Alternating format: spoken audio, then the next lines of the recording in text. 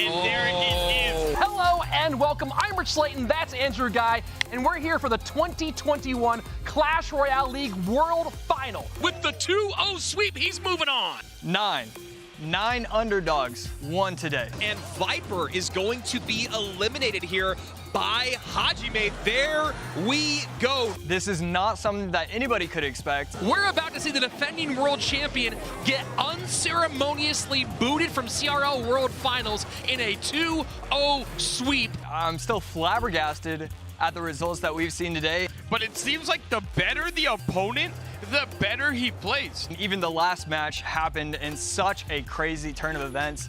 What an unbelievable mistake to make it this level. 4 of the top 7 players were erased from the competition. The Fireball Pandora has been eliminated. Go knows it's over. The CRL World Championship dream is still alive for Morton. We have our 16 for our big Saturday, and man, we had some surprises, some really close calls, and of course, some favorites moving on.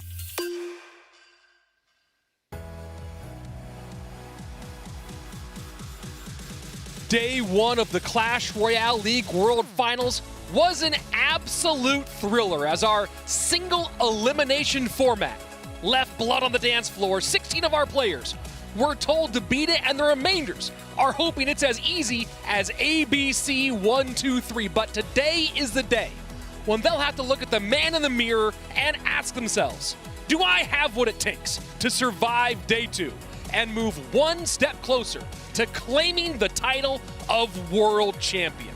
Andrew and Josh, take it away.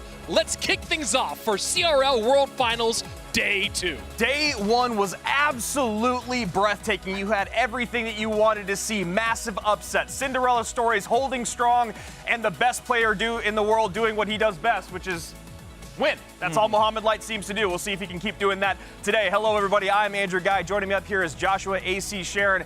Josh, a big part of working through that single elimination was to get today in our double elimination bracket. Talk to me about that format. Absolutely, it is now double elimination. You do have that second opportunity. But dual format, that is the name of the game. That is how we set this tournament up. You cannot repeat any cards whatsoever. You gotta have something new, gotta have something fresh every single time. Yeah, and we saw a little bit of that yesterday. We saw a repeated card here at World Finals on the biggest stage. You hate to see it, but you love the drama. And talking about drama, let's take a look at that bracket. We have incredible matches coming your way. 16 more matches today. And of course, starting off with a very big one in Mini Menter and Mohammad Light. They have a lot of history with one another. It was Mini who was on his way to winning that round 1 finals. Then he lost 4 in a row to Mo. Josh, any other matches here that really stand out to you today? I think the Sandbox versus Wallace, I think that's my game of the day overall. I was so impressed by the both of them. And then I also want to take a look at Igor versus Hajime. I could not believe what we saw from Igor yesterday. This is 2019, this is World Finals. He stepped onto the stage and he impressed everybody. Yeah, it did look like the Igor from the past, and that is not a man that you want to run into when you're battling for over $1 million. That's right, we eliminated half of our competitors yesterday, and we gave away about $250,000. Today, we're going to eliminate 4 more. They each get to walk away with $20,000, but it's really about that golden prize at the end of the tunnel, Josh. $200,000 going to the first place winner, $100,000 going to second, $75,000 and $55,000 going to third and fourth. And look, even if you lose twice today, you don't win another game whatsoever, it doesn't matter. You're still going to walk away with $20,000. $20,000. And talking about matches of the day, our first match of the day is going to be between Morton and Elop, our former world champion from Nova Esports, going up against the greatest runner-up of all time in all of CRL history. Hashtag Morton or hashtag Elop in the chat. Let us know who you are voting for, and we'll let you know how those results pan out when we get to that match. That's enough business, I think. Yeah. I think we should toss it to the casters. You know, I just want to see some games get played. Rich, Eric, take it away. Thanks a lot, guys. It's going to be a great day here at number 2 for Clash Royale League World Finals. Yesterday, of course, we had 16 players sent home. Today, not as many on the chopping block with that double elimination format, but of course, some will get to that point as they drop down into the elimination bracket. And Eric, we start off today with an amazing matchup, a rematch of our opening monthly final, Mohammad Light up against Menter. Yeah, and I think this is the real test for Mo. Who are we going to see today? This is someone that very well could have finished at the top, completely at the top of the leaderboards if he played every single month. And actually, you know, he took a little bit of a break. But we all expected Menter to continue his run, and Mo just completely took over. But this Seed 1 versus Seed 16, it's not that clear. Yeah, that is not the true measure of the gap between these two. And of course, you see Mohammad Light there in the sweater design to match his famous golden chair. Menter rocking that Tribe Gaming jersey. This is a guy who you've talked about. A lot of players have talked about that he really should have been on a CRL team in teams format many times before. But one thing that held him back maybe was that he was too driven for some of these squads. Yeah, it is that. It is hard once you're in a team to really make all the pieces fit, because it's not just about the gameplay, right? You have to make sure personalities fit, the team chemistry, all of that. But the good thing for Menter is he no longer has to depend on anyone but himself. And here we go, the matchup between Mohammad Light and Menter. And as I said before, you have the number 1 seed and the number 16 seed, but the gap does feel a whole lot closer than that. You look at the win rates on the year for both of these players, 74% for Mohammad Light, 70% for Menter. That is an insane clip to be winning at in a competition like this. Yeah, it's actually incredible, because when you look back to CRL team format, this type of win rate would put you at number 1. Yeah. It put you on number 1, number 2, and that's what we saw to Morton, and we hold them to that GOAT standard. So to have 2 players with this caliber of win rate is, I mean, I'm just so excited to get into it. Now, one of the interesting wrinkles here is that Mohammad Light, on day number 1 in his first match, he ran Electro Giant and then Ram Rider. And then Menter in the very next match, what does he do? Runs Electro Giant and Ram Rider. Yeah, I mean, look, if I'm Menter, I can't fault him. I don't know if it was the actual strategy or not, but if I'm going up in that second match and Mo is before me, he's working with Julesy, so clearly they usually have great strategies. Why not copy the decks? You know, the only problem for him is you're playing Mo right now, and now you can't copy the decks. Now, of course, these two have been teammates as of late, and while they might not be trading information back and forth too much, knowing this World Finals was coming up, you have to imagine they talked a bit about how they view the meta. Yeah, if it was just a casual tournament for fun, I would say they probably didn't talk about anything, but there was a big prize pool. It was multiple days. They did have 1v1s in there. So, I mean, meta, strategy, and strongest decks were 100% talked about, and that just adds another point of, you know, the mind game that is Clash. So here we go, the teammates from the Clash Stars event alongside a man you might know in Surgical Goblin, now going head-to-head here in the winner's bracket. Remember, for our first 8 matches today, there will be no eliminations. If you lose, you go down to the lower bracket, the elimination bracket. But for now, everyone's playing with a life to give. Yeah, the one thing I will say is we should see a lot better gameplay. Yesterday was amazing, but we should even see a higher level of gameplay today, not because it's day 2, but because of the format. There was so much pressure on these players yesterday to play perfect, which usually causes mistakes. Today, they know they have that life to give. Obviously, you want to stay on that winner's bracket, but I think it will elevate the gameplay from everyone, and Mo has to be careful. Mini is a 16 seed, but he could turn up like a 2nd or 3rd seed. And first minute away so far is Menter with the lead. The chip damage on the right-hand lane, 28-59 for the Peruvian American, who has historically been known to send pretty much all of his winnings home to his mother. Yeah, I mean, it's awesome to see, right? You always want to give back where, I mean, they do so much for you growing up and everything. I know it's something that I've wanted to do as well. I'm working on, you know, getting a nice little gift for my dad. And it's awesome to see players this young already thinking like that. Lightning played high from Menter does shut down the tank. So huge lightning there, both on the Cannon Cart and the Inferno Dragon.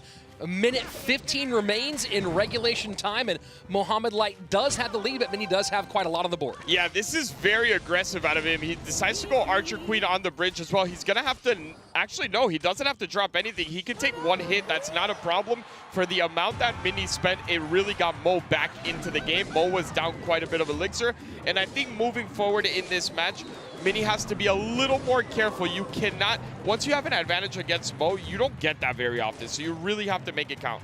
Look at how comfortable these two are, right? Look at what Menter just did. You had Mohammad Light knew that he could get that mortar shot on the tower if he used the arrows on the Mother Witch, and Menter quite calmly, no panic there, knew the exact amount for that log. This is just so far, we talked about, you mentioned that, the idea that yesterday players were playing a bit uncomfortable with how stressful that BO1 is. You see how comfortable these guys are right now. Yeah, and you could tell in their posture and in everything, right? We saw people a lot more nervous. Right now, they just seem like they're playing the game they love. There isn't all that pressure. But what I have noticed in this specific match is how much fireball value Mini is giving up. I want to see him just spread out a little bit more. Every single time Mo has fireballed, it has, other than that one, it also hit the Archer Queen there, I believe. Yes, it has always got the Archer Queen and something else, so he needs to be a little more careful with that. I do like the lightnings that are continuously keeping that cannon card in the back and getting tower value. Lightning may be a half step late, though, not letting the Archer Queen get on tower. Here we go, Royal Ghost and Mother Witch right at the bridge.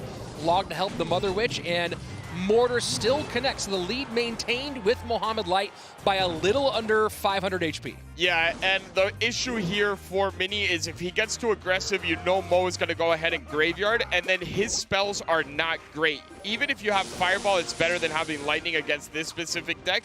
When you look at the cards up top, yes, you can get the Cannon card, but the Archers and the Skellies, the Infernal Dragon, will all stay alive. So you need to be really careful when you do go ahead and Lightning, and you can't overextend. That Graveyard will do a ton of damage. You don't have anything other than the Mother Witch, and that gets Fireballed. Royal Giant finally comes out here very late into the game. Piggies from that Mother Witch tanking a bit for that Inferno Dragon damage, but Royal Giant just not finding a way to break through. 12-19 to 13-35 is the number with 45 seconds left. Yeah, I want to see, Mo has to get a little bit more aggressive. I think if he continues this pace up, Mini will actually win. He, of course, has the Lightning, and this is what I want to see out of him. A Fireball should come down here on the Mother Witch as soon as it moves up a little bit. There it is, and now he should be able to get some damage here. He gets the lead back. It's not a comfortable lead, though. That cage is going to obviously spawn that Brawler. We'll probably see a Royal Giant as well, but he decides to go Lightning instead. The Lightning gets onto the Inferno Dragon. Now Royal Giant in from behind. Graveyard going naked, no tank, still getting very important damage at this stage. The Mortar should be in cycle there. High Mortar right now against the Royal Giant, trying to predict that Lightning coming in. Lightning gets on tower. Won't be enough. Mohammad Light takes game number 1 in our opening match of the day. Yeah, and very rarely you see Mohammad Light really take that deep breath at the end, but he knows how close that got. He got a little bit of good luck on the RNG with the last 2 Graveyards that just put him over the edge there. But if Mini was able to get 1 or 2 more RG hits, which I think he would be able to if instead of that early Lightning, he would have gone RG first and then would have used the Lightning, I think that would have been a little bit of a better play. But Mo just continuing on his streak. Mo doing very, very well, although I will say a lot of facial ticking there, a lot of sniffing, a lot of kind of squinting, things like that. I'm curious about what Mo, whether it's an emotional thing at the moment, a mental thing at the moment, maybe he just has a cold, but right now he does look a little out of sorts. Yeah, he does, and I don't know if it is something with the cold, but I would just have to say, I don't think he expected it to be as close as it got. Sure. He had early control. Usually Mortar decks do very well against RG as well. Mini was just very smart in controlling the bridge. He didn't really use that RG until late in the game, and I think that's what allowed him to stay in it. Once the RG was coming down was when he could always combo it with Lightning or have a bunch of troops. Mini played that really well even though he lost. And here you go, see in the end, the Mortar going high, just no really great way through for the Royal Giant. Made it as close as he could, but in the end, Mohammad Light able to hold on and get the win. Game number 1 goes to the Prince of Egypt, and he keeps doing what he's done all season, and that's one word: win. Yeah, I mean, if there is one word to describe Mo, it is winning. Like, that is what he's done all year long. And for Mini, this is probably the toughest position to be in against anyone in this competition. Being down 0-1 to Mo being able to use any deck, take a little bit more risks with it as well, puts you in a really, really tough position. But Mini's very experienced. He's been in these situations before. And he has many times, and of course has been in the situation against Mohammad Light. To remind you, it was the first monthly final of our 2021 season that came down to Mohammad Light and Mini Menter. And of course, Mohammad Light did come out on top in that exchange, our first monthly champion. But Mini Menter did acquit himself very well in that competition. He sure did. And I mean, when we talk about December, January, February of last year and early this year, Mini was at the same level as Mo Light when it came to predictions, who's going to win. I mean, if it wasn't for that slowdown mid-year, I genuinely think Mini would have a number 2, number 3 seed in CRL. Yeah, very, very possibly. Instead, still at World Finals, still in the double elimination portion, and of course a lot more Clash Royale left for him to play to make his road towards that $200,000 Grand Championship. But right now he does have to get 2 wins in a row to stay in that upper bracket, and we know how much easier that road is if you stay on the winner's side. Yeah, also the fact that every time you win on that upper bracket, it moves you so much closer to that top 3, as opposed to on the lower bracket, every win is just 1 spot that you move over. So you really want to stay in that winner's bracket, advancing you a lot quicker through there. And yes, everyone wants to be a world champion, but the fact that you can move over to top 6 and secure that prizing is also a big deal. Now, we might be having a bit of a mirror match here, or at least similar looks.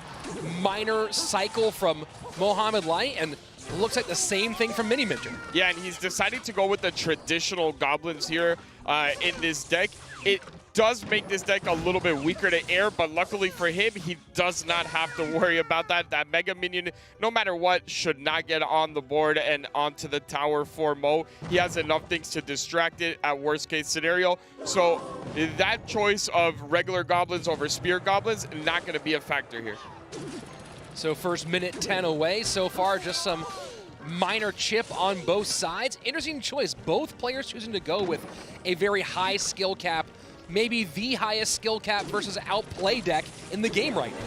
Yeah, absolutely. I will say that there are a couple advantages to Mo's deck in the sense that obviously better for catching miners are those goblins, and he has more spell value with the log as opposed to the snowball. So Mini does have to get a certain amount of lead before the end of the game, because if they're just trading spells and then trying to catch miners, the advantage is 100% in Mo Light's favor. Interesting question here, though, because on one side for Mo, he does have to miner poison or miner log to get these skeletons, right, if that miner goes to the back. Whereas for Mini Menter, he can snowball off those goblins. Yeah, he can snowball off those goblins, but the DPS is also a very big difference. Those goblins will be back, and the miner won't be able to do as much chip, as opposed to the log does take out the skellies and then forces you to drop something else. A beautiful snowball there as well to move that Mega Minion, kind of going to the point that you had. It wasn't to the goblins, but it did buy him enough time to get some more damage there from that miner. Poison in plus miner, so the right-hand tower of Mini Menter ticking down to 1871. Falling further behind right now is the Tribe Gaming player, as Mohammad Light holding strong at 2306. Yeah, and I don't know if you saw it there, but the Golden Knight doing a little bit bandit cosplay where usually the bandit dashes and then ends up on the same side of the bridge. That happened there with the Golden Knight, so that has to be a little bit frustrating there for Mini. It doesn't take out the Tesla. He has the Tesla himself up high, and he loses complete rotation there. And a delivery could come down here on top of everything, and that cleans it up. And looks like Mini Menter recognizing that he's so far behind that either it's Golden Knight or go home, it seems, in this matchup. Yeah. I mean, I'm trying to look for, you know, that light at the end. Yeah, that light at the end of the tunnel I was looking for just got a little bit darker after that dash. And again, the Goblin's just such a smart choice. That is what has made Mo so much better than everyone else. It's those deck choices and the slight changes. Everyone uses this deck with Skellies. Every single person I've seen has used it with Skellies. He makes one change. I don't know if he was expecting a mirror match or not, but it worked out so well for him. Well, he used skeletons in game number 1 as part of that Mortar GY Cannon Cart deck, and obviously had some nice cycle there for the win. This time around, That's it. makes a change that was necessary, but makes a change that ends up being super impactful in this matchup. And you can see the big grin on Mohammad Light's face right now. Yeah, he definitely looks a lot happier than at the end of that first game of this match. And Mo Light, I mean, Mini, the positive thing I can tell you is you weren't in Rat's position. He got eliminated. You're dropping down. You're still in it. You have a chance. And it's very important at this point to not get too down on yourself mentally, because 2 losses today does get you eliminated. Mini has to just completely reset. And I don't even know what to say about Mo anymore. It's looking like it's his tournament to win. Yeah, I mean, that's certainly been the consensus story. If he made it past day number 1, good luck stopping him beyond that. And of course, you saw sort of the laughing there. I'm wondering if his coach, Julesy, is cracking jokes on comms in the back. I wouldn't doubt it. I wouldn't put it past them. They definitely love the banter. We've seen it on Twitter. We've had them in our Twitch chats as well. Yeah. When they win, they like to joke around a little bit. And if that deck choice was from Julesy to make those slight changes, the log, keep it in there instead of the snowball, and then the goblins instead of the skellies, then he deserves that credit. So you see very, very similar looks, but of course that 3.1 to 3, that 10 to 9, that's the stab goblins versus the skeletons. So the little change there, but the most important difference you see is the 30-52 to the 17-44 in terms of tower damage. Yeah, absolutely. And at this point, that delivery is so tough to catch anything with. Not only does the timing have to be perfect, you have to drop it in the right place as well. Mini didn't have much to do. Obviously, if there's one person you don't want to play a mirror match when it comes to minors, it's Mo, or actually, I'll take 2. Mo or Morton. I think both of them are just too good with that. They understand cycles better than anyone else. And Mini, look, he copied the deck yesterday. He kind of copied the deck today. It just didn't work out as well. Very true. And, you know, with Mini Menter, this is a guy who has gone into a number of lower brackets, a ton of elimination brackets, so I'm not super concerned about his ability to battle back and stay in the tournament from that bottom side. Of course, we'll see who he matches up with fairly soon. Let's take a look, though, right now at the decks between Mini Menter and Mo Light. Yeah, and I think this first deck, you see that they came with a plan. Mo decided to use the Skellies, as you said, and run this deck, which would have prevented him from using the second one. So this looks all very well planned out. He was able to play those mortars up high before the RG started coming into rotation. He never played them until he got enough value on his end to where they would do enough damage, 1 or 2 hits, and at the end of the game, just finishing it off with the Graveyard. Very smart play. And there were so many matchups for that deck that were good matchups for Mini, but Graveyard certainly not one of them. And here, you know, you talk about, you look at these 2 decks and you feel like, hey, the matchup difference can't be that big, but it absolutely was. It sure is. When you look at it and you actually take every single card into consideration, those slight changes made all the difference. He was never able to take out those goblins without having to poison as well, which is a lot more expensive than just throwing out a log and taking care of those skellies. The DPS is very different, and the snowball damage onto tower is also a loss for him when it comes to spell cycle rotation at the end. So he always had the pressure on himself. Well, pressure has been on him for sure. And of course, we'll see more of Mini Menter later. Double elimination for the rest of our competition. But right now, we move on to our next upper bracket match. And man, this is one between 2 absolute legends. First ballot Hall of Famers, Morton and Elop. This is the match that I am most excited about for many reasons. One, it's 2 people that are in the top of the conversation for the GOATs of CRL. Since day 1 of CRL, they have been at the top of their regions. They have competed in individual tournaments. They have more experience than anyone. And on top of everything, this could be the last time we see these 2 match up. Very true. Could be the last time we see them compete for both of these players. You know, you talk about people who've been around forever. Elop, it doesn't get much more old school than Elop. Maybe you have to go to our co-caster, Crap, to find someone who was playing competitive Clash Royale before Elop. He's been around forever and been around winning forever. Yeah, and this is going to be a little bit shocking. At least it is for me. The public's vote is 78% Morton. Wow. I have never seen Elop in a World Finals match where he is this big of an underdog. That is absolutely huge, but you understand why. You know, the big questions for Morton coming in were, how much is he dedicated to competitive? Yeah. He's got 2 channels, one in German, one in English on YouTube, that are both over 100,000 subscribers. A huge Twitch channel. He has blown up as a creator, and we have not seen him in as much competitive play this year, but I think a lot of those questions were answered yesterday against Codigo. Yeah. The thing is that he does compete on top ladder when he is creating content. So Sure. it's still maintaining his level. It's not the same as competing all the time, but it's still a certain level. And look, Morton has an understanding of the game like Sure. no other. So there's those intangibles that no matter how much you practice, I mean, if not, we would be a lot better than we are, right? Because I think we spend a lot of time on the game and it doesn't work as well. Morton, though, like you said, a lot of content creation, and that is why every single match, if you are a Morton fan, you really got to take it in and enjoy this World Finals. We don't know if this is the last time we see him.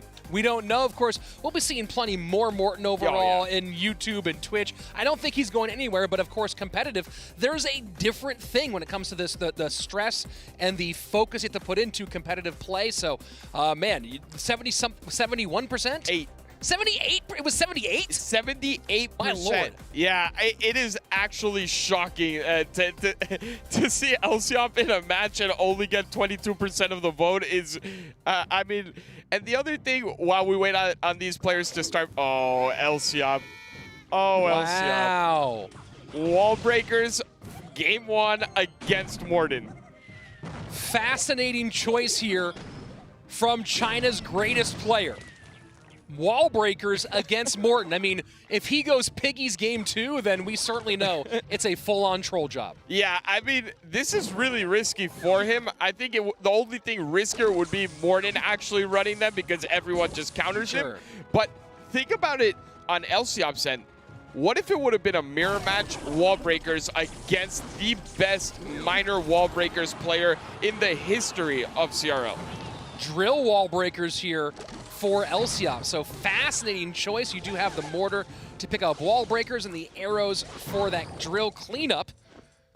We'll see how this one shakes out in the long run. He also has skellies that he could defend the wall breakers with, as you see there, a little bit of a miss. Ooh. And not something we usually see out of Morton. I think he expected the Valk to keep on moving forward. Instead, it was still in range. But I think he has a lot of great answers. Like you were talking about, those arrows can come in onto that drill. He has the mortar that's going to force out a bunch of troops because you can't just stop a mortar with the bomber. The Fire Spirit will only delay it for a little bit. The cannon cart should take care of the Valk over and over again. And it's getting a little scary. It seems like Morton is falling behind in cycle quite a bit. What's the key, you think, for Elop in winning this matchup? Just keep up the pressure. The second that he falls back and over defense, Morton will take control of the match, and that is where it gets really bad for Elop. Elop has to continuously pressure, especially in this single elixir right now. He has the way quicker cycle. He has the direct damage onto tower, and if Morton can just survive a little bit longer, I think he can't just survive the first minute of double elixir. He's going to need a little bit more time than that. He'll be good to go. Mortar has to go high for those wall breakers. Gets picked up by the bomber. Yeah. Pressure on the left-hand lane, and here we go. Graveyard number 1. Yeah, guards should come down as well. He decides not to play the guards, and that's actually a good choice because Morton did not use the arrows on that defense, and that is why he was able to really push with that graveyard. He forces out the Valk. The Valk will go down to this cannon card, and he puts himself in a really good situation. Morton is slowly turning the match around. Even though the damage hasn't come in, you'll be able to see that, and he's continuing to use the mortar so he can keep the arrows for the guards onto the graveyard. He's playing this so smart. Guards now not in cycle for Graveyard, but no tank available as well. So we see the pressure coming in right-hand side, and this is interesting. You see the way that Elop's forcing the arrows out with those drill wall breakers pushes, making it just a little bit earlier than maybe Morton would like. Yeah, he has to do that. It is the only way that he'll have full control on defense. The guards were perfect there from Elop. A great understanding of where the weakness is for Morton and where the strengths lie for Morton as well. He wants to keep that out of Morton's hands, and that is why he's pushing like that. He knows he's not going to get any damage out of the wall breakers and drill push, but that also leaves Morton without an ability to actually push the way he wants to. Graveyard in, Valk on defense, this time just skeletons for those wall breakers. Does not miss this time around, so that's a nice one elixir trade. And he got a couple Skelly hits there at the end from the Skelly in the front, and this match is pretty even at this point. Elop lost his whole lead. The wall breaker's going on the left-hand side, but now he has to drop a bomber or a Valk.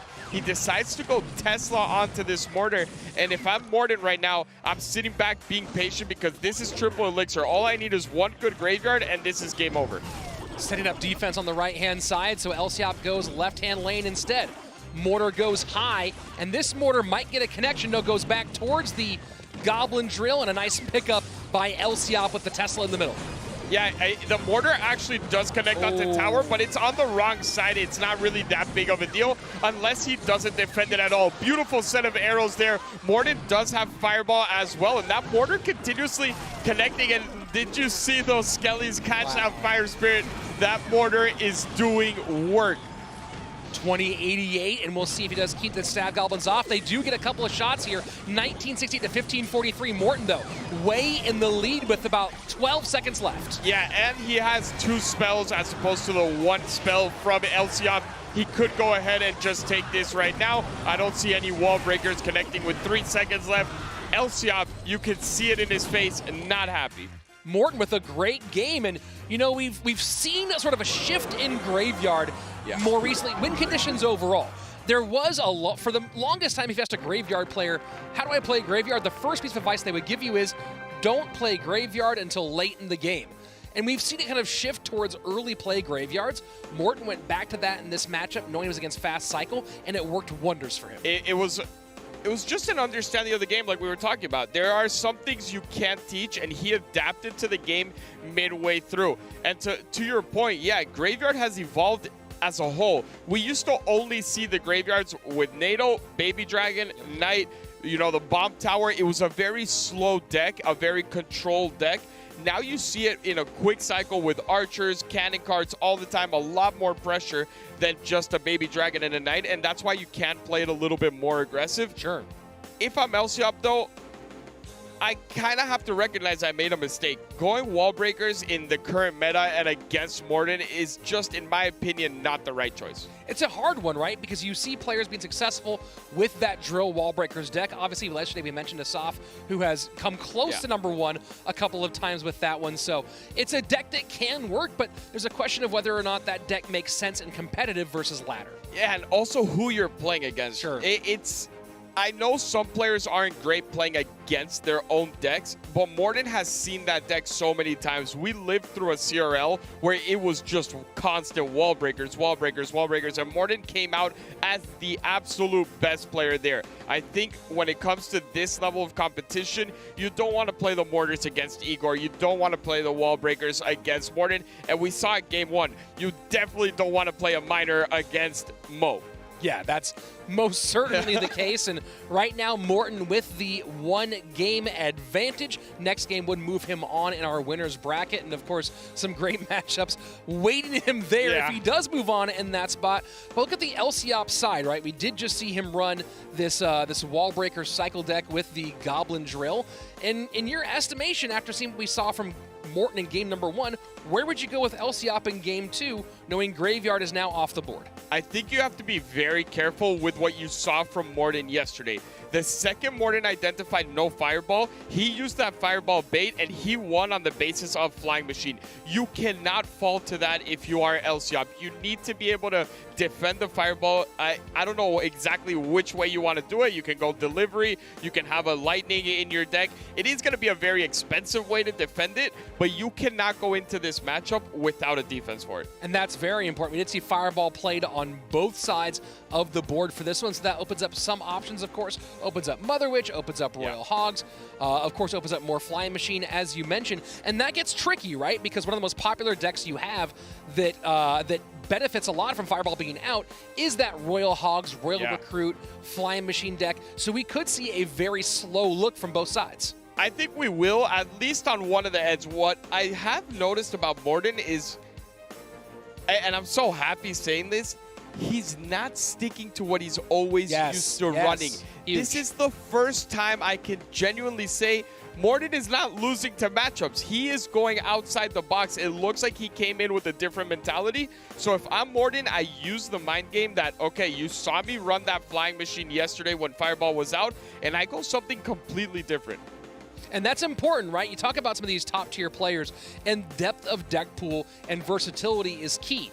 Morton has that. He has it in spades, but hasn't utilized it, hasn't relied on it very much. Exactly. Morton has never been that guy that you're like, no, he can't run lava. He can run everything, but every CRL in the important matches, it was always miners, it was always wall breakers, and this time around, he just came out and showed us a graveyard first off. Sure. Yesterday, Flying Machine, Hoggies. You know, it is a new Morton, and I'm so excited to see it.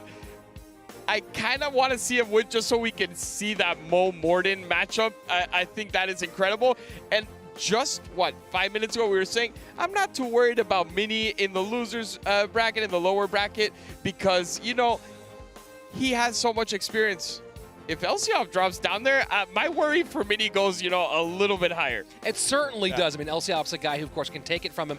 The big question I see from Elop now is, do we see the guy who was at one point the best bridge spam player on the planet go back to bridge spam here? Yeah, bridge spam is just... It's either an incredible matchup or you just get stuck and you cannot break through. He has the Golden Knight, which is a sign of bridge spam. It is the new bandit, the new and improved bandit, we can say. Morton showing guards, and when you're trying to catch miners, that's not a bad thing to have. Not at all. And we are going to Miner Golden Knight both sides. Of course, not the exact same matchup that we just saw in Game 2 of our Mohammad Light mini-minter match, but you are seeing how popular this two-card combination is right now. Yeah, it's definitely one of the strongest in the game because you know they're going to play troops to try and catch that miner, and if you could just get that Golden Knight to dash onto tower with those troops that are coming off of that defense, you get so much value. So the combination is one that I absolutely love. Slight lead right now for Nova's Elop, 24-33 to 26-17, courtesy of that Mortar connection. So we saw Morton run Mortar in game number 1, now Elop with Mortar in game number 2. And, you know, a big thing to talk about here, because it's been interesting, for a long time the Mega Minion kind of fell out of favor.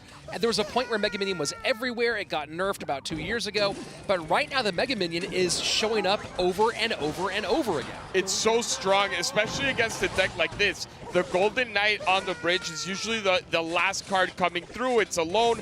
A Mega Minion is able to defend it very well. It has a high DPS. You can't just fireball it. You would have to overextend your, you know, the elixir. And it puts you in a nice position. I think that is why we're seeing it. Also, the fact that, you know, Musketeer, Hunter has fallen out of favor. Both of those cards were very good cards against the Mega Minion.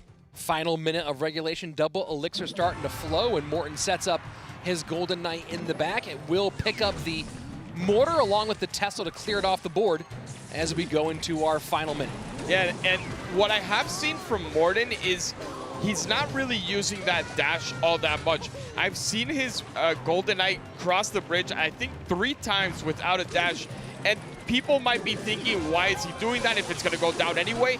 It's still an extra elixir that he's keeping in his pocket, but that is, I was about to say, he needs to be careful with those guards, because if a dash was activated there, that Golden Knight from Elop would have hit tower. And slowly but surely, Elop is taking full control here. Cannon Cart does get taken down by the Log Miner in Mega Minion high, but the defensive Mega Minion goes to the Miner, not to the offensive. Pressure doesn't matter either way, does hold on, but it is Elop ahead by about 1,000 or about 700 HP. Yeah, this is the first real dash we get out of Morton on the other side of the field. I'm not sure if that Golden Knight will live. It does not, unfortunately for him. I think he was just off of his second dash there. If he was able to get that connection, it would have been amazing to get him back in the game. But that was overall a very good push for him. Poison pressure in for Morton. Miner goes to the back this time. Poison high, not on all the spears, but will help take down a bit of that. Golden Knight in the front tanking. This is a lot coming down the pipe from Nova's Elsiop. Yeah, this is very scary. He does catch the dash yet again. So Morton being very smart about those guards, not getting caught with the opposing Golden Knight. But Morton is back in this. Those poisons and miners have been so brutal to Elsiop because he doesn't have guards. It seems a little bit like the situation that we saw earlier with Mini Menter. One player has something to really catch that miner over and over again while the other player is just struggling to keep it off.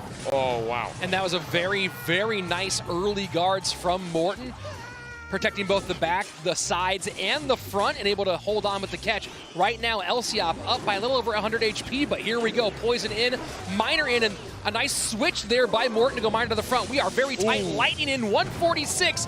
This is very, very close. Morton has to get damage in very quickly before that Lightning finishes things off. Yeah, Miner is going to come in here, but he catches it with his own Miner. What a catch! And a Lightning block! Oh my word! Log down! Morton gets the log, 18 HP! Unbelievable! Oh my word! Pull that in the booth, RF. That was an insane finish here. That's what you want at World Finals. That was incredible. I didn't even know who was making the better plays. That was so nice. You see the transition from Elsiop catching a miner at the front of his tower with his own miner to a lightning block from Morton. That is perfection, and in Morton fashion, he loses by 18 HP. What in the world? Yeah. What in the world? It really felt like Morton was going to steal that one back, but that's Clash Royale for you. The miner catch, absolutely beautiful from Elsiop. A match-saving miner with that catch. And then to have all that going on, you're trying to get that miner, he catches it, and to still be able to stay focused and block that lightning is incredible. Yes, he lost the game, but the way he came back into it, I could watch these two play all day. The miner catch, the lightning block, the spell race. This had everything you could want. And what else would you expect from two of the all-time greats of Clash Royale? This was an incredible match, and if we can make one exception ever to the duels format and just have them run the same decks one more time, I think this is the time to do it. That was best match without a doubt of World Finals so far, and could be the best match throughout the whole event. That's hard not to say. Yeah. Man, unbelievable. And now we go into a game number 3, and a fascinating game 3 here, because on one side you have Morton, who's run both Fireball and Poison, so we're looking most likely at Lightning or EQ in game number 3. On the other side, you have Fireball and Lightning out from Elsiop, and that does open up some opportunities for that AQ. Yeah, that is exactly what I was thinking. Lightning is out of play. Archer Queen in play for Morton. It seems like the obvious choice. Sure. I'm not sure. Does Elsiop still have delivery? Ooh, let me take a look at my notes here for a second. Elsiop, I'm seeing that he played Log, Fireball, Lightning. I don't see delivery on that list. He has to play delivery. Yeah. There is not an option right now. Elsiop, if you have to change one card from your deck, do it, because that is the best counter he has left to that Archer Queen. Obviously, a Goblin Cage does work well, but the delivery seems like after Lightning, it is the absolute best defense. Man, what a matchup. And you talk about high skill plays, right? The miner catch. And you know, we saw this yesterday. We saw the troop played in the front center to try to cover both the front inside and outside corners. So that's the right pick there from Elsiop. Morton spent the first half of the game going to the back, had switched to the front part of the game, and then a lightning block. There are few things more satisfying than a lightning block in Clash Royale, and usually in that situation, that results in a win, but Elsiop, very heads-up play, got the damage on tower. And I hope that we get to see that ending, you know, when someone breaks it down, because we have two great people waiting to break that down. But I want to see how much elixir was left to get that poison before that log hits, because it was one tick away and poison was back in rotation. It was miner, it was the guards, the log came down, poison was already back into that cycle, and Morton only needed one tick. So I am very curious where that elixir bar was. That could have been the greatest comeback in a game ever, but good news for us, we get to watch another game of these two. Yeah, we get more of these, and what else could you want than more action between Elop and Morton. And of course, there might be more. They might meet again later in this tournament because of our double elimination format. And of course, you want to make sure that you're there. So if you haven't yet, I know some of you joining us for the first time, some of you coming back again, make sure you hit subscribe on this channel and that little bell, hit that bell, ring it if you will, and make sure you get notifications for all our Clash Royale League updates. And of course, our big grand final day tomorrow here on that channel. Here we go. Game number 3, Morton and Elop, a winner's bracket spot on the line, and Morton, one of the all-time great bait players, going bait. Bait, one of the all-time greats in bait in 1v1, in 2v2, probably a triple draft as well. He is very comfortable with bait. My worry for him is, did Elop expect this? You already see the cage for the wall breakers. You see the bar barrel there as well for the goblin barrel. There are a lot of answers very early on. Princess cycle to the right-hand side. And oh, man. Wow. Rough. This is real rough. Both Princess and Archer Queen. Interesting wrinkle in this deck. Yeah, it's... my biggest issue here is if one of his cards happens to be delivery somehow, this is game over already. There is no way he's going to get damage. He has that... yeah, he's just going with cage. So basically what we talked about earlier, we said delivery was the second best defense for Archer Queen, and after that it is that goblin cage. He decides to go with, oh, rare mistake there out of Morton to put it so close that one wall breaker gets taken out. That is a very rough matchup if you're a Morton fan, and we know 78% of the chat is a Morton fan. We also know that Morton is one of the players who gets the roughest matchup history in all of Clash Royale, so some of those woes do continue. Still early on, no significant damage either direction.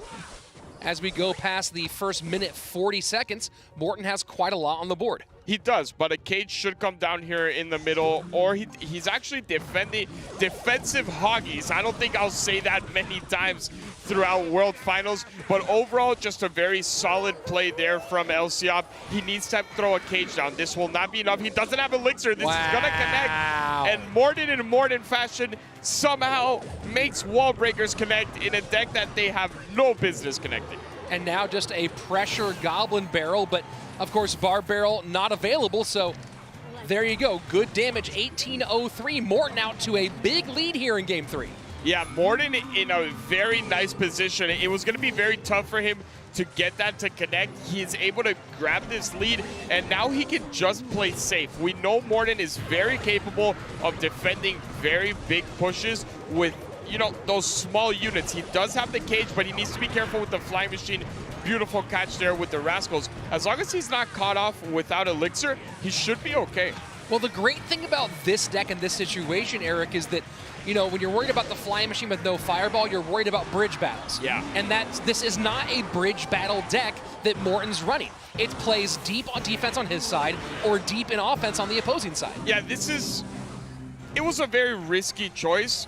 I'm not gonna fully back the deck, but the way it's panning out has been absolutely perfect for Morton. I was just, you know, praising the fact that he hasn't really gone to wall breakers. He hasn't been predictable. This could have been a lot worse, but this is still a lot of damage coming in. Quite a bit in indeed, and just like that, the lead will go the opposite direction, 1406 to 1542. Morton is going to have to get some more damage in quickly. In triple elixir, he does outcycle, but it's going to be an issue with that bar barrel and that cage. What he has to do is try to force out that cage with the Archer Queen so that he's able to get that wall breakers push that he did earlier on. For as long as that Archer Queen is not demanding the cage, it is going to be virtually impossible to connect, and that is what you want to see. Cage comes down, now we can get a wall breakers push. Rascals coming in hopefully just in time on Morton's side, and they do get in front to stop the connection from the flying machine, but Poison gets a ton of value. Elop putting on very, very good pressure right now with the final 50 seconds in triple. He needs to start, you know, really throwing those barrels out. You need to throw those goblin barrels out. Try to get one of them to connect. Even one stab will be enough. Here we go. We got the barrel out. He needs to go defensive now. Cage should come in. Beautiful cage up high, but that flying machine just doing so much work.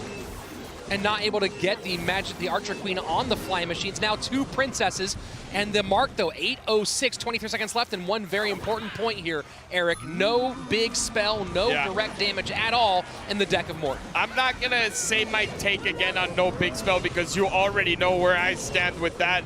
Just too risky.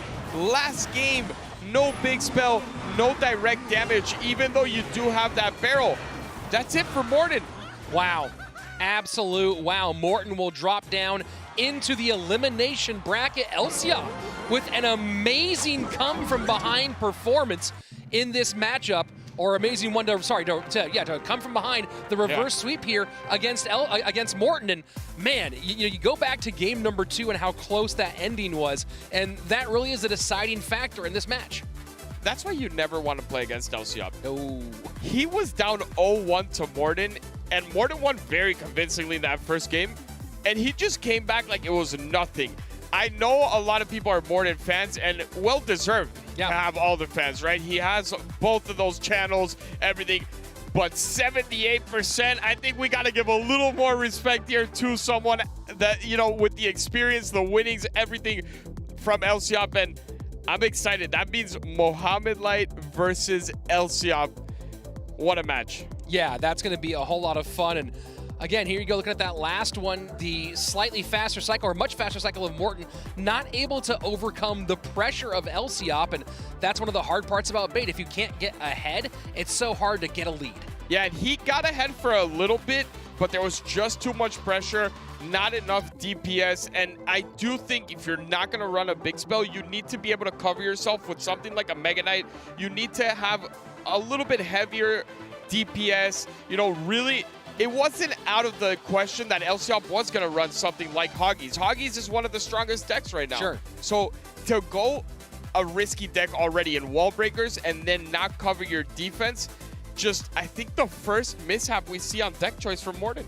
Yeah, and that's, of course, been a story with Morton for a long time. And, you know, you see him running Hoggies, and again, with very little splash damage, very little options to stop those. So a tough opportunity there for Morton. But, of course, he is down but not out. We'll see him later today, in fact, in an elimination match. But right now, I have a feeling I know which replay we might see. Let's go to Andrew over the analyst desk to break down what is one of the best moments of our CRL season.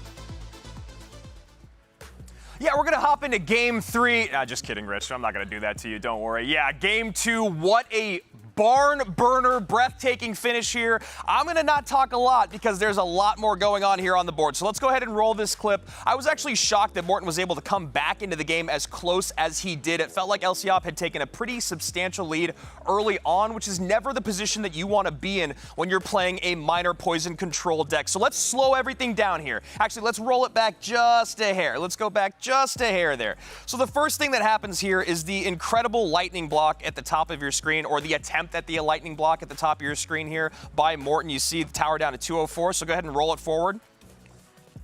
Doesn't quite get exactly what he wants out of it. 146, Log comes in to bring it down to 329. Now pay very, very close attention to the front of this tower. The Log hits on the other side, down to 59 HP. Keep it going nice and slow. And as you can see here, Poison comes in. Boom. Minor defensively, minor offensively. It doesn't get better than that. There are so many places that minor can go late game. Then we get the lightning block up top. 59 to 217. Somehow, Morton is still in this. And as you can see, stop the clip right there. Stop it. Look at this man. Look at this man. Devastated. So close. 18 HP. And of course, look at him.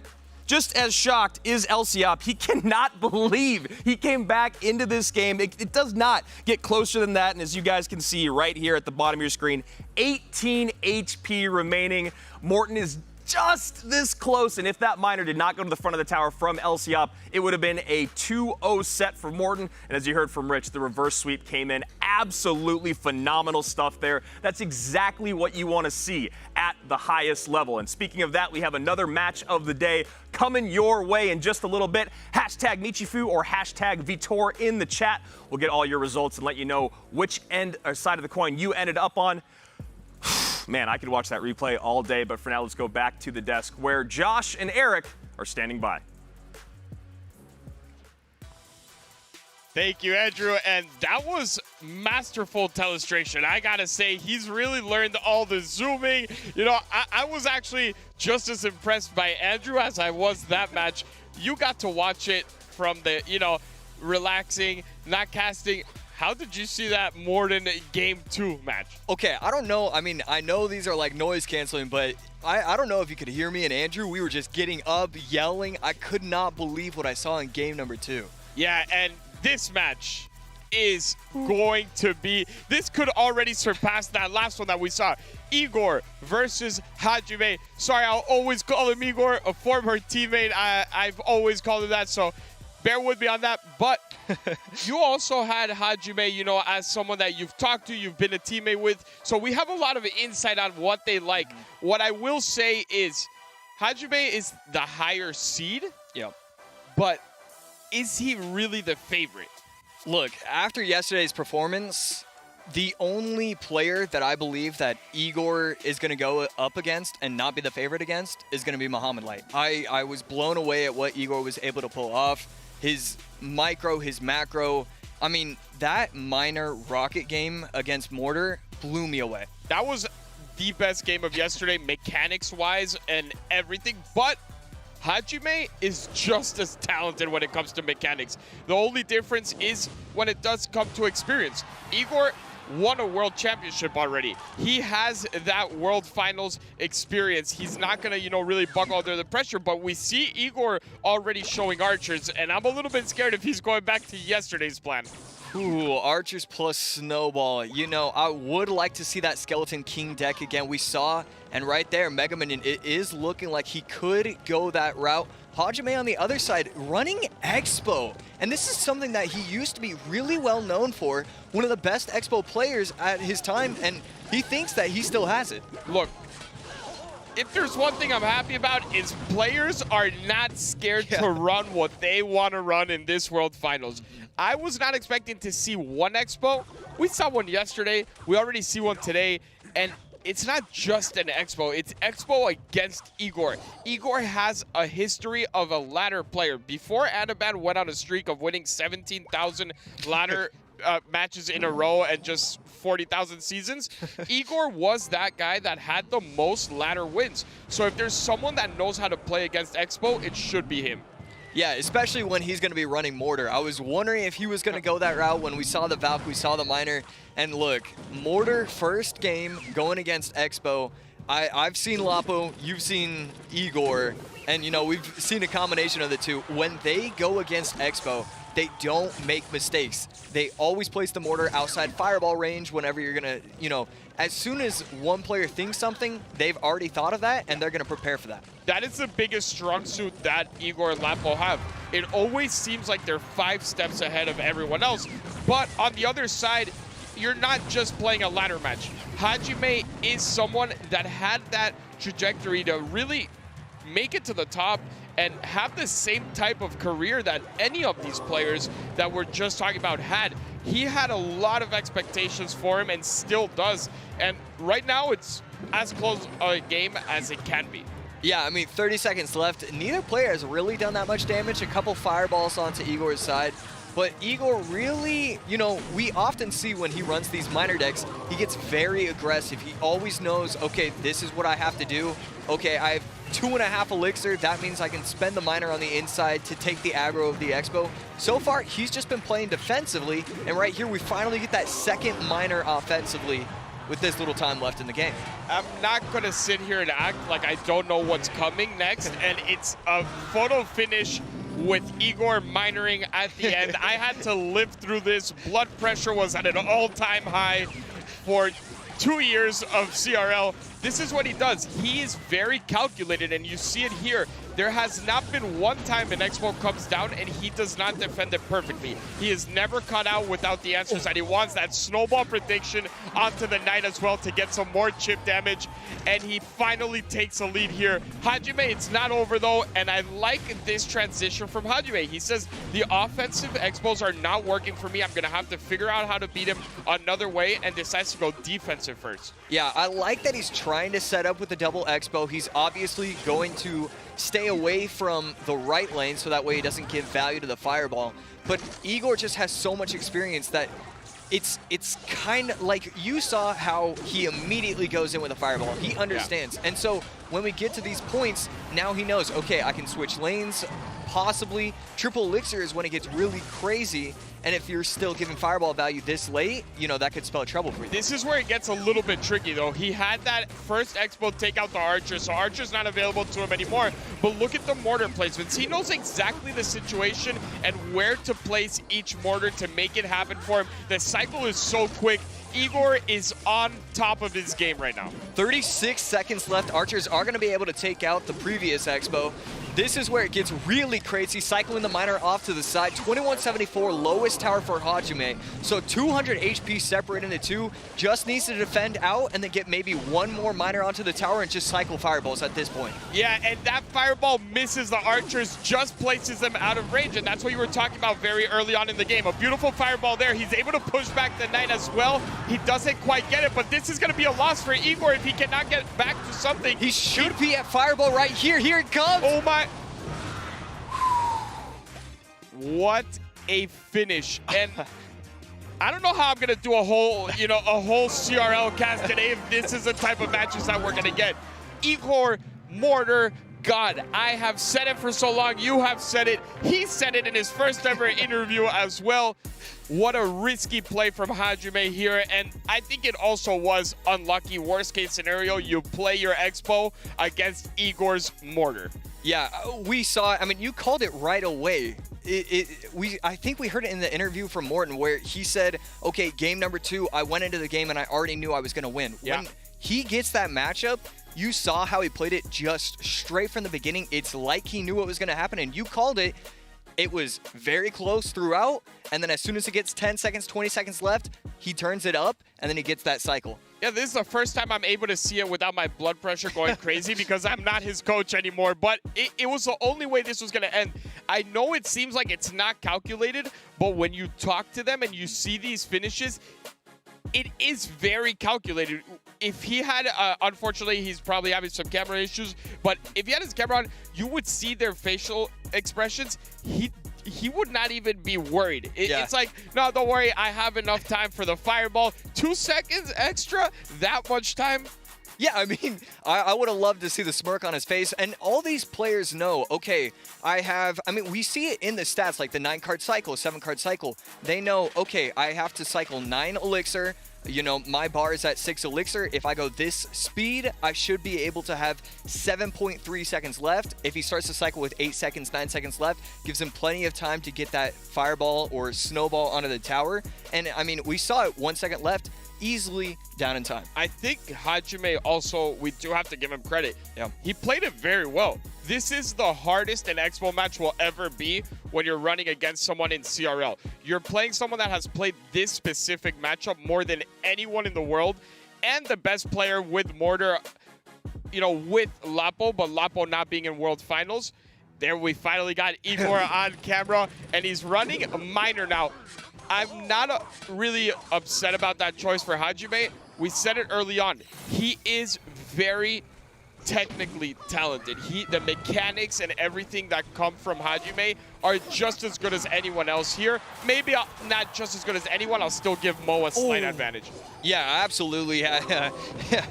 You know, as long as you're in that same conversation, though, that's okay. And then an unfortunate interaction for Hajime. The Zappies are actually going to zap the Hog so that way it never gets the shot off.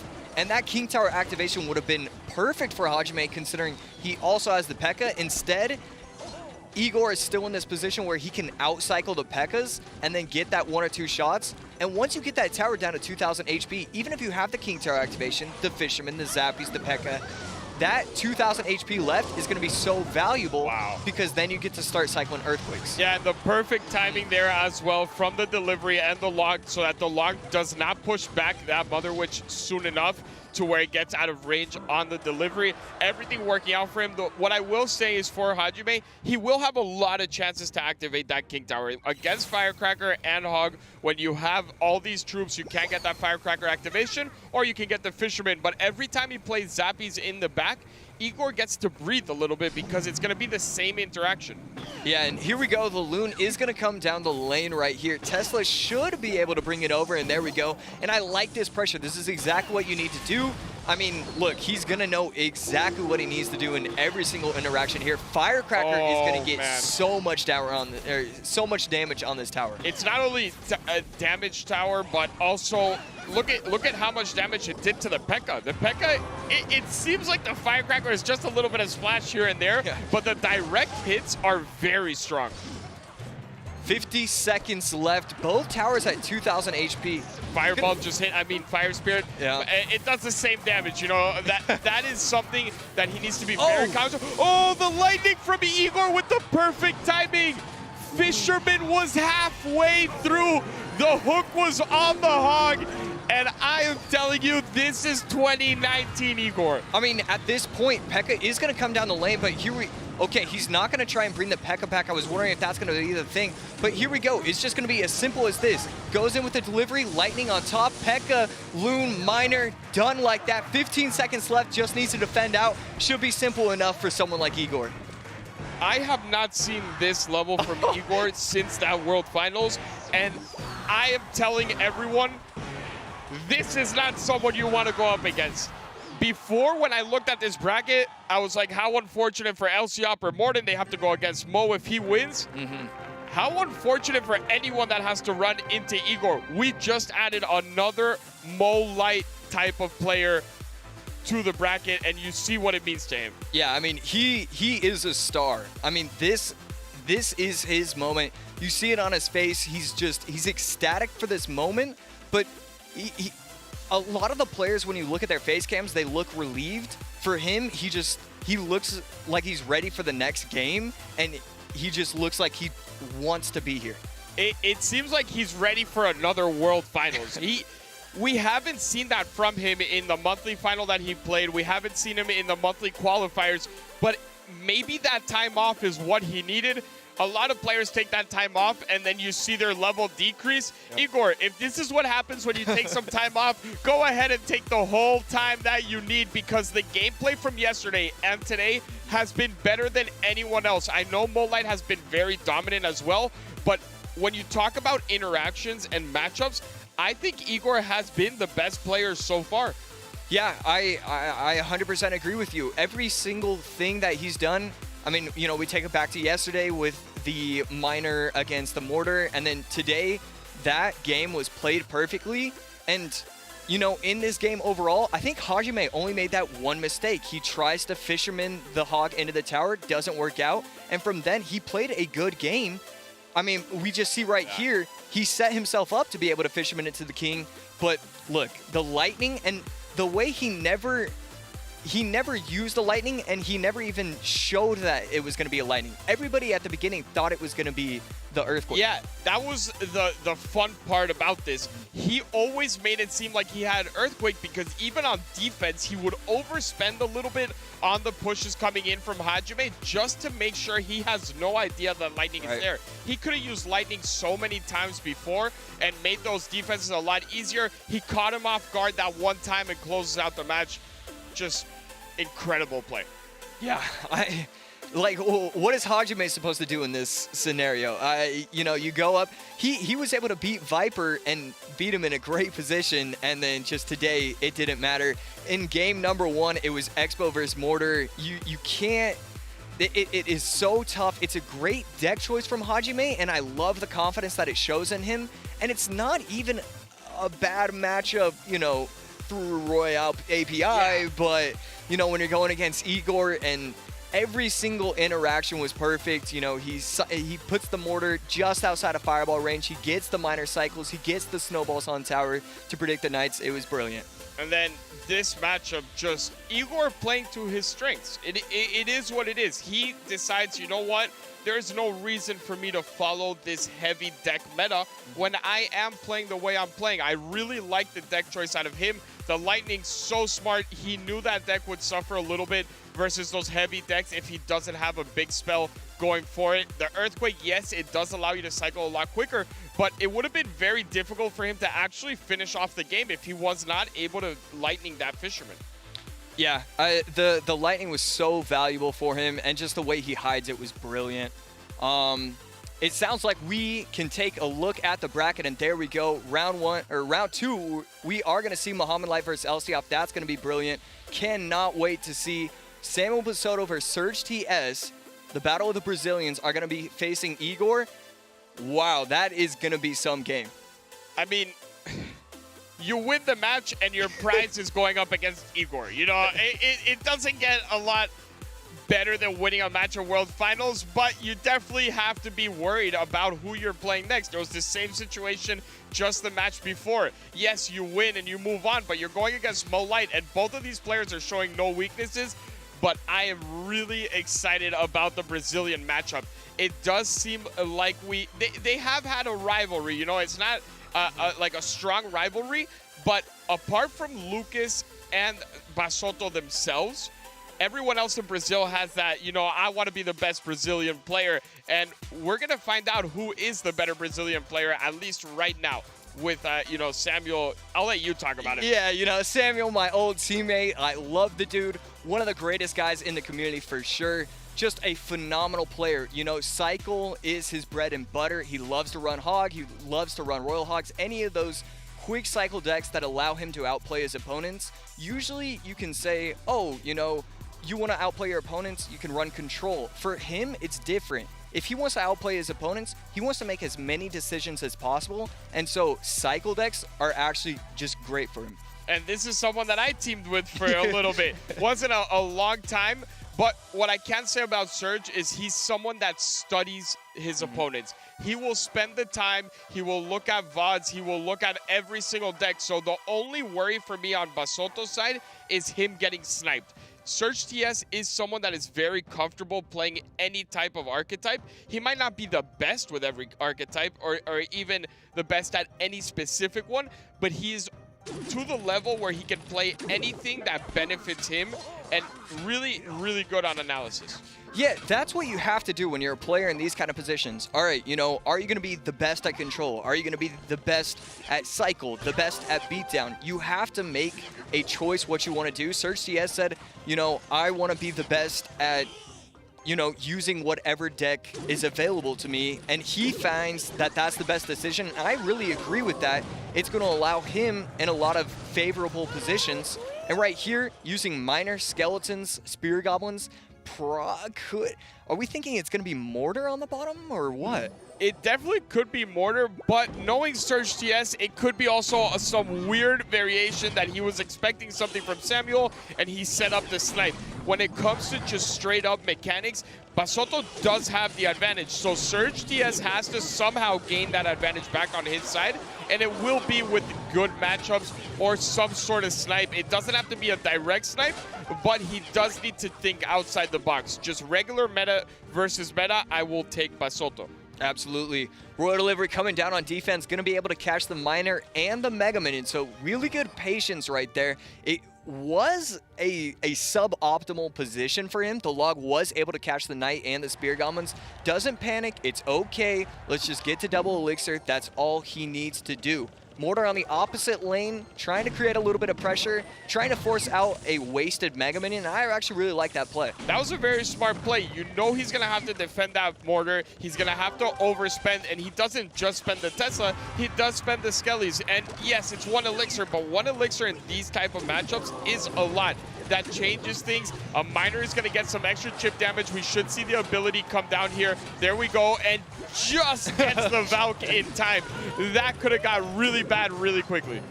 Really nice prediction on the Knight. Just going to cycle into the back, hoping to catch it, and luckily he is able to do so. Spear Goblins to try and get the aggro of the Tesla.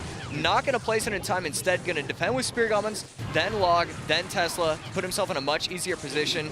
And the Cannon Cart was a huge waste. That might be the first mistake we've seen all game. Yeah, it was just unnecessary. I was about to say how I love that he's using just the Mortar on the right-hand side to bait and nothing else, because it forces Surge TS to split up his own pushes. But the fact that he used that Cannon Cart was really, it took away the whole strategy of continuously baiting with that Mortar on the right while doing damage on the left.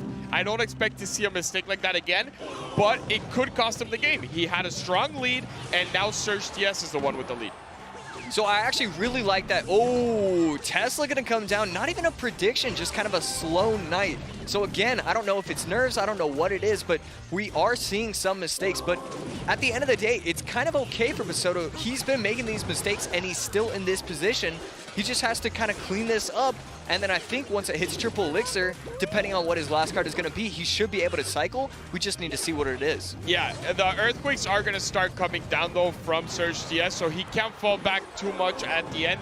He still needs to maintain some chip damage over and over again. And what I like from Basoto is the play of Archer Queen comes in, crosses the bridge, takes a little bit for the miner, then I go invisible, and then you have to over-defend the miner, over-defend the Archer Queen. That's where he's getting the most value. But here we go. It's just going to be a turn-based game at this point. You miner, I miner. You miner, I miner. 55 seconds left, triple elixir happening, and we still haven't seen the last card from Basoto. In these positions, it just makes sense. There we go.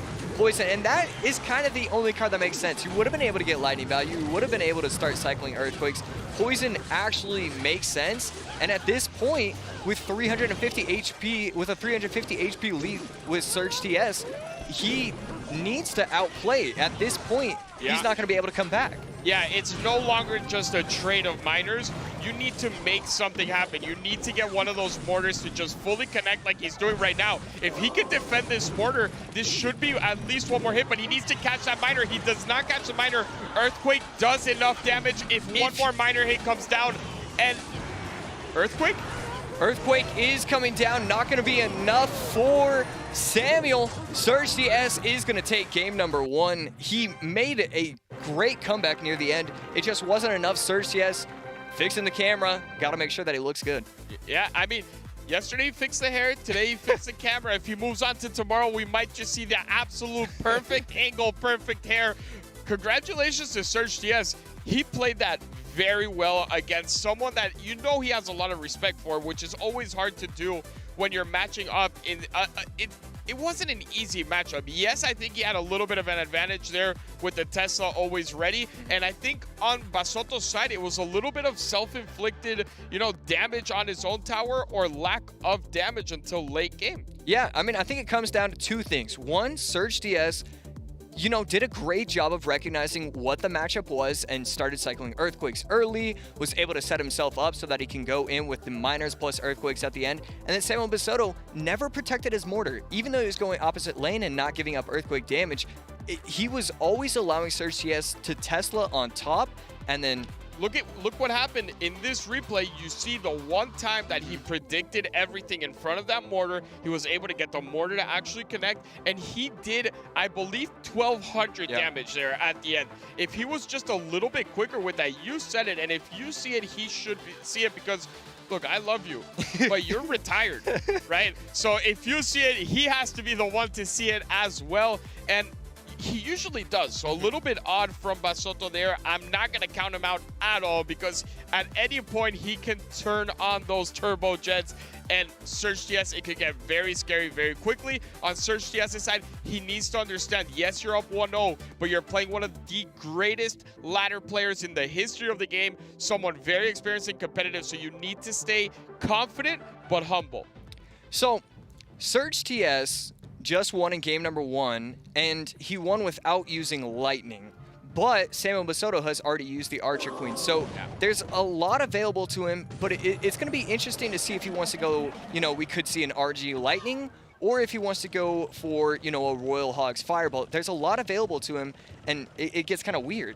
I think Lightning, once Archer Queen is used, unless you're going for something very specific, as I'm saying that, Lightning here would work great. Yeah, Lightning. From what I see in the deck it would composition, just win the matchup. it just straight up, you know, just gets so much value. He decides to go with Fireball, which is okay. Anytime you're going up against Mother Witch and you have Fireball, you're in a decent situation.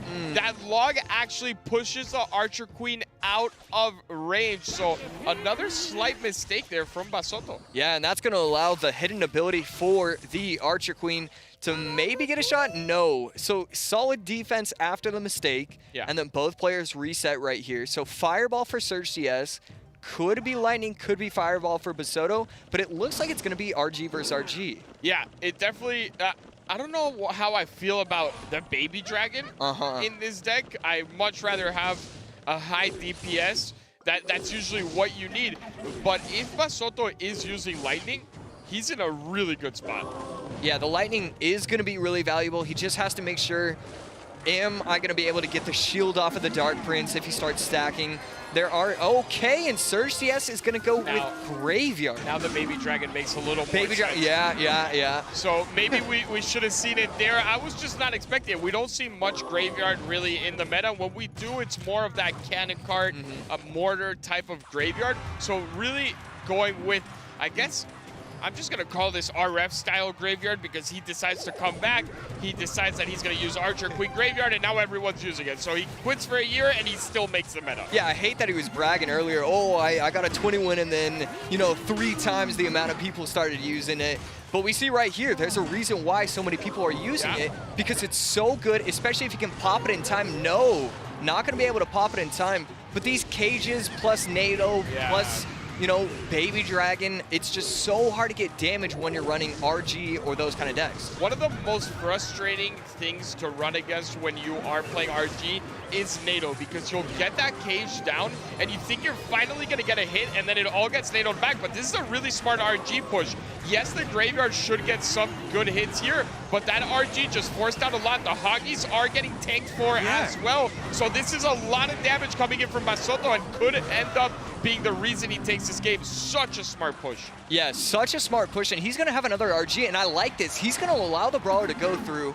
He doesn't have the right cycle to be able to stop this. Fisherman is going to be able to yank that back, and we should be looking at more damage. No, NATO is going to come down in time, but 450 HP separating the 2 players, just kind of feeling each other out right now, and going again with another aggressive RG at the bridge. Yeah, and I don't think Cage is back. Now it might be back, but that Archer Queen, thank you for that ability, because if not, that was game over. If it was not for that ability, that is it. But the fact that he hasn't used the big spell, to me, that means that it is Lightning. If it was something like Fireball, something a little bit quicker, you think he would use it by now. I think it is Lightning. He's just waiting on the right moment, and it seems like the next RG will be that exact moment. So I actually really like what Surge CS does right there. So he goes with the Baby Dragon off to the side, forces out a Gob Cage, but it could have set Samuel up where he also cycles the Mother Witch in the back. And what you do with Graveyard is you try and bait out troops. It didn't work right there, but especially with a minute left, like that's what you need to be doing in order to try and outplay your opponent. Really good Lightning fit. Oh my goodness. NATO late, you cannot afford to do that. Yeah, you need to have that hovered over. That is something that you have to expect unless something magical happens here. The Fireball actually doesn't. Oh my God! I don't know.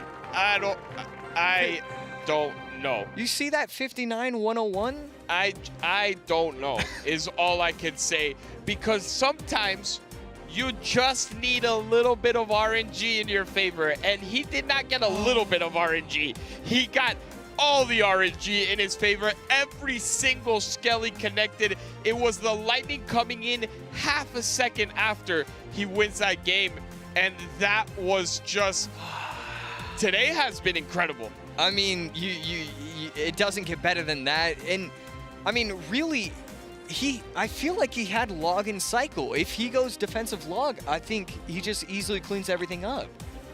I think he was just like, okay, there's no way 950 damage means every single Skelly has to connect.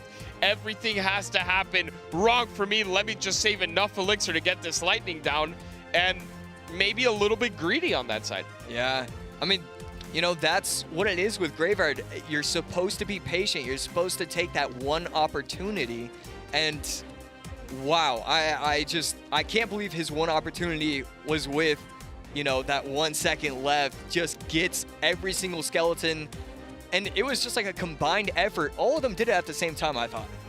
The Mother Witch didn't even go down to the Fireball. Yeah. There was Hoggies on the board, and somehow every single Skelly just spawned in the perfect place. It wasn't even one of those graveyards that was completely put on one side of the tower. It was like a regular circle, and they all just spawned in the middle.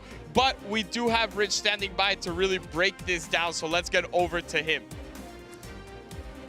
Thanks a lot, guys. This was another great finish, and man, today has been full of fantastic photo finish moments, and there were so many pieces here at the end that went into it. And of course, you mentioned the God RF earlier. We're talking in the comms, going over these replays, and you saw some pretty old school style defense for RG against Graveyard. Let's jump into our replay here and break things down. You're gonna see the very, very important Royal Giant push on the right-hand side, 495 to 910, and of course, hey, the lightning comes in, NATO it back, and save that last Royal Giant shot, and now we're within lightning range. Can you lightning cycle well enough? But no, the pressure on the left-hand side, and stop it right there. Let's go ahead and take that back just a couple of seconds here, because this is absolutely critical. You'll see something very, very important. That Electro Spirit comes out just a half step early. Electro Spirit can help against Graveyard, but as you play it, you'll see the Electro Spirit now only gets a couple of skeletons off the board. That zoom does not actually help us at all. And look at this, the Mother Witch working against the Graveyard. If you backed it up a little bit more here, we'll see the Mother Witch against that Graveyard. She stays alive. You have the Hoggies coming out trying to tank a little bit against those skeletons, and there you go. Right here, just go slow motion. You can see 101 on the tower, and you could have done the log, you could have done the damage on the other side here. That's GG, that's well played. And as you see over on the right-hand side, I'm gonna take a little page here from my good friend Andrew Guy, and you can see, of course, the a little bit late there on our celebration from one side on Surge TS, and of course, Samuel Basoto not happy about that one, but again, a photo finish here. That's why we love Clash Royale, those tight moments at the end, and Surge TS with a huge win here over Samuel Basoto, his countryman. But we are not done yet with Clash Royale. We have a match for you to get involved in, a huge battle between Michifu and Vtor. So vote hashtag Michifu, hashtag Vtor to get in on the action yourself as we jump into our next match here at CRL World Finals. Put me in, coach. I've just been watching all day, dying. These matches have been absolutely incredible, AC, and it does not stop now as we hop into the next one here between Hiel and Line. And I gotta say, it feels like Hiel was responsible for the biggest upset of the day yesterday. Yeah, I was blown away at how he did it. It was the combination of Golden Knight and Prince together that I just couldn't believe that, you know, no one had thought of it before, and that he was even able to keep it a secret for World Finals. The fact that they were paired the way they were, and then you do the dash to take care of the skeletons, gives the Prince free reign to go ham. It was just shocking to see that 2-0 victory from the Mexican player here, Hiel, 19, but he is going up against one of the best in the world in the South Korean Line. But the big question with Line is he as good as he appears, or does he just seem to have Air Surfer's number? It appears that he does have Air Surfer's kryptonite somewhere in his pocket, but today is going to be all about, can he ride that wave through our double elimination bracket? And he's got a big challenge in front of him. The other thing I noticed from Hiel was he seemed incredibly confident, like he was having a great time yesterday, and when you're playing against someone that has nothing to lose, that's a scary man to be across from. Yeah, we saw the domination against Lucas. He was one of the favorites. I mean, you know, the favorite for a lot of people. And I mean, it didn't matter to him. He just showed up. Golden Knight on both sides here. We'll see if it's just going to be Golden Knight minor control once again. We've seen a lot of that today, and I think a big part of why we're seeing so much more minor today, Josh, is a lot to do with the confidence and the comfort of being in a double elimination bracket. When not everything is on the line, you can lean more on those micro interactions, and it seems that everyone has done that today. Yeah, we're seeing it here again. It's looking like it's going to be a mirror match. Poison coming out from Hiel and going in with a miner, so pretty aggressive. And I like this push right here. Going to allow the miner to lock on and get the tower all the way down to under 2,500 HP. Now, one of the most exciting things about watching someone like Hiel compete is every single moment that we are watching is the best moment in his career so far. It is a really exciting thing for someone like him to be at World Finals and to have the success that he's had already. And hoping that he can keep that going today. 27-04 to 24-51 in this minor control mirror matchup, or somewhat of a mirror matchup. Yeah, Line gonna use the 1 elixir boost for the Golden Knight on a troop where it really, I mean, it was pretty clear that it wasn't gonna get a lot of value. Right there, Hajime going with a defensive minor. We don't see that unless, you know, there's only 2 seconds left in the game usually. Yeah, exactly. We saw a perfect defensive minor earlier today from the former world champion in Elop, but I think both of you kind of had a immediate physical reaction when we saw that minor come out defensively. It's not what you want to do, is sacrifice one of your offensive cycles, but Hajime only down, or excuse me, up by about 21 HP. Didn't mind doing that. You know, the way this is going to get played out is definitely going to be, you know, a teachable moment, because we saw with Morton that he often used, when it was Golden Knight versus Golden Knight, he chose to use the dash on the Golden Knight, even though it looked like it wasn't getting a lot of value. And right here, oh my goodness, that is way too much damage to be giving up. 800, 900 HP now is the separation between the two players, and that could just be game over with that one play. It really does feel like that. When you're in these types of matchups, giving up that much damage, being that far behind against another deck is usually a lot of danger, but the only thing that Line can hold on to is that the fact that he is playing against another control deck. I just don't see how, in any way, he can come back in this being down 1100 HP already. He's going to need a massive Golden Knight connection.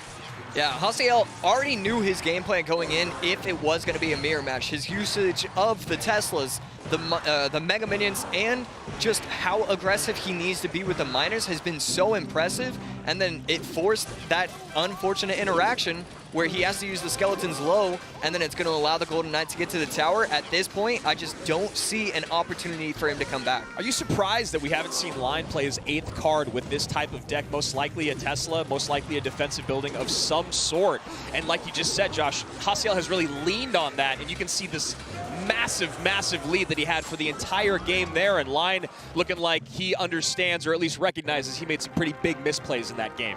Yeah, I feel like minor control with a building is one of the most interesting mirror matches in the game, because there are so many different ways to play it, and if you choose a certain way to play, you know, where you use the Tesla as often as possible, it can change the game in a weird way that you really wouldn't expect if you were going to go like both players using Teslas. So it changes the game more than any other mirror match, and so I actually really enjoy the minor mirror matches. Yeah, I mean, they're a lot of fun to watch. It's very high skill cap gameplay there. I was just really surprised to not see the 8th card come out from Line. You know, you figure when you're using those decks, those fast cycle decks, it's not like it's a Rocket or a Lightning. We already saw a spell come out. Just figured we'd see that last card, which was most likely a defensive building, but Line down 1 here early on, and I can't believe I'm about to say this. Hajime has not lost a game yet at the World Finals. 3-0, and every single one, it gets more impressive every single time. Very little mistakes, great recognition of matchups. I mean, you know, Tesla immediately, that's what he knew he had to do right there. We do see on the replay the Golden Knight dash, killing off all the skeletons and getting the tower down low enough where he can just cycle the game out. Yeah, so that, you know, that minor cycle defensively early on didn't end up being a factor at all, but Hajime keeping things rolling here, as we said, 3-0, and his competitors have been the 2-time former monthly champion, back-to-back monthly champion in Lucas X Gamer with a shocking elimination yesterday, and then of course today against Line, our round 2 monthly final champion. This guy is out-kicking his coverage by a mile, and he is totally with it. He has done nothing but impress, and again, I feel like, AC, it has to do with the fact that he's got nothing to lose. No one expected him to make it past day 1, and here he is in day 2, just rolling strong. Yeah, the analysis paired with the fact that he has nothing to lose is, you know, that's got to be freeing if you're going to be an analyst, where you can say, all right, you know, I want you to test this one deck. I want you to try this. You know, if we get paired against this, this is what happens. You have so much available to you, and it allows you to get creative, get cute. And right here, you know, I talked about it yesterday. Some players get cute. We saw Animan try and use that hog giant skeleton. It doesn't work out for them. Yep. For him, it's worked out every single time. So Hogs coming out here at the bottom of your screen from line. Top of your screen, Hajime looking like he could be leaning towards Graveyard, but there's still a lot more to be said there with the NATO feeling a little bit more like it. Nice King Tower activation there. And to give you a little bit more of a backstory here on Hajime, to let you know what he's done in this season so far, he's earned about $7,500 from CRL. He was 41st on our leaderboard, which meant he was sent to our LCQ, where he ran into a couple guys that I'm sure you've heard of. Bag being one of them, one of the most innovative deck creators in the game. He went 2-1. And then against Pompeo, a big surprise there, going 2-0, shutting him out, and he hasn't lost since. Yeah, 2-0, 2-0, 1-0, and then gonna be running this Graveyard deck, and I love Graveyard in competitive, especially since, you know, we're seeing a lot of it today and yesterday, but we didn't see it for so long, and it always confused me because the reason why it's so good is because you can control everything and then eventually overwhelm, eventually get that chip damage. Now that we have the Archer Queen available to us, it makes sense to use it. Yeah, that Archer Queen really changed things up. It felt like Graveyard was in a really rough place for a long time because of how powerful the Mother Witch was. So Graveyard's more traditionally running NATO and Poison. It turned into Fireball to deal with the Mother Witch, but Mother Witch is being everywhere. If that Fireball was ever out of cycle, it was always tough. And I like that NATO for fun to look at, but I don't know if it was actually a good idea this early on. Yeah, we're heading into double elixir, so he can kind of say it's an okay play. I definitely don't agree with it, but we are looking at an Archer Queen that's locking on a tower. All right. And so I gotta say, maybe it was a good play. Yeah, I'm gonna take back what I said. So Hogs coming in here on the right side, Musketeer in tow, not gonna get a lot out of it with that Fireball coming in. Baby Dragon gonna make it across the bridge here with about a quarter HP and a Knight to block. Musketeer gonna be used again, so it's interesting to see that we're not seeing that card very often. It's one of the strongest cards in the game, even though we're not seeing a lot. And there we go, another NATO in. I like this NATO quite a bit more, gonna allow him to set himself up. And then because the King Tower is activated, because he's going on the opposite lane, he can just get aggressive and be okay with that. Forces out the defensive Earthquake, but the Archer Queen is also still going to be a problem. And if that ability's active, if it's still there, no, it is not. Hajime did not have it. That could have been game over. 2-0 once again, but still 7-0-3 to 2064, and our former monthly champion is in trouble against the rookie. Yeah, and he's going to be able to Fireball on top of the Musketeer. It's not going to matter about the Mortar. He just needs one of the Skeletons to lock onto it, There and you that go. could be game. Not quite, but oh my goodness, we see a give up from Line. A Snowball to King, an Earthquake to nowhere, and Line is another victim of this Mexican phenom in Hajime 19. He's unfazed, unbothered, moving on to the next round here in our upper bracket, and I'm blown away. You know, you're supposed to react in these scenarios, especially when you're a rookie. Like, oh, you know, I just won an extra 5,000 guaranteed. For him, like, I don't think he's going to be happy unless he finishes top 4. I mean, in the way that he's playing right now, it looks like that is a definite possibility. He rolls through, I guess, 3 monthly final champions in 2 players of Lucas X Gamer on day 1 and now Line here on day 2. And for a guy that, when I looked at my notes, when I looked on Royale API, when I looked at all the things that production has done for us, which, again, thank you so much, production, for all those incredible storylines, there was nothing about this guy. Yeah. There's literally nothing about him out there. What do we got? We got a ESL Mobile Open. First place, both NA fall seasons, and now here he is working his way through our CRL World Finals untouched. Let's hop into this replay and look at some of that great action. Well, it was both of them, so... Yeah, wait, it's 2 of them. It's still 2. I mean, it's better than I can do. Fireball, Yeah, I was Fireball gonna say, just like you called, yeah, Fireball on the Muskie, Mortar does not matter, Snowball to King, Earthquake to in front of the Princess, and Line knows it's over. I think the best thing if you want to hold on to here, if you're a Line fan or a South Korean fan, is the fact that Line did not look too phased by the fact that he lost 2, but it might have just been one of those things where when you lose so badly that you're just like, all right, whatever. I guess we just got to reset this best of 3, because both of those games, it felt like he was in complete loss of control. Hajime was just dominating that board. Yeah, I don't know if he talked with his analysts and it's like, all right, you know, if we get these matchups, you know, it's not the end of the world. We have the losers bracket, and then he ended up getting those. I really don't know what it was, but he seemed okay. You know, he's just resetting, and I like that, you know. You can't get too bothered. You do have that second opportunity, and so he's saying it's all right. you know, I just have to reset and, you know, I just got to start my way in the losers bracket. Yeah, that is definitely the correct mentality to have here as we hop into these decks. A mirror matchup in game number 1, and you saw how Hiel really widened that gap by a great Golden Knight connection off the back of the Skeletons, I believe, from line is what you were saying, Josh. And as we hop into game number 2, not a lot to talk about in those mirror matchups, even though they're a ton of fun to watch. And then here we go, game number 2, using a deck that RF is just going to ride, maybe for the rest of his life. Everyone's going to talk about this AQ Graveyard deck with RF, but you know what? I'm here for it. I'm okay with it. He's doing a good job up in the booth, so big shout out to him. But this Graveyard deck is working so far in CRL, and on the other side of it, we got a Mortar Cannon Cart with Royal Hogs deck, Earthquake in there, and just not really able to create a lot of offense. Yeah, I feel like that second deck is not really the right one to choose. You're using the Musketeer plus the Mortar plus the Royal Hogs.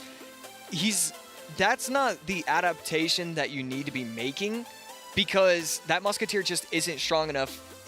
We saw it right there. If he goes, you know, Archer Queen instead of Musketeer, or, you know, Mother Witch instead of Musketeer, those 2 cards would have helped tremendously in that matchup. Yeah, it is very surprising to see such little Musketeer and like you were talking about, Hunter. I think we've seen them both twice so far in this competition, but let's keep on rolling through. We were talking about our match of the day quite a bit. Michifu and Vtor is up next. MCES Italia versus Chaz Mac Gaming here, and we saw some great stuff from these guys yesterday. Michifu was able to turn his set around. He ended up going 2-1, reverse sweeping it. Vtor on the other side of it, he eliminated, Anaban, playing some nice minor poison control with AQ, and of course busting out the Skeleton King, which is something we haven't seen yet today.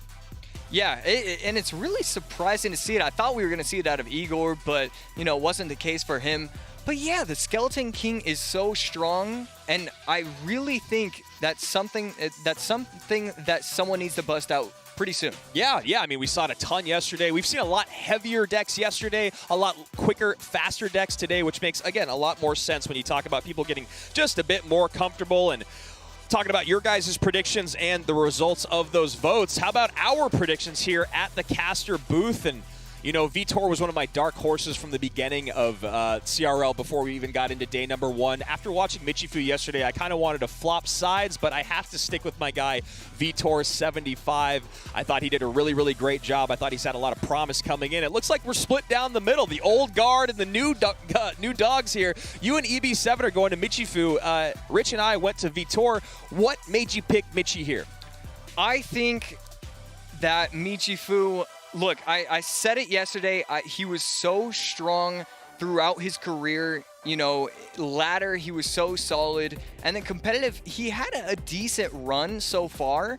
But I think overall, both players actually have a decent amount to prove. Vtor, while he played really well, he was going against Anaban. And so, you know, his game 1 was really strong. But you're not going to be going against a player that's going to be running Hog Giant Skeleton. Yep. On the other hand, Michifu, he kind of got bailed out in game number 3. The Wahlburgers, you know, it was a Wahlburgers Ice Spirit push that was strong, and I mean, it's exactly what he should do, but he got bailed out that Pandora missed an E-Wiz. Yeah. So it's this weird thing where I feel like both players can feel good about their day 1 performance, but I don't think either of them feel really confident, and I think both of them know that they have a lot to prove. Got to step things up here today as the competition steepens. It was Michifu who did run a lot of quick cycle yesterday, which was a little bit off-brand for everyone else in the competition. Michifu decided to go with, like you were talking about, Wallbreaker Drill Cycle in game number 2, and then in game number 1 that he won, so it was games 2 and 3. Game number 2, he came out with AQ Royal Hog Cycle, which was very, very popular on ladder, GCs, and in CRL yesterday. So Vtor going to RG early here. And then right there, it is okay. We are going to see the lock. That's going to be so much damage, getting the tower all the way down to 21-21. And he doesn't have a great way to punish that. So he's just going to have to tank that damage and then try and figure out what he needs to do now that it's going to hit double elixir soon, where he can try and snowball. You know, the Zappies are going to be very nice as this game goes on to see if he can do anything with that and then try and stack and not give a lot of lightning value. Michifu being up 2 elixir after taking that bit of damage there. Really nicely timed lightning there, threading the needle, making sure the cannon cart did not go off its wheels. So Vtor waiting till the RG connected, then getting a lightning in on the Mother Witch cannon cart. Princess Tower, great damage early on, up by about 600 here on the right-hand side. More going to be used defensively, and that's so that way, you know, even if he goes RG in the back, he can have a second mortar up, or he can allow the RG, because it's still going to be 1 or 2 shots that the RG needs to do.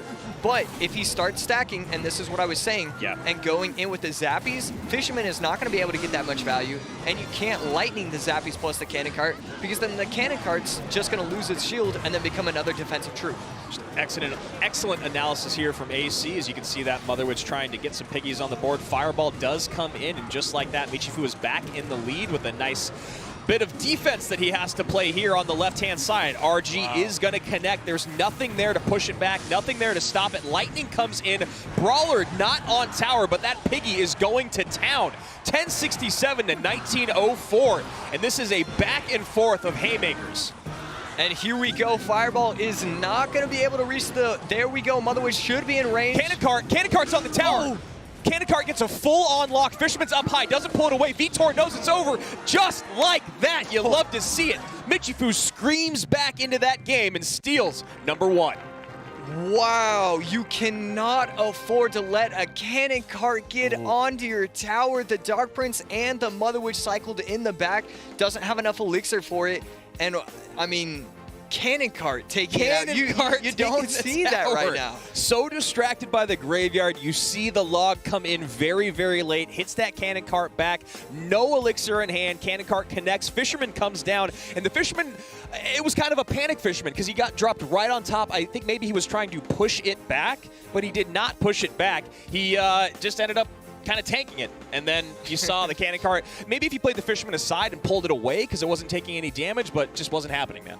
Yeah, it gets so difficult in those, you know, you have to react right now kind of situations that it's just a difficult scenario for him right there. 15 4-card cycle. That is a heavy deck from Michi. Yeah, and you saw it looked like he was really struggling to keep up with the cycle of Vtor for a minute there, but then late game, just a complete overwhelm and a bit of mismanagement from our Portuguese player in Vtor. You know, there was one interaction where there was a Mother Witch down on the field and then the cannon cart, and you had all these piggies coming down the lane, and the Brawler kind of like waddled around, not really going to the Mother Witch, and that was actually able to save him where he could actually set up the Zappies and get that counter push. It could have been an entirely different game. It could have been an entirely different result if that Brawler would have actually done what it was, its actual purpose. Yeah, we'll see if the cards do what Vtor needs them to going into game number 2.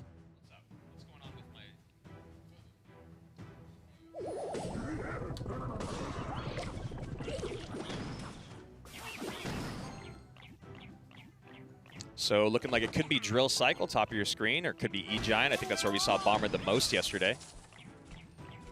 And then Michifu, not sure which route he's going yet. Could be MK. We are seeing a lot of MK Loon, a lot of P.E.K.K.A. Actually, MK Loon with Lightning. So there we go. And no Snowball. If he has Snowball, this is an easy defense where he gets this crazy counter push. Instead, Loon is going to hit. Wow. Connection on both sides of the board. Ram Rider brings it down to 1988. Balloon takes down to 1852.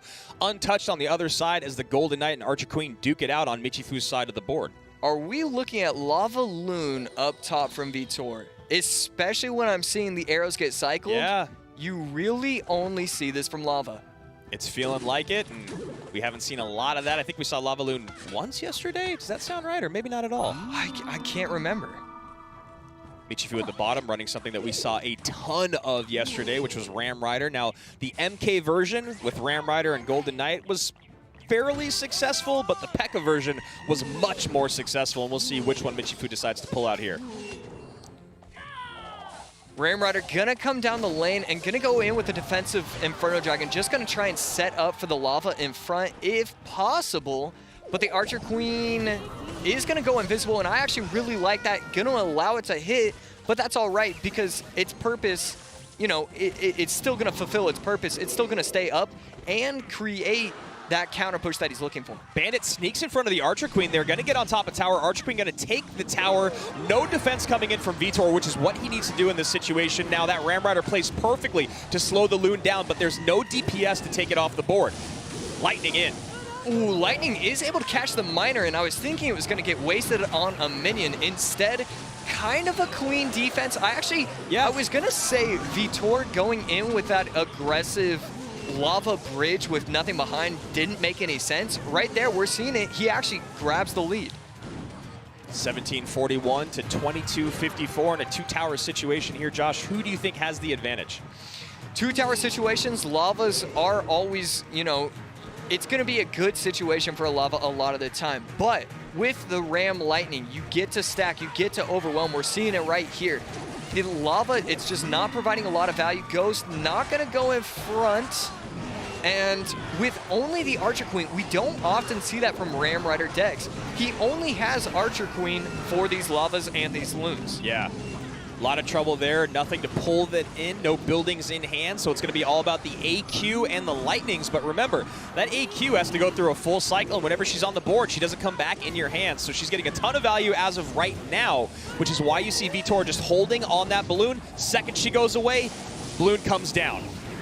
E-Spirit should be enough. It's not. Okay. Oh, that's close. About as close as it can get. 493, 313. Bandit up front to block that Inferno. He's never able to create any kind of pressure. Bomber in the middle.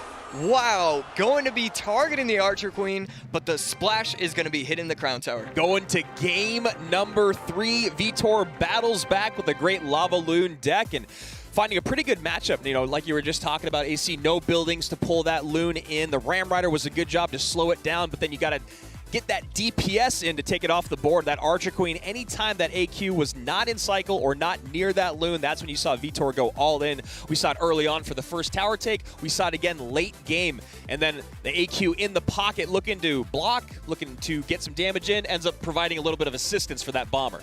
Yeah. You know, that's an unfortunate situation for the Archer Queen. But overall, like, I was really impressed how he approached this game. And right there, this is almost is able to get to the tower, but the E-Spirit setting it up where the Crown Tower and King Tower still need to hit it twice. Even though it's getting the stun, that's not enough. And, I mean, even if he places that Archer Queen differently, the end result still would have been the same. Yeah, you know, that was the thing, is Michifu did a really great job with what he had in his hand. You know, that timing with the Fire Spirit, I mean, the Electro Spirit, after that balloon took some damage from the Lightning, was about as good as it can get. You and I were both wondering if it was going to connect.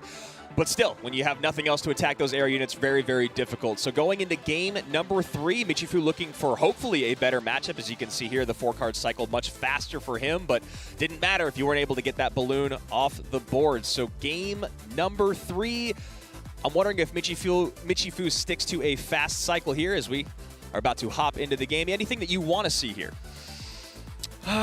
You know, I do want to see more creativity from Vtor. He played that game so well. I was just so impressed because there was the Bandit plus Archer Queen going down the left lane, and then he goes in with Lava Bridge. I was so impressed how he approached that game that I do want to see him kind of mess around with another weird style of decks as we see the Earthquake get cycled. Royal Hogs Earthquake for Vtor, and Michifu gets a Tesla out early on with the Mega Minion and Skellies. Could be going control. Could be, okay. I was going to say, could be going some sort of Expo Rocket, but, you know, I know what we wanted to see. Yeah. We can just never get it. It kills me. We'll never get Michifu playing Expo at this level again, and we'll never see Viper play Hog XC NATO ever. So Royal Hogs AQ cycle, top of your screen, bottom of your screen looking like minor poison control with Golden Knight. Minor poison control in game 3, everything on the line, and he feels comfortable with doing that. I mean, you gotta love the confidence with Michifu, and that is just, it's nice to see because I was taking a look at his stats. His ladder finishes were not that strong from this year, but his competitive gameplay had a pretty good result. It's just not something we expect from Michifu. So Tesla cycled on both sides here. Bats, Skellies, get an Earthquake in. Maybe we see another Log in just a moment. So just slow playing this, which it's usually not what you want to do with a control deck, but I guess when you're trying to keep up with the cycle that's that fast, I don't know. What are your thoughts on that? Yeah, I don't know either. with 1 minute left, I don't know how Michifu has to approach this, because every single time Royal Hog's Earthquake is going to come down. And that's an 8 elixir push, but you're going to be having to spend the 4 elixir with the Tesla, the 1 elixir with the Skellies, and then, you know, possibly the delivery as well. And so I just don't know how he's going to be able to defend and create enough pressure where it's going to be even something where he can even stay in this game. Even an elixir once again, but still down by about 100 is Michifu here. And just like AC and myself are trying to figure out how do you break on through, it looks like the Spaniard is doing the exact same thing as the Valkyrie cycled in the back here, looking to catch that miner. Michifu's patience so far has been really impressive. I like what I'm seeing. This is exactly how you have to play it, and then try and overwhelm whenever you get that opportunity. Poison gonna just catch the Archer Queen and force out the ability. So that poison is gonna be really strong and gonna allow him to log if he chooses. And there we go. We are gonna see the Mega Minion on top, and I actually really like that. Needs to do that so that way he can log on defense. He ends up not logging either. Takes the damage on the left-hand side and puts a little defense down on the right, building back this Golden Knight push. 1668 to 1755 as a Tesla set up defensively here for Vtor. No poison coming down, and I like that. The Tesla snipe to take that out. Yeah. That's Oh, and there you go. Golden Knight connection. Just like that. You thought that Golden Knight was no longer a factor, and it comes in and takes a lot of damage away from Vtor. 1097 to 2083, and that's exactly what Michifu needed, Josh. Oh, that log not going to come down in time, and that damage is going to be insane. Wow. Wow, 1097 to 1074. It's now the question is, like, how aggressive do you want to be getting? Nice prediction, Valk. That's going to allow him to keep that tower perfectly healthy when it should have been a very strong push. 63 seconds remain here in overtime as we tick into triple elixir, and this is where it's going to be very tough for Michifu to play these clean defenses. Nice high delivery there. Gets on top of 4 of the bats and all of the piggies. No damage taken on either side. 10-10 to 10-74. 45 seconds, and another Royal Hog send coming in. And there we go. He's playing this correctly. You have to get insanely aggressive with your miners, and you just have to hope. Look, I know you have an Archer Queen, and I know you have an ability, but, like, you still have to get that defense down. It's just a matter of, can you do it? Nice Golden Knight dash there. Vtor feels this match slipping through his fingers. Nice delivery comes down. Royal Hog does sneak away for just 1 hit. 409 to 578. Another Royal Hog send is in. Need a delivery on top of that. Bats plus Royal Hog's push. Delivery plus log going to come down, and no damage right there. 8 seconds left, going in with the aggressive miner. Can he defend this?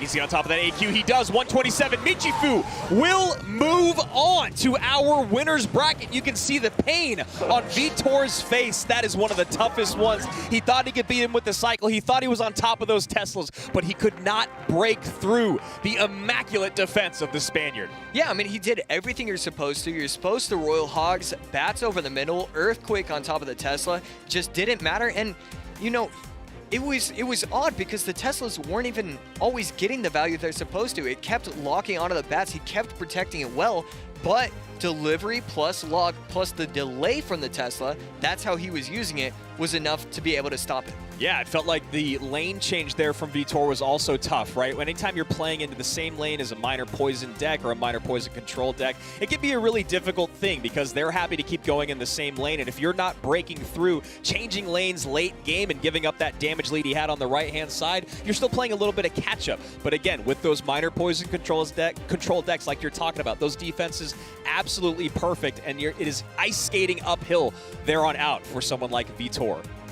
Ice skating uphill. Yeah. Wow, that is brilliant. I love working with you guys. I've learned so many things.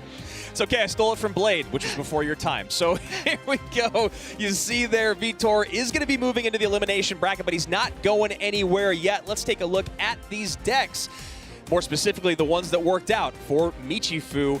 And I liked what he came out with. Honestly, I really like seeing how confident he is in his micro. We saw it a lot yesterday. We saw it in the second game here. And, you know, game number 1, he kind of went back to a little heavier, but it still worked out. Yeah, and, you know, it's just a great way of setting it up. Game number 3 was just brilliant. Game number 1, we have Mortar, Graveyard, Cannon Cart going against RG Lightning. You know, the way he used the Zappies, definitely an impressive thing, but also the cannon cart was really nice. You can use the cannon cart in multiple different ways. You can use it defensively, where you also play it near your mortar, so that way even if he gets lightning value on that, it becomes that extra tank. And then the graveyard, you know, it just got the damage he needed. I love the cannon cart in the game now, and it's such a slow roll that it almost feels like that's what Vtor forgot about, and that's how it connected. We go into game number 2 here. Vtor goes to the skies, and as you can see, just matchup-wise, there's a really difficult position for Michifu to be in. He's got the lightning, he's got the Electro Spirit, and obviously the Archer Queen to lean on, but it's not going to be enough as you get into double and triple elixir, and that's exactly what happened, especially in a 2-tower game. And then you go to game number 3. 2 decks we've seen a ton of over this weekend. A lot more of the Royal Hogs Archer Queen cycle yesterday, and a ton of this Golden Knight minor poison control today. Yeah, the Royal Hogs plus the bats over the middle. I mean, Vtor did everything that could be asked of him. Maybe it was too many swapping lanes, and it just wasn't enough, you know, get the damage done in one, you know, one specific lane. But it really comes down to Michifu played that well. The fact that he used the Tesla as kind of a placeholder that allowed the tower to go after the troops, that's what you need to do in order to win these kind of games with this kind of pressure. Let's hop over to Rich Slayton to break down what we just saw. Rich, what'd you think, man? You know, this has been so fascinating, Andrew, because we talk so often about the micro, and that's the big plays that we always look into. This match in every single game has been way more about the macro, the decision-making process, than the micro in terms of the placement. And here's a great example of a moment from game number 1 where decision-making may have been more impactful than actual specific interactions themselves. Let's go ahead and jump into the replay. You see here with Vtor having this cavalcade of piggies coming down that left-hand lane, and the Royal Giant comes in, but watch this decision, pause it right here. You have the lightning ready. What do you do here? Well, you see the cannon cart. The cannon cart is the most common decision. Get that cannon cart injured, get those wheels in trouble, but check out this choice instead. Let's keep on going. You're gonna see the lightning comes in, and Vtor tries to go for a kill shot here, getting just 2 pieces of the Zappies off the board, and the cannon cart is completely untouched. And that's absolutely critical, because as we go the opposite direction, that cannon cart is gonna go old school graveyard. Let's pause right here for a second. This is Graveyard Muskie 101. Sometimes the Muskie tanks for the graveyard, but sometimes that graveyard tanks for the Muskie. Well, same thing here with that cannon cart. The log clears things off, but look at that. That log would have been available to stop the cannon cart's wheels had it been lightninged, but it wasn't lightning. So now we continue with the replay. You're gonna see the tanking coming in for the cannon cart. A cannon cart connects on tower. That's GG, that's well played. And you see the look on Vtor's face in the top right-hand side. That's a look of pain. He knows he made the wrong decisions, and that's a very, very important part of Clash Royale. Well, again, he's still alive, and we have lots more Clash Royale to play, so let's go back to the desk for our next matchup in our 2021 World Finals.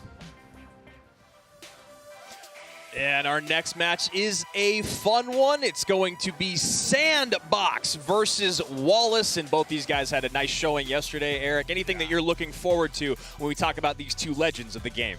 Well, Wallace is my dark horse pick. I have said it for weeks now, so I am going to predict him going through, but this is a battle of teammates also, and this is where it gets really tricky being in an individual format on a team, because you work with the same analysts, the same coaches.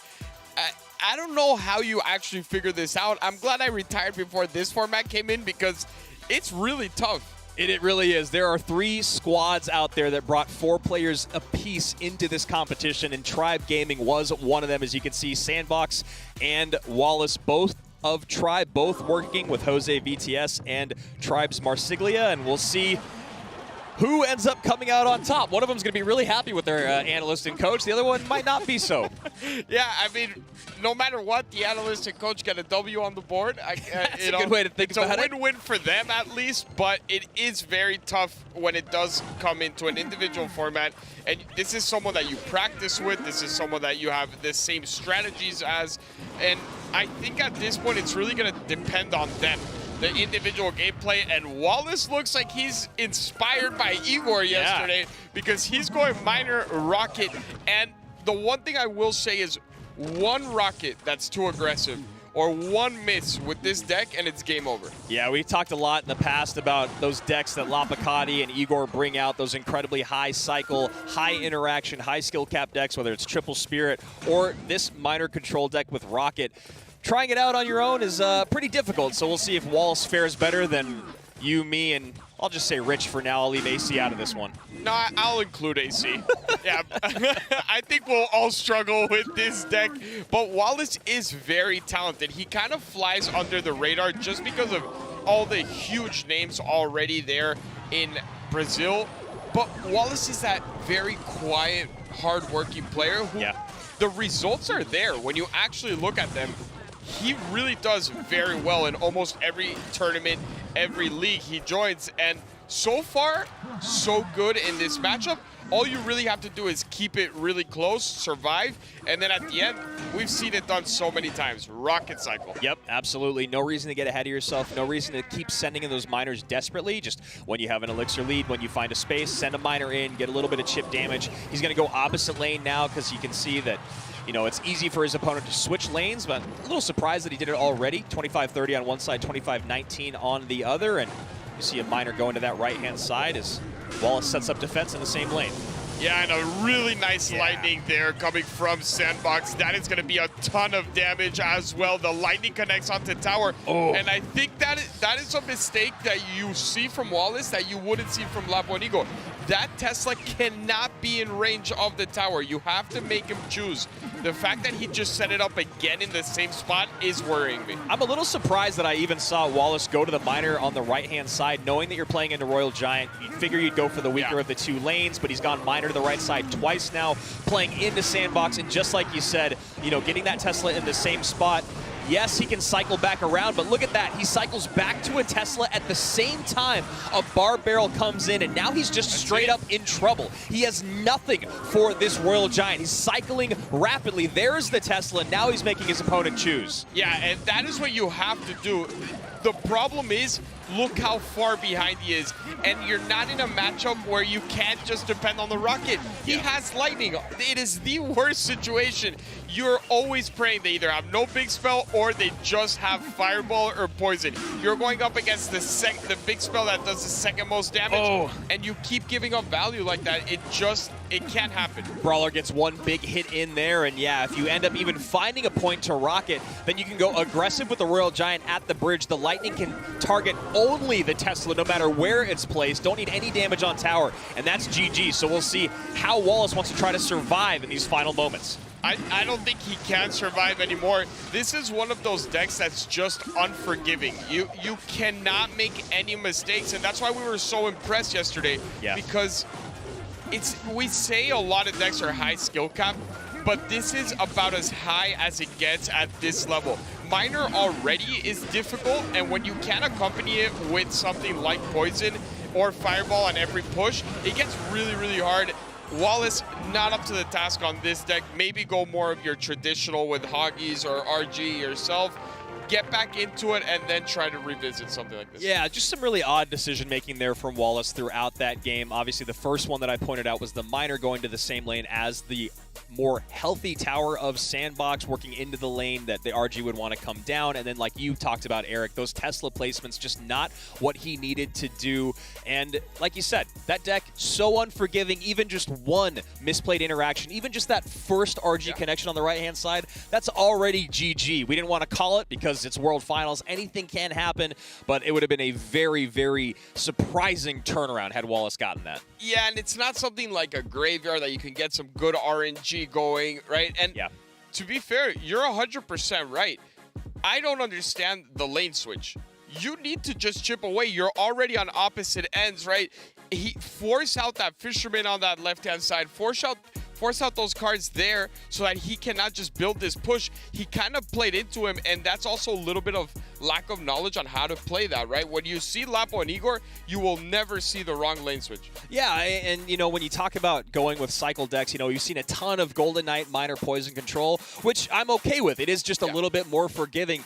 That deck specifically, it's all about only Miner chip, perfect defenses, and then as you called in Igor's game earlier, that last second threading of the needle, whether it's a miner coming in or a rocket. Also, props. That was pretty nice. You called that like 10 seconds into the game. You're like, this is going to end with a last second miner, and I love that. And that is not the same story for Wallace here as we go into game number 2. I'd like to see something a little bit heavier. You know, Wallace was given a bit of a gift from the Clash Royale gods. We saw that a couple times yesterday, whether it was Mugi or with Wallace when that Inferno Dragon connected against Famous Kid. It was a very surprising late bar barrel from Famous Kid, ignoring that Inferno Dragon, and it doesn't feel like Sandbox is the type of guy to make those same mistakes. No, Sandbox is, I mean, in another league when it comes to mechanics, when it comes to, you know, really locking down that defense. But I agree with you. If you're Wallace, just go to what works for you. You don't have to make the flashy plays. You just have to win.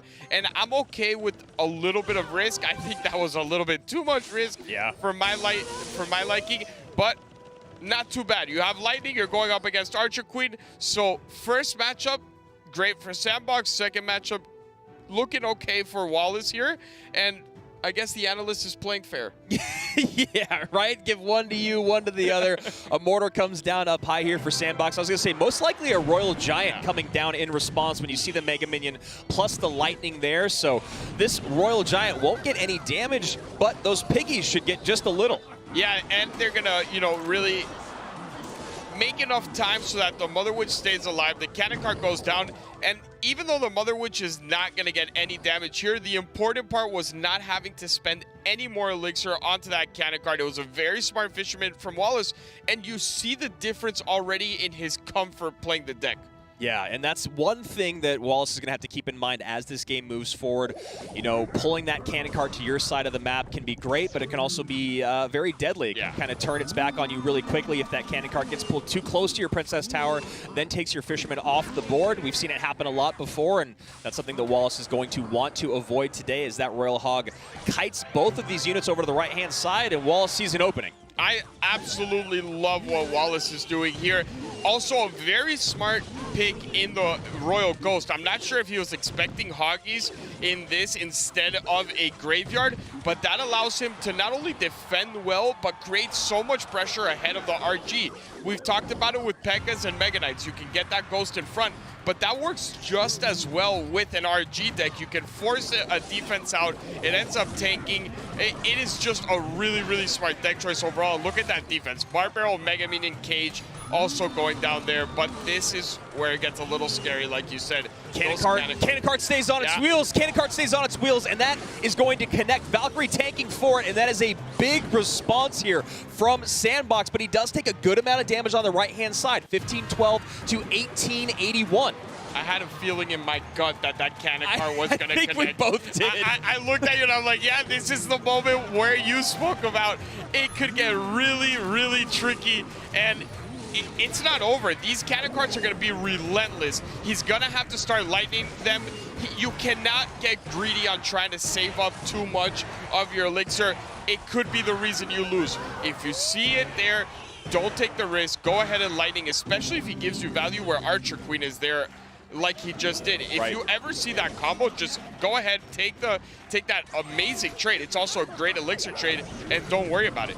Here we go, a big pile up at the bridge. Valkyrie with cannon cart right behind. Royal Hogs there as well. One Royal Hog on the tower. Valkyrie still tanking. Cannon cart finally goes off of its wheels. Arrows are in 11:27 to 15:12 as Sandbox is now firmly in the lead. A very late Cage, and now and the Archer Queen's on tower, and Wallace knows it is basically over. 2:27 remains. There's the fireball, just waiting on the arrows. And Sandbox, 2-0s, Wallace. Yeah, and he looks very comfortable doing it for sure. He's showing off the tribe, says the thank you. Good sportsmanship. Obviously, it's his teammate. You understand it. If not, it would probably get not be the greatest for the tribe. You know? But props to Sandbox. He showed up. He is one of those higher seeds. The expectations do fall on him, which adds more pressure, and he is not an experienced player when it comes to these certain situations. Really, really well played. Obviously, the first matchup, he basically just said, I'm going to wait for you and see what you do with it, but that second match was perfect. Yeah, it was really nicely played on both sides. Sandbox really edged Wallace out, his teammate. And as we get into the postgame here, I just want to ask you a question as a coach. What do you do in this situation when you have one of your competitors knocking the other one down to the elimination bracket in the biggest stage in the world? Right now, I send a quick message to Sandbox, congrats, and then I just focus on Wallace. You need to get his mentality set. You don't have to worry about the winner. You know, you have to make sure he feels the love. Right. And you don't want to neglect him completely, but it's more of like, I'll be with you shortly type of thing. Yeah, like, you're okay right now, man. You're fine. I will go deal with this right now, but Wallace needs to understand that he is on tribe for a reason, right? Yep. This is one of the best players in the world. Yes, you got dropped down to the lower bracket, but you could still make a run. He's made crazy runs before, and he's always been the underdog. So just embrace that. Josevi really needs to get his, you know, the emotions and everything. We've seen Wallace, really Brazilian players in general are very emotional. Yeah. So it's very important that his head is still in the game. Yeah, we know that with Deco and Bruno being in studio back in previous years. We could always hear them no matter how far away we were when Brazilians took a game, and we saw the replay there of that cannon cart connecting game number 1, deck number 1. I see you kind of shrugging your shoulders a bit, EB7. Talk to me. It hurts me to see Wallace play this, man. I just don't understand the deck choice. Sandbox is someone that isn't... He's not going to make mistakes. And to play a deck that it's not your strong suit and then elevate it to put the rocket in there. Like, Miner's already now Wallace's, you know, main go-to. And then you elevate it and make it the hardest Miner deck to play. I just don't know why he did that. So going on to deck number 2 here, a better choice on both sides of the board, but I think the biggest issue for Wallace was just not being able to lock down those pushes at the bridge. And that's one thing you have to recognize when you know your opponent has lightning, you need to find value, right? So whether you're giving it away on the AQ up high by your Princess Tower or piling up at the bridge, either you're baiting it out with the AQ or you're making them spend it at the bridge and trying to, again, thread that needle. I know I've said it a few times, but it's a very difficult thing to do at the river with the lightning, and Wallace was just not able to get that spell value that he needed. Valkyrie plus Cannon Cart was devastating. Also, another thing, the best players in the world will not get greedy and try to always get lightning value with the tower. Right. They will straight up lightning on the bridge, and Wallace had 2 or 3 opportunities where Cannon Cart was with the AQ right on the bridge, and he decided to go with the cage. He decided to go with like 4 different defenses. Just lightning. It's cheaper, it's safer, and then you can build your push. Right, let's take a look here at our updated bracket as we're moving through our day. Match 8 is coming up next, which means we're halfway through day number 2, and we've got most of one side of the bracket filled out here. Mohammad Light and Elop. That should be a lot of fun. You have the previous GOAT, the previous world champion going up against the current best in the world. Although Igor might have something to say about that as he faces off against Surge TS. And to close out the bottom here, Hiel and Michifu, the rookies still staying strong, and Sandbox looking to take on either Framcito or Mugi, which is our next matchup. Yeah, and I mean, look, for Framcito, if you take out Ruben and you take out Mugi in one World Finals, that's pretty impressive. And just to add a little bit, you know, spice and storyline, you were talking about Mo's match with Elop. Igor Surge TS, the person who replaced him on Liquid for the World Finals.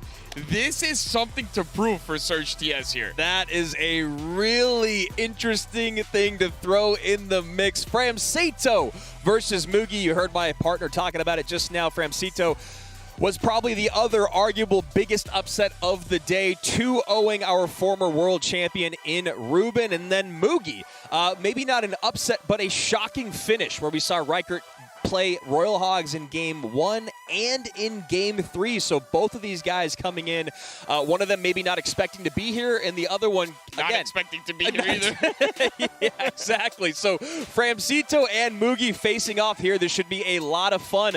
On paper, though, it feels like one of these guys is substantially stronger than the other. Yeah, and look, if there's 2 people that you beat and you don't gain any followers or, you know, a ton of happy messages, it's Ruben and Mugi, because they are the 2 fan favorites. It shows a lot from you. Just don't expect that, you know.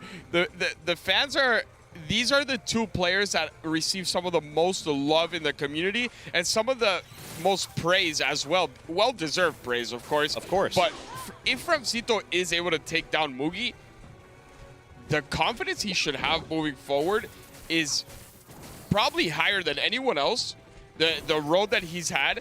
And then he also has nothing to lose because, like you said, he was never expecting to be here in the first place. So that combination to me is like something I really don't want to match up against. A beautiful flying machine to get on top of that mortar.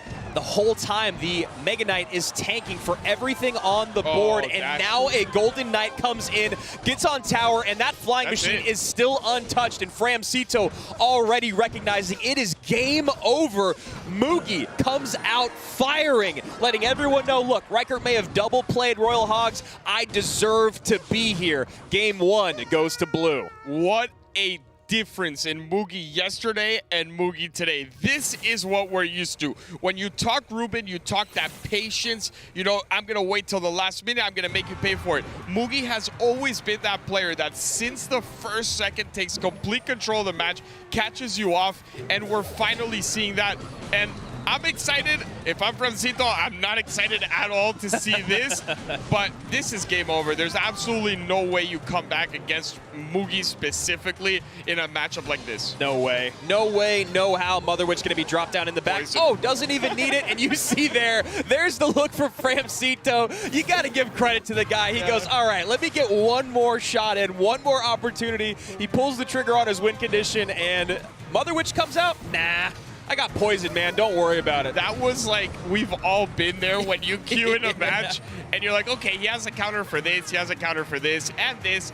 Hey, but there's no way he also has this. And that face, I've done it a million times. Unfortunate.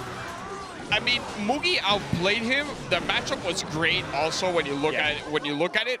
But he didn't win because of the matchup. It was a complete outplay in the beginning of the game. Absolutely. You saw the MK come down, then the very aggressive Ram Rider. He knew what to expect out of his opponent, which was a mortar defensively. Now, that is one maybe misstep in the Dexmanship. Yes, I get to say it every single year. Dexmanship. Yesterday, we saw Mortar Miner bait first out from Fram. So what do we expect here? Well, maybe Mortar Miner bait? No, not quite the same. We're going to go Mortar GY, but that flying machine zeroes in, snipes that mortar, takes it off the board, and that was it. Game was over at that point. I love the fact that Mugi did not wait for Flying Machine to become an obvious choice. Right. He went with it in the first game, which I believe is the first time we ever see that. We usually have to wait until Fireball is out, and then it becomes a little more obvious. Mugi took the risk, and you know what? It really paid off. Also, you can tell he has so much knowledge of the synergy with this deck. It wasn't just a toss-up. He had the Flying Machine there with the Ram Rider, and he waited for the Valk to go down. Yes. Put down the Golden Knight, did the dash, tanked for the Flying Machine. He knew that the Ram Rider was going to have to get defended close to tower. That whole sequence, just masterful. Yeah, it went from bad to worse to horrible to over for Framcito. In both of those interactions, you talk about first the mortar going down, then the great late Golden Knight, and then when you talk about that offense coming in, the MK leaps on top of the mortar, the poison comes down for the graveyard, and that's one of the ones where you wonder someone that is as new to this level of competition as Framcito, if he's able to shake that off in just a couple minutes. If Mugi plays like this again, you can shake off all you want. It's not going to matter. There are very few players in the world that it doesn't matter what you do. If they're at their level, they're going to win. Unless you get an 100-0 or 90-10, they can flip any matchup. And if Mugi gains confidence, we already have Igor at this level, Mo at this level as well. Elsiop's pretty close behind, honestly. Sandbox playing phenomenal as well. I'm so excited for the next day. I mean, like, even today, we have so many matches. The lower bracket is stacked. Well, what's crazy is in these first few matches, you know, when we're going to the analyst booth, when we're going to Telestrate, you know, we're always looking for the most exciting moments, and we've definitely had a handful today, but we've also seen just top tier, almost perfect gameplay on both sides of the board. While it isn't a flashy or a big bang moment, usually it's just really consistent, steady play, and I think we're going to see a ton of that in our winners bracket as we move forward. I think I'm turning into kind of like the boring grandpa coach type thing where I appreciate the consistency more than the flashy play now. Yeah, of course. It is incredible to me just to be able to sit back and watch someone not make one mistake in 3, 4, 5 minutes is more impressive than, you know, the old school minor kites on the Pekkas and all of that. Obviously, the lightning blocks from earlier today and the minor catches, those are incredible. But to just see perfection throughout a full match is so impressive.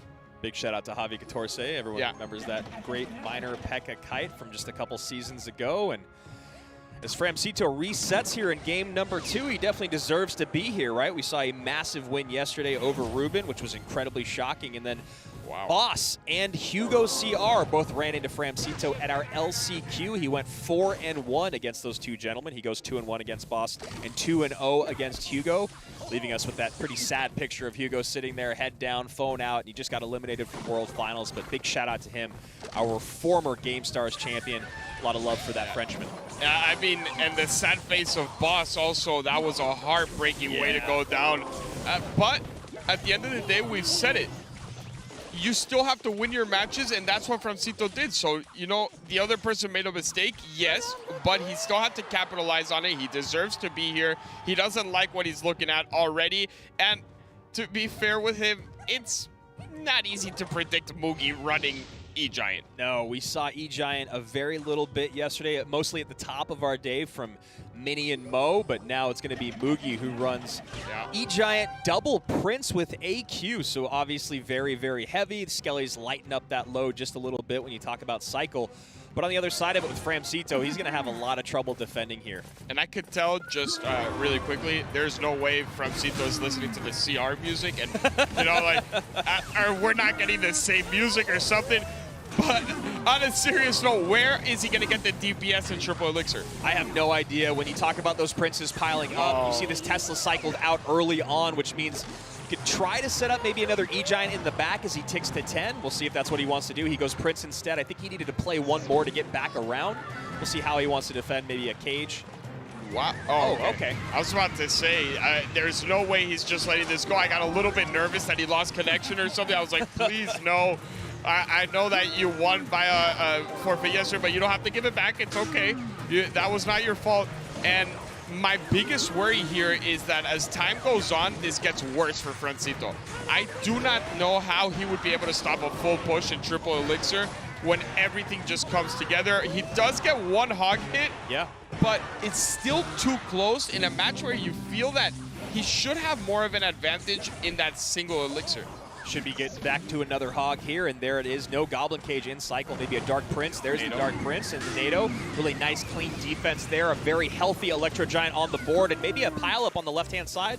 He might just go straight for a spell here, try to get rid of this Tesla, because really there is no DPS. That is the scariest thing here for Fran. There it is. That's gone.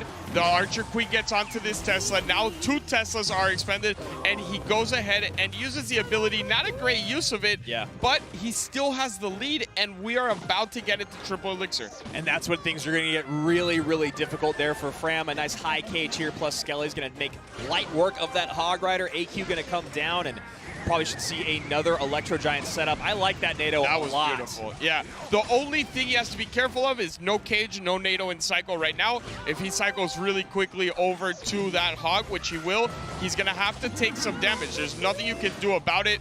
That lightning was odd. I think he was looking for the cage up in maybe the middle of the board there. I don't think anyone would have played it there in this situation. He doesn't find anything other than the AQ and down in Elixir, but up in cycle. Another Hog Rider should be in tow. Yeah, but now he can go ahead and defend this with the NATO. He doesn't really need the NATO for anything else. I'm sure he's going to go ahead and lightning this. And that Tesla is... Oh, this is dangerous. That feels like it could be it. The Prince connects on top. Archer Queen on the tower. Ability activated. Man. Log does come in just in time. 1685 and 1927 are the health of the two towers of Framcito to a very healthy 2072. Great cage off to the right side. 15 seconds remain. Prince connects. Mugi untouched through 2 games. We saw a lot of 2-0s here just a moment ago, and Mugi going to keep that trend running. Immaculate defense, perfect offense, and a couple minor misplays from Fram. I like that. I like that. You're just too talented, man. It is what it is. I'll call it. You know, Mugi, very talented at the game. You are just, I don't know how you think. It's like 6 a.m. here. How does your brain function like that? I don't know who I'm more impressed by, but congratulations to Mugi. Framcito still should be very proud. This is, I know it doesn't seem like Mugi's year, but this is someone that people were calling the greatest player possibly to ever touch Clash in skill level. So yes, he's not a world champion, but he definitely has the level to be there. If you're Framcito, just mentally reset. What's crazy is that hype for Mugi kind of disappeared throughout the season. It felt like he got really quiet, and now he comes screaming back into our minds here at World Finals. You know, yesterday he did seem a little shaky when he was playing Riker. Today he seems completely dialed in, nothing but nails, ice through his veins. You can see here the four card cycle for Mugi a lot heavier. The average cost 1.1 higher. Did not matter. He slow played everything, and like you said earlier, when I believe we were talking about maybe Michi and his matchup in game number 1, we are now saying the same thing here, where Mugi just let Fram play into him. Yeah, that's all you really have to do. Mugi is the type of player that understands everything, man. When you start getting that talk around you about possibly being the greatest player ever, it's because you cover all aspects of the game. When it comes to making World Finals, you could be really good at one thing, you could be really good at the other, but to get in that conversation of like, okay, this guy might be the greatest, you can't mess up on anything. Right. And, you know, again, I was a little bit late on the draw to get on that Mugi train. I wasn't sure what all the hype was about earlier on. I'd seen some things. He'd impressed a bit, but now here on the biggest stage in the world, you saw him just completely locked in and a big threat. And again, I want to go back to when we were just talking about the bracket. It feels like every single person who has won today has had a different level of concentration than we saw out of them yesterday, maybe other than the two guys in Igor and Mo, who just, I don't even know what to say about them. And they're at the same side of the bracket. Like, if they both win, we get an Igor and Mo. I don't know what to say. I know. I don't know. Production might have to cast that one because all 4 of us are going to be locked in. Let's throw it over to Josh AC Sharon to have him break down that great matchup between Mugi and Fram. Mugi, oh my goodness, what a beast he is. Overall, we do have the entire bracket right here. Mugi versus Sandbox, that is going to be such an insane game overall. Another few matches that I really want everybody to take a look at. Mohammad is going to be going against Elop. That is going to be an insane match right there. Former world champion every single time he is competing. Mohammad, on the other hand, you know, he's still a new veteran. And at this point, he feels like just a veteran. Every single competition he plays, every single competition he wins. This entire year has been his year, and he didn't let up. It is so impressive what he was able to do on day 1 and day 2 as well. 2-0, 2-0. He just wants it more than anybody else. And then another game that I want to shout out, Morton versus Menter. Both of them got dropped down to the losers bracket, but they are two very, very talented players. Morton playing really well. Same with Menter, and both of them just got tough draws. I mean, you don't want to have to go against a former world champion. You don't want to have to go against Mohammad.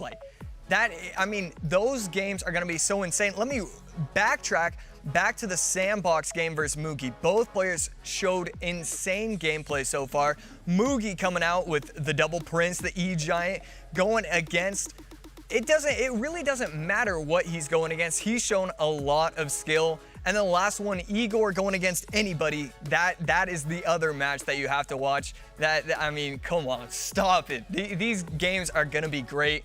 Anyways, enough with the bracket, enough with the lower bracket, enough with the upper bracket. I just wanna see some more games. Let's bring it back to the casters. Thanks a lot, Josh. And here we are now in the most important part of the day. We are in the elimination bracket. The next 4 matchups are all going to send someone home and end their World Finals journey right here. And we start off with an incredible matchup in Morton and Menter, both players that expected to make it really far. So the fact that one of them is going home right now is like, it's exciting in the elimination, but it's sad because I really want to see more out of both of these players. Well, I'd like to see Menter get some coordination in the color scheme between his 2 different dressers, but you know, not everyone can go futuristic like Morton here. Yeah, Morton is just clean all around, just super clean. And I look, a little shout out to the, you know, the SK jacket looks nice. It has a nice touch, but they take him away from us as soon as we're complimenting him. So starting off, what is Menter? Oh man, this has to be a disconnect. Yeah. You see Menter's screen is frozen, and that's just so unfortunate in this moment here. Wow. And Morton, this is what Morton has to do. Morton has to go ahead and finish things off and take the win. It's not on Morton. This has nothing to do with Morton. Everyone is responsible for their own stuff, their own Wi-Fis. It is the worst case scenario, but if I'm not mistaken, this is not the first time it happens to Mini. It is the first time it happens here, but I feel like I've seen a lot of connection issues in the past for Menter, and I don't know what precautions exactly you can take. This is very disheartening, though. Yeah, I mean, look, you have to give it up to SK Gaming for the strategy of shutting down all of Florida's Wi-Fi, I guess. I don't know what the... I've felt the Florida Wi-Fi pain. I had to move into a specific neighborhood just to have fiber because everything else would completely go down all the time. So maybe that's what Mini's going through. Yeah, that's just, you know, you hate to see it at this moment. And, you know, it's not even like we're in the upper bracket anymore. This is the elimination bracket. And look, if there's there's a short list of players who I think can mentally regroup after losing this game 1 like that. Mini is on that list. Yeah, he's definitely had, like I said, he's had to deal with this before. I've seen him disconnect in important matches, and he comes back to win it. The only problem I see is who's on the other side of the match. Yeah, and in this case, it's one of the most stone-cold killers of all time in Morton. And obviously, you know, we're going to take a look at this a little bit more carefully. At the moment, you see Morton with the +1 on his side, so we'll update you more on that. We'll confirm that in a few minutes here. But at the moment, we had a full disconnect. Oh, wow, looks we are getting word from the production booth that we're not calling that a loss. There's going to be a replay here, which I honestly did not expect. I don't know what the decision is. Usually it's just a straight, you know, you lost. Maybe Morton had a say in it. I don't know. I would love to figure out what exactly the rules on that is. I'm happy. I'm happy for Mini. But at the same time, now it comes into question. Do you have to use the same decks? Can you switch your decks? Because Morton showed everything. Yeah, you know what? And I don't know. I actually didn't read that part of the rule because the rule, as far as I always knew, was you're responsible for your own connection. If you lose connection, that's GG, well played. Exactly. So I actually don't know what the deck ruling is here. Yeah, for every time we've had an online competition, that's what it is. Obviously, if you're on set, if you're on, you know, live CRL, and you lose connection, that's not on you. So I really am not sure exactly what happened here, but now we go to the other side. Obviously, for Morton, it's like, well, it's not my fault, and now my surprise factor is gone. How does he handle that mentally? Because we are going to be playing the same decks. Sure, yeah, we just got word on that one. They are already playing the same decks. Now, on the flip side of it, by 2 cards, what surprise factor are you talking about, right? It's not as though he had done some crazy off-meta, hey, I played P.E.K.K.A, and then it was P.E.K.K.A E-Giant, right? So there is sort of a factor there, but I understand what you mean. Yeah, it's still the way you play it, right? We saw it earlier with the Igor match. He hid that lightning for so long, and maybe you never know how the match starts, where it could gain an advantage. Morton has to mentally reset as well. The fortunate thing for both sides is they are those people that can do it. They've had to deal with worse situations. What a strange happening. So here we go. We're gonna let them reset here for a few moments, and we're gonna replay that first match. Well, I'll give you one deck prediction. I'm pretty sure Morton's gonna play P.E.K.K.A. I'm not betting against it. You know what? I trust you fully, and I think that your predictions have been on point all the time. So I'm going to go ahead and agree with you on that. And, I mean, I don't really know what I would do in this situation, whether, you know, the same decks or not, because this is a dual format where we're not pre-submitting, right? Yeah, true. So maybe it is just... let's just go with it. Let's try to just give the players. I don't know. It's a very odd situation. I did not expect to be in. Yeah, in this situation, I would time travel back to about 5 minutes ago, and I would fix Minnie's Wi-Fi. Yeah, I mean that works. All your solutions have been on point. Really, the prediction solutions. Just really happy to have you here, because maybe I'm just gonna call you every time I have a problem. Also. Yeah, no, I mean, I kind of have it pretty dialed in most of the time, so we're still getting some League Ops work in there. We'll keep you guys updated as soon as we get more information. We have had, luckily this time, you know, World Finals often are plagued with challenges. If you remember back in 2018, the very long opening delay where our friend AC had to wait for about 45 minutes to solve a League Ops issue. We're not anticipating that here, but that delay was so long that we got into my left-handed player theory at that stage. So we're not going to go that deep into analysis here, but we are going to take a moment. Okay, so we're getting word. I'm going to tap my ear just to show you guys we're getting word from somebody. Okay, so it was a server error as opposed to a player error. So that's why we're going to replay with the same decks. Now we have all the information. We're going to get reset and get re-going. And yes, by the way, just so you do know, at the highest level, left-handed players are overrepresented in Clash Royale. Just putting that out there. I didn't know that was a fact that I needed, but I feel like I needed it. Yeah. Like, now, I never thought to even look that up or, like, you know, consider that a factor, but I'm glad I know now. Yep. I am right-handed, not left-handed, by the way. So that's why you're not a pro, mostly. Yeah, but that's the reason. Now I have an excuse. Yeah. Thank you. I really appreciate that. And for the match, server error, really not on anyone's hands. We'll get it reset here in a few minutes. And guys, if those of you watching at home, for all of you right-handers, now you understand why you're not here at Clash Royale League World Finals. And for you left-handers, honestly, how come you didn't make it? I'm kind of disappointed in you. Yeah, really, if I have any friends that are left-handed, I'm going to figure it out. And then I'm just going to tell you, like, I'm better because I'm at a disadvantage because I'm a righty. So even if you beat me by a little bit, technically I won. Yes, absolutely. Okay, we already have this game going here in a moment, so let's go back and talk about what we do know about this, and we're jumping into the game right now. We've exposed decks already. We know Morton playing P.E.K.K.A. We know Menter playing Minor Poison. It seems as though it hasn't really changed. Oh, and that's that right there. Wow. That right there is the impact of the exposed decks, because there is no way in any universe that Menter opens with Minor in that position unless he knows he's not against NATO. And look, you saw it in Morton's face too. Wow. That's what I'm talking about. It's maybe not a surprise factor, but like you said, you will never, ever toss that Minor in there on the first play. It's just, it is unfortunate. And wow, I did not think that was going to dash. I thought that was far enough away to where it wasn't going to dash. And what I'm scared of here is a Minor tilt coming in for Morton.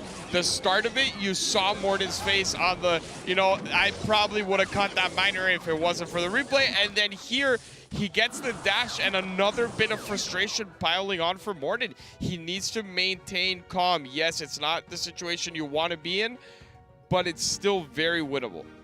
Yeah, that's just, you know, you think about that, and of course having Minor in starting hand also impactful here as well. That time a nice catch out from Morton, but man, we were asking what the impact could be. We saw it in the opening play by Mini.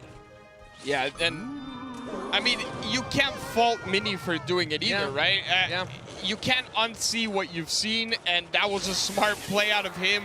Everyone's here to win. Morton has to adapt and try to use that to his advantage. Maybe play Mini in a way that he is not going to expect, or try to just predict in the spots where Mini's going to try to take advantage of it. I like this P.E.K.K.A play in the back. You don't have to do anything other than let that ride. And now you have a good elixir positioning in this match, and you could do a full-on push. You know Mini's spell is a poison, so you don't have to worry too much about, you know, if you weren't seeing this earlier, that it could be a rocket or something along those lines. A nice light, oh, just a bit too early. He was trying to get it on the perfect timing for the Tesla. That's a fascinating exchange, and wow, look, the Ram Rider still charges on the tower. That's amazing damage here.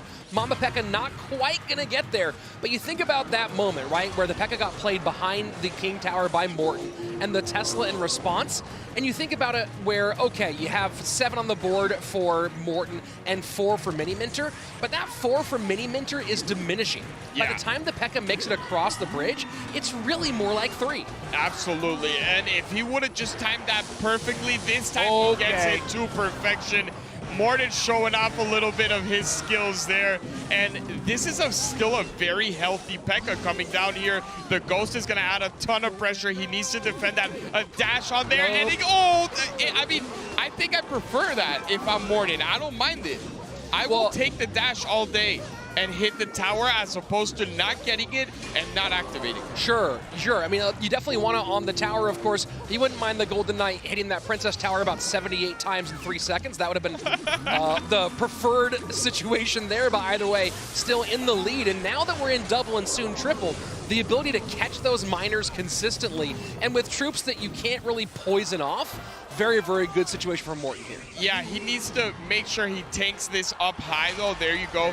Not making the same mistake twice is Morton, and as expected, right? He's not someone that really is going to repeat mistakes. I like the Ghost play there. Just get rid of that Tesla as quickly as possible. Start adding that pressure, and the E was also very well played, but now he doesn't have anything to catch the miner specifically. Yeah, bar barrel high here. I was saying he might catch with the P.E.K.K.A, and there we go. And that's just one quick shot. 1959 to 12:55 with 47 seconds left. Morton in control despite the very strange reset situation. Yeah, and this should be a dash from Morton. There's the dash, beautifully played. And now that Ram Rider, there's nothing to stop it. He does get another Tesla on the board, but look at the health on the P.E.K.K.A. P.E.K.K.A is full health. Second Ram Rider coming in. That dash does not connect, but this should be game over. Yeah, I mean, and there goes the miner. Tesla does get down, but Mama P.E.K.K.A says, hello, tower. Goodbye, tower. Good game, Mini Menter. Morton taking the game 1 advantage in this elimination match. Yeah, I mean, you saw that really just move on up in the hype process and everything for Morton. He started off really kind of down on himself, and then you saw his facial expressions change throughout the match as he was taking control, and that's what makes Morton Morton. Yes, it was tilting at the beginning. Any player was going to tilt at that. You try to catch the miner, you see it on the inside, that would never happen. But you saw him gradually go back to, you know what, I'm going to be calm, zen, everything, and that was perfect. Well, a lot of players talk about how this deck that Mini Menter runs is so popular because it doesn't have any true full counter matchups, right? But this one kind of, at least in the hands of Morton, feels like it to a certain degree, unless you somehow get way ahead really early. Without the human error factor, it feels like this is the kind of game where Morton, you know, we talk about him being the king of bad matchups. Well, this felt like a good one for him. Yeah, this one was a great matchup. Anytime you have E-Wiz also, it helps a lot against this type of deck, because even with the poison, you'll still mitigate 99% of the damage from the miner. So it's all good. Morton, it wasn't that bad that we repeated the decks. Obviously, it's not Mini's fault at all either. It was a server thing. So right now, same position we were talking about for Mini. Only difference is he actually played it out. I don't know if it's worse or better, because now you actually got beat by Morton. Morton played perfectly, and he still has everything available to him in the decks he likes. But from just recent history, it's probably better not to go wall breakers. Not to go wall breakers for sure. I was going to say also, I'm hoping Morton doesn't go minor in game number 2 either. This has been essentially the World Minor Championships today. We have seen minor decks played by both players, it feels like, in every single matchup today. There may have been one person who didn't play minor, I don't know, but it feels like it's been minor. It feels like we've been violating duel rules almost, how much minor we've seen. Yeah, it really is incredible. I feel like I'm traveling back in time to 2018, 2017, where it was just minor all the time. I love to see it. It's very fun. Sure. But if I'm Morton's analyst, coach, or even Morton himself, I'm going something completely different. Every time I run these wall breakers and these minors, I get hard countered. I will not put myself in that position again, and he is not going to do that. He is going to go with Zappies, which usually ends up being either Mega Knight or recruits with, you know, a little bit of bait. The nice pick here from Mini, knowing Lightning is out of the whole match for Morton, so he goes Archer Queen. Snowball with the AQ, so keeps her alive a little bit longer.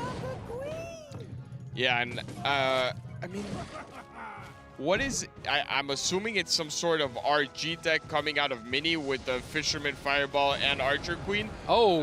It does seem that way, but Snowball is a bit odd. Also odd is missing the Princess Tower damage there as well, so Mini Menter maybe a bit out of sorts here in game number 2. Yeah, I think he's, I mean, look, the way he lost has to obviously be a little bit, you know, demoralizing, and you are now with the pressure. What I spoke about really early on in the day with you was that I believe everyone will play better today because you have an extra life to give. That's now over. It's the nerves come back into play. You will see more mistakes in this lower bracket than we did early on in the day, and Mini might be suffering from those nerves right now. Fishboy cycles left-hand side, and not a lot of Magic Archer seen. I think that's the second one overall in this World Final, and you see cycle to the strong side and immediately baits out Fireball, Flying Machine on the board. Yeah, and I'm sure you're happy. You love the Magic Archer. Oh, yeah. I think it's a lot of fun as well, especially when you get those insane lineups at the end. Morton obviously on the wrong side of insane Magic Archer lineups When did that in previous World Finals. I don't know. I heard, you know, that team did all right after the match, but hey, Morton, this time could be your time to shine with the Magic Archer. I like the deck pick. I think if he would have gone wall breakers, he would have been in a terrible position with Cage and Mega Knight and everything on the other end. But he still has to win. Flying Machine stays alive. Now it goes down. The hard part here is it feels like, you know, we talked about this yesterday, the Magic Archer is in many respects simply a secondary win condition, but it feels like that's being taken away a little bit, because think of all the troops that you play off center here between the Goblin Cage, the Fisherman, and the Archer Queen, not to mention, of course, the Fireball in reply. I'd be kind of surprised to see him get much Magic Archer onto Princess Tower value. Yeah, it's going to have to come from a desperation defense that Morton forces out, where they just don't think about anything else but putting that defense down, and then you catch it right in the middle of the lane. But this is a nice graveyard here. That Mega Knight is going to fall back, so it's no longer going to be tanking, which is good news for him. But look at the size of this push. That is a very healthy Mega Knight. This should be the ability that's going to come down on the Archer Queen as well. And somehow he ended with a split lane pressure. Fascinating, absolutely fascinating. No. Oh my word. This is twice now that Morton has played a tile off and missed interactions. Yeah, that is very unusual to see, especially a card as easy as Zappies. It's like they split. All you have to do is tap the middle of your screen and they split by themselves. So just very odd here. Maybe, I won't even say it's the nerves, because he's off 1-0 and he's been in these positions hundreds of times. So I'm not too sure what's going on there with Morton. The poison defensively comes in, but the damage is done. 9-12 on the right-hand side, and Archer Queen will add some more on the left-hand lane. It's a very healthy Mega Knight here, and Mega Knight does get picked up by the Fisherman. And so far, we have not seen the final card from Morton, and you know, at first it felt like Piggies for a little bit, and maybe it still is. Then you have the Fireball and the Mega Knight in response. Yeah, the problem is How are you gonna bring this back when he has Mega Knight, he has Cage, Fisherman? Those are some of the best defensive cards in the whole game. He can't go ahead and Cage here as well, and I just don't see it happening. There's too much defensive counters, and that Magic Archer is actually hitting onto tower, but again, he has to make something incredible happen. There's 779, and I guess this is a good sign for him in the sense that, okay, he's going for my weaker tower. This Mega Knight is going to jump onto the tower, though. He needs to be careful. And nope, the Zappies come in too late. The Magic Archer will not get geometry. Mini puts it all over that left-hand side, and we are going to game number 3. Yeah. Mini, man. Mini's staying in it. The deck choice, perfect. Was he expecting this from Morton? I can't tell you that because, you know, we don't do the same analysis that they do. Obviously, when I was coaching, I did a lot deeper dive. Now we basically know what he likes to play, what he's been playing, but maybe this is something that showed in Morton's profile. Mini looked like that was the perfect deck for this matchup. Absolutely it was, and it kind of negated the Magic Archer in particular. The Magic Archer didn't, you have so many, we talked about before, so many troops that are off the line troops that made the Magic Archer kind of a moot point in this matchup. Yeah, absolutely. This was, when I go card by card, it doesn't get better of a matchup than this. Even with the Magic Archer, I think one of the biggest weaknesses that we've seen is that Archer Queen, right? It just gets no value onto it. The Archer Queen takes it out so quickly if needed that it can use half of the ability time, take out the Magic Archer, and then switch targets. Every time he had something in cycle 4 defense. And even though Morton had poison for Graveyard, it was just too much pressure.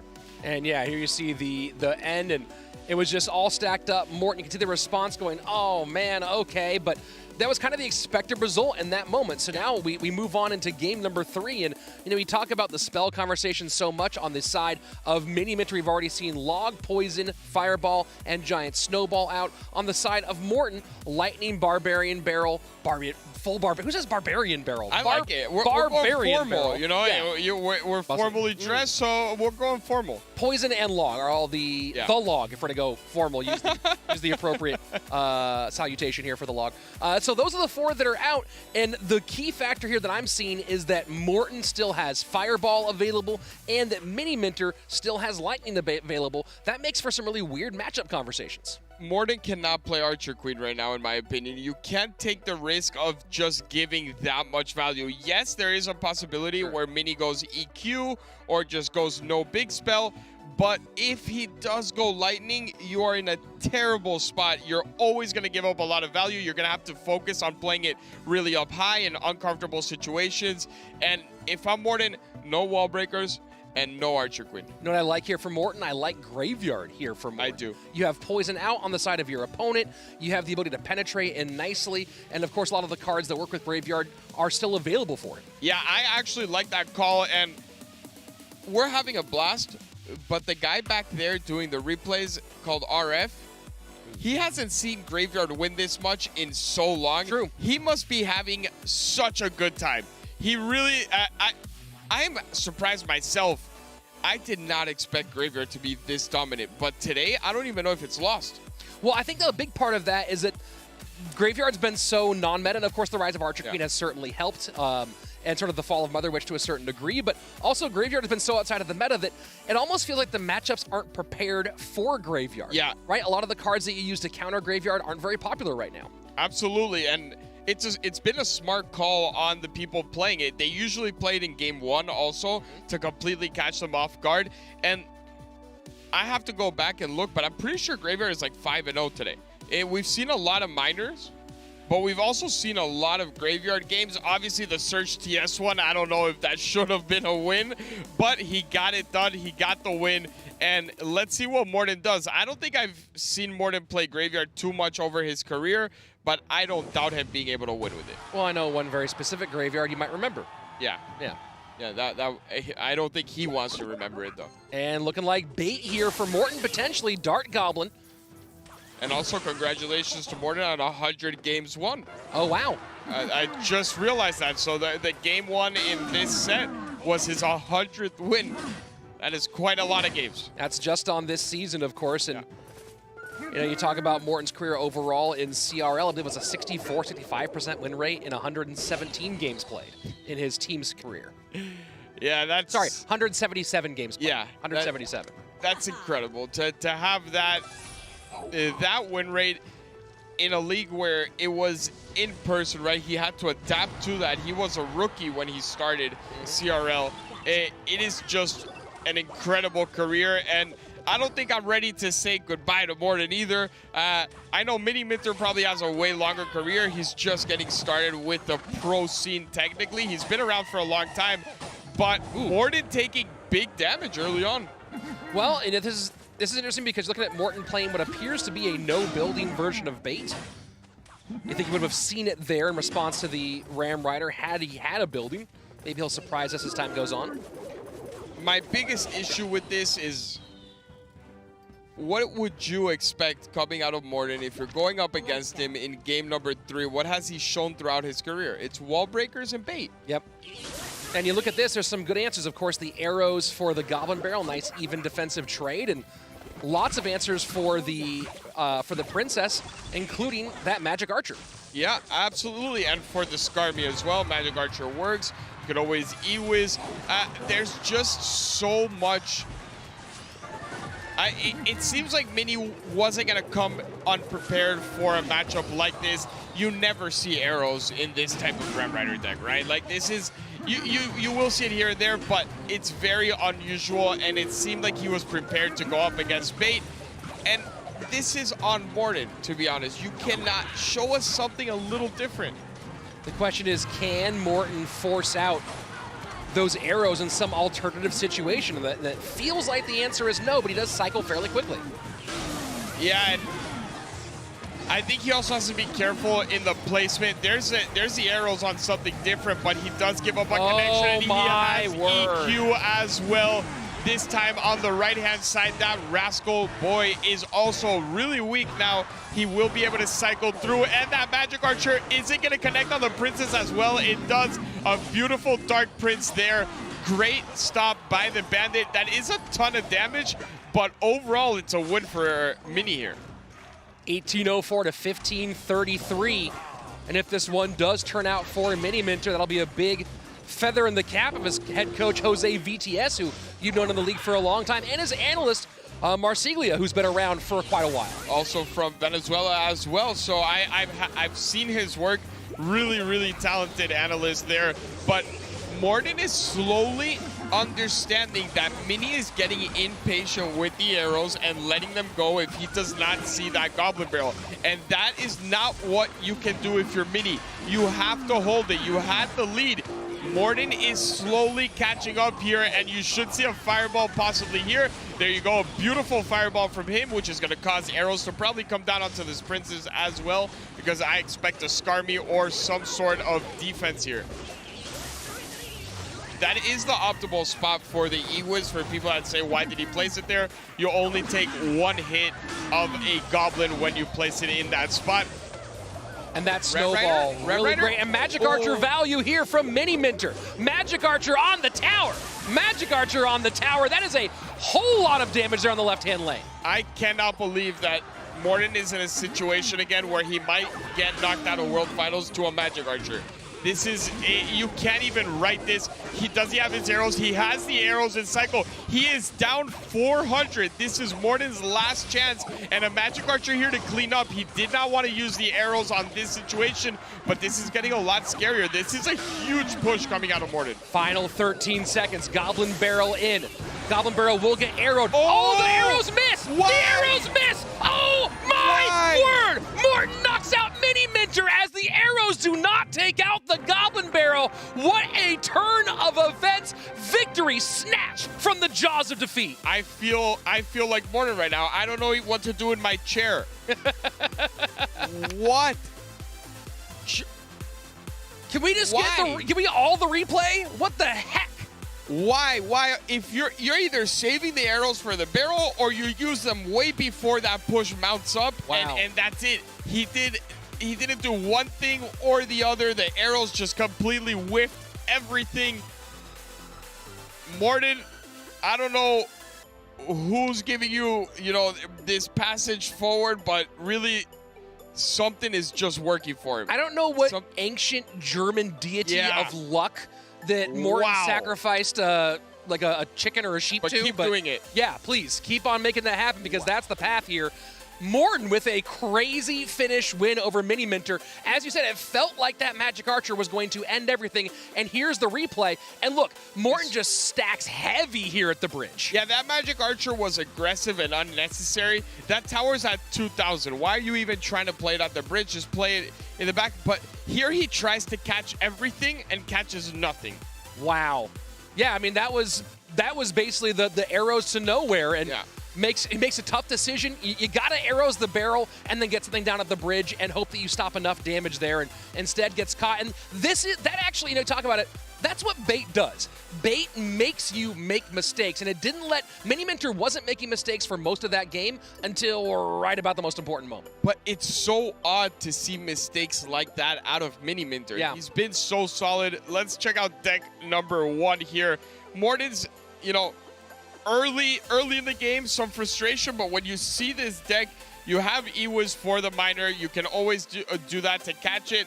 And then the Golden Knights, a lot of the time, just meeting at the bridge and then using that dash to get onto the Tesla as well, take it out, and keeping a lot of health onto the P.E.K.K.A. Really good deck choice from Morton. Going on to game number 2 here, and this is where Menter went and put the pressure back on. If we do get that second deck up here in just one moment. There we go, second matchup, and this is where Menter put the pressure on, and it was a similar situation where Morton was just stuck the entire time.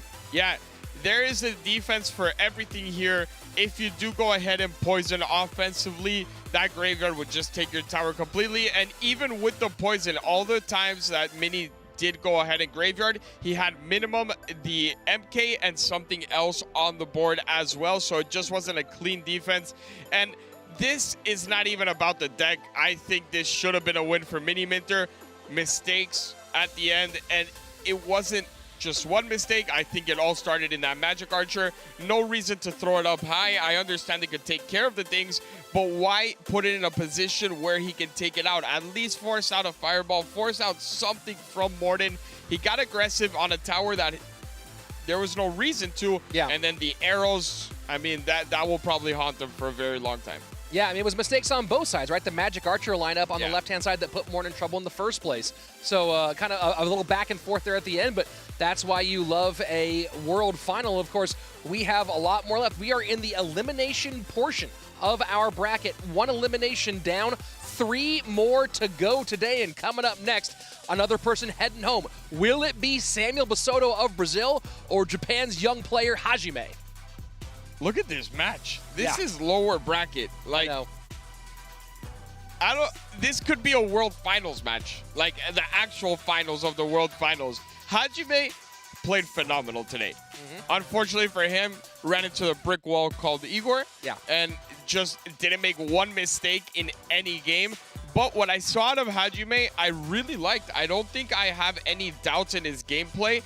And on the other hand, for Basoto, I think there was a couple of mistakes here and there. So we need to see him come out with something a lot better because Hajime has not been making too many mistakes. Yeah, Hajime's been very dialed in, and Samuel, for a long time, this has kind of been the story of Samuel Basoto, right? It's the promise of the level of skill, the potential, if you will, and we've seen that potential realized, especially in ladder and in moments in competitive play, but it's not always the case. It's not always there, and you do feel like nerves might be a major factor. I think that's what it is. I think the nerves get to him because the skill, I have no doubt that he has it. He's shown it on ladder. You don't just win multiple ladder seasons without having the skill needed to win it. So it has to just be the difference in nerves. The fact that, you know what, you're on camera, people are watching, there's casters, right? In ladder, yes, a lot of people are watching from all the different streams, the Drexen streams and all of that, but it's not the same as this. It's most certainly not the same, and interesting choice here. I am trying to remember, have we seen E-Barbs yet this weekend? We have not. We have not seen any E-Barbs from my recollection. I am getting a little bit older, so if I'm mistaken, I'll just blame it on that. But I'm pretty sure we have not. that is a good interaction for Hajime, not having to deal with that firecracker anymore. This should not get a hit, and he does activate King Tower as well. So overall, good start for Basoto, and I like that he's going with something different, but still within one of his strong suits, which is RG. And very curious, you know, Royal Giant and single elixir, typically you think of playing that at the bridge, specifically to avoid what we saw, the pressure on the left-hand lane with the Firecracker and the Hog, but instead almost felt like a baited trap from Samuel. Yeah, it's because of the deck style that he has. He has a lot of DPS with those Elite Barbarians. Oh, boy. Oh, man, you see the log has to come out. This is a major mistake on Hajime's part. The Tesla played out of position. The log has to come out, and now that puts him behind on Elixir. Yeah, it does put him behind. He's still okay because he cycles very quickly, and it wasn't too much damage. All it did was leave both towers even. If that would have been on the same tower that was already hit, that would have been a very bad situation for him. But what I like about Basoto's deck here is that you can always RG, and then you have answers for everything. You can quickly cycle back to the Tesla if you need it. You have the Skellies as well as that Fire Spirit. And then if he was going to run into a matchup where very high DPS was needed, he had the E-Barbs. And there was a while where fast cycle Royal Giant was the popular way of playing Royal Giant, popularized in particular by Igor and Lapakati. Remember that really fun game between the two of them in CRL 2020 where Lapo ended up trolling Igor with his own Triple Spirit Royal Giant cycle deck. But RG has, in the last year or so, tended to go back towards a more medium cycle heavyweight. And this is very curious to see from Samuel. It is, but this is very Samuel type of deck. This is what I see when I think Samuel. Obviously, you see a lot of Hog Rider, but the whole RG quick cycle Earthquake style really fits with him, and I think it's smart to, you know, I'm gonna be creative, but I'm not gonna leave my wheelhouse, right? I'm gonna stay within what I know. And you see the difference between the first match he played today and what he's doing right now. He has full control. He doesn't have a big lead, but the control is there. High Teslas getting outside of the EQ range. You see Samuel just mostly going for damage there in that moment. And the most important thing right now, though, stacking Firecrackers and almost willing Hajime to go and spend a Lightning. I want to see a third Firecracker. Give me the triple Firecrackers. I think they're going to go down to the splash, unfortunately. So, oh no. Oh boy. Wow, if he can get something in front of these two as well, that would be great for him. They actually...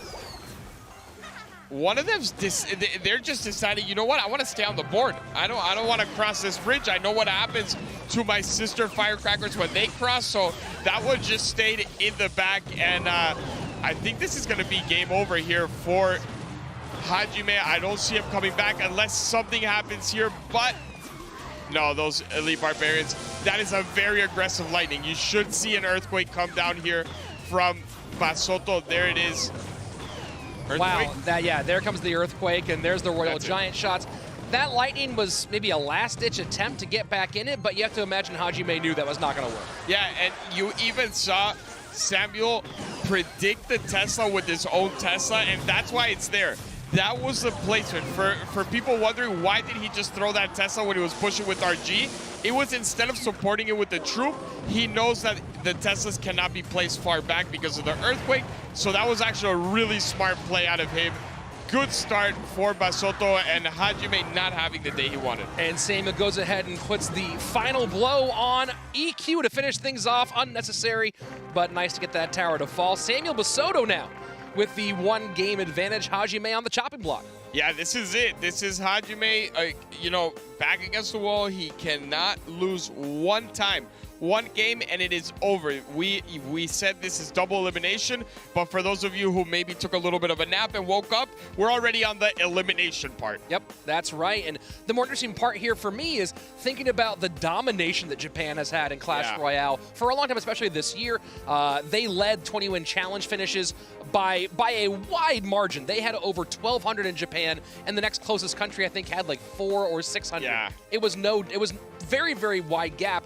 And then here in CRL, 6 Japanese players qualifying for World Finals. If Hajime goes out, we're down to 1. Yeah, I mean, they've been the strongest region for a very long time. It's just the way it has always worked in Clash ever since the early days with Mikan Booyah, right? Like, he is that guy.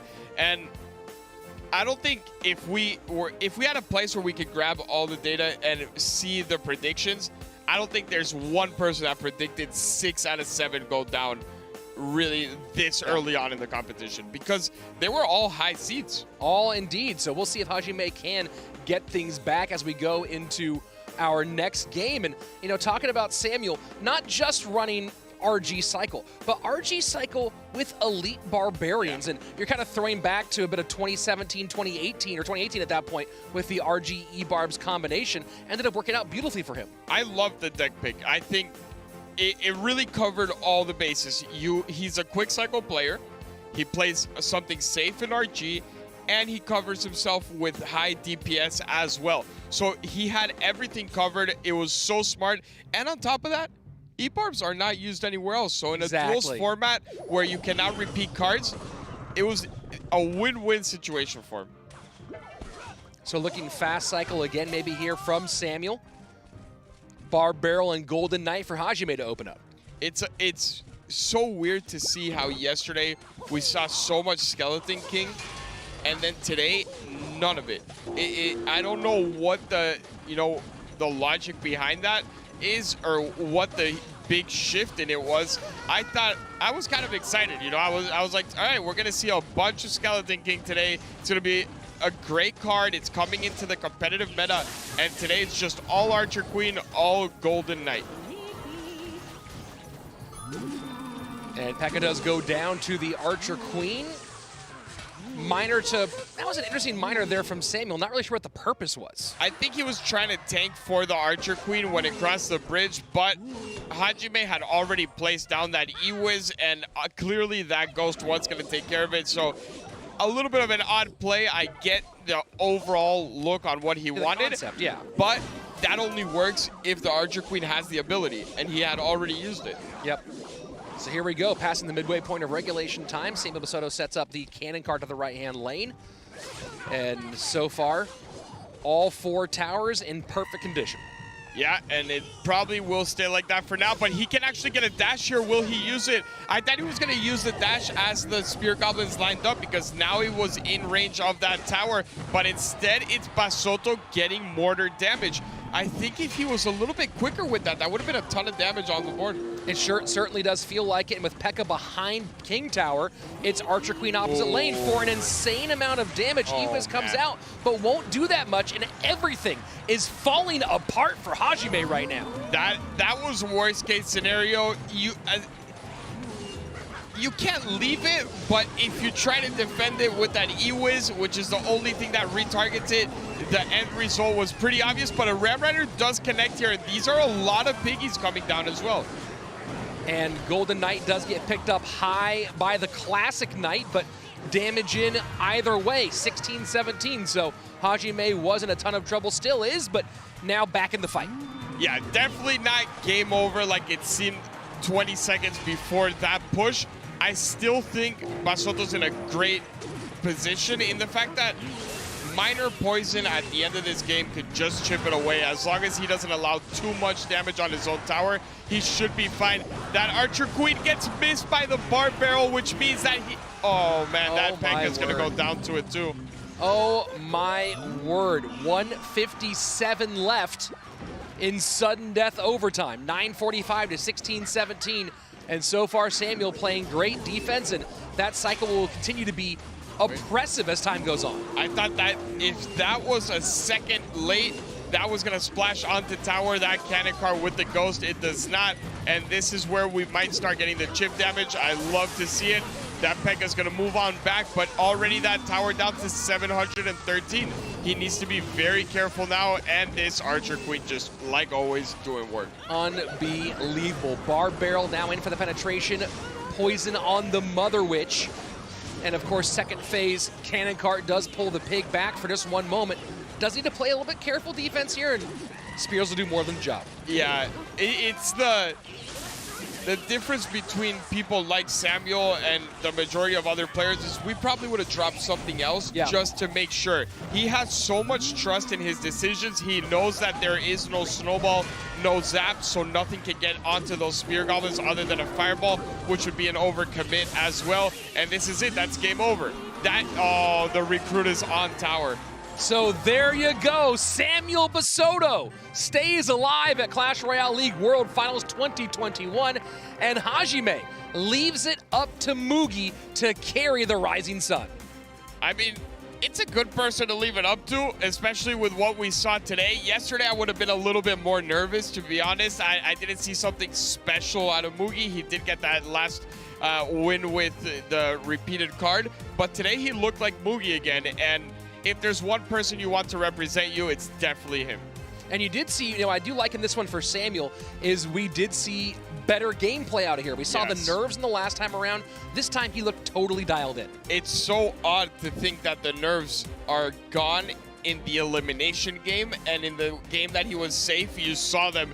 Makes no sense, but it's definitely a good thing to have when you're playing in the lower bracket. If you can consistently get those nerves out of the way, play at this level, Basoto has a real chance at making a run.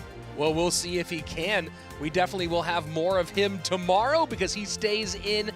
Hajime makes the exit here and, of course, had a great run, making it to our top 16, leaving with, I believe, $20,000. So not a bad prize pull down for him on this one, but that 200K still up for grabs, just not for him. I hope every time I lose from a tournament or a world finals or a league or whatever, I get paid $20,000. I will be the happiest person all the time.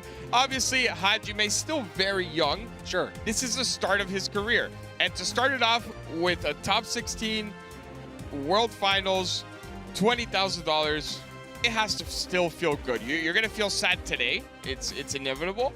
But overall, I think he's going to be very happy with this year. And here you see the moment that really ended things for Hajime. The Electro Wizard tried to play on the Archer Queen, but played high and played right into the Cannon card as well. So got taken off by the Cannon card AQ combination while she was still in her cloaked form, and that was just an unrecoverable chunk of damage. So much value came out of all of Basoto's Archer Queens. It was incredible to see because we've seen the misuse of abilities so many times, even in the top players. It seemed like he was on point every single time, knew exactly when to use it, and sometimes you just gotta let it go. You can't use it, save that elixir, position yourself well. He did, and now let's go to somebody who's probably pretty happy about that one. Samuel Basoto's former teammate, Josh, standing by at the analyst desk.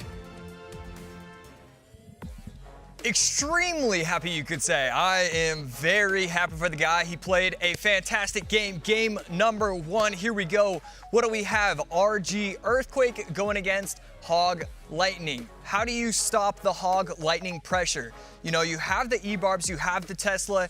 You should be good overall. But the thing is, you play the Tesla high on offense when you're going in with your own RG pushes.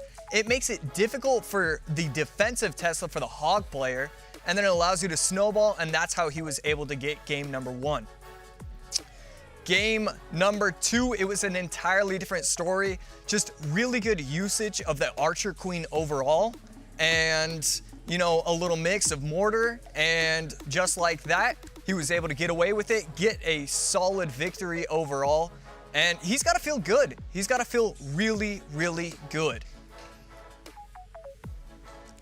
Overall, I can't wait to see what he does for tomorrow. Anyways, let's get back to the games. Who needs to hear me talk?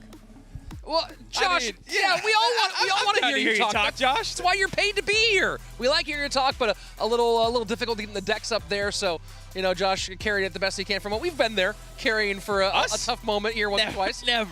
Never have we had to do that. Yeah, great job, AC. Great job, Eric. It's good to be back on the desk with you for the first time today. Yep. I'm still recovering from that Morton mini match, and here we are in the elimination side of our bracket. This is where the pedal hits the metal. This is where your money meets your mouth, man. Line versus Vtor, and both of them actually played pretty well earlier today. There wasn't any big glaring mistakes. I did think Vtor maybe could maybe lock up some of his interactions, maybe decide to make some better decisions in the macro of it, but both of them nice showings early on, not able to pick up the dub. Well, that's been the issue with Vtor, right? If you talk about one knock on him, it's not a skill knock, it's a maybe decision-making and macro knock. And that comes with maybe the nerves that have been a problem for him, obviously. You go back to the spring or to the fall season for CRL 2020 with Pain Gaming, and he just got into a rut. He got into a bad rhythm where we saw him make a lot of poor decisions in terms of how to actually approach the gameplay, not in terms of specific placements, things like that, right? So that's been a challenge for him.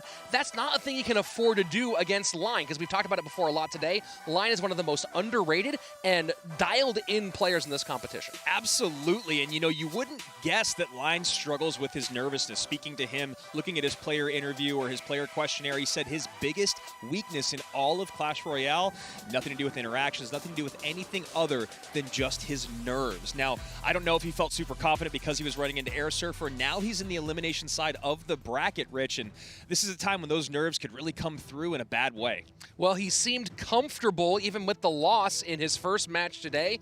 Of course, a loss is not comfortable at all here in this elimination bracket matchup.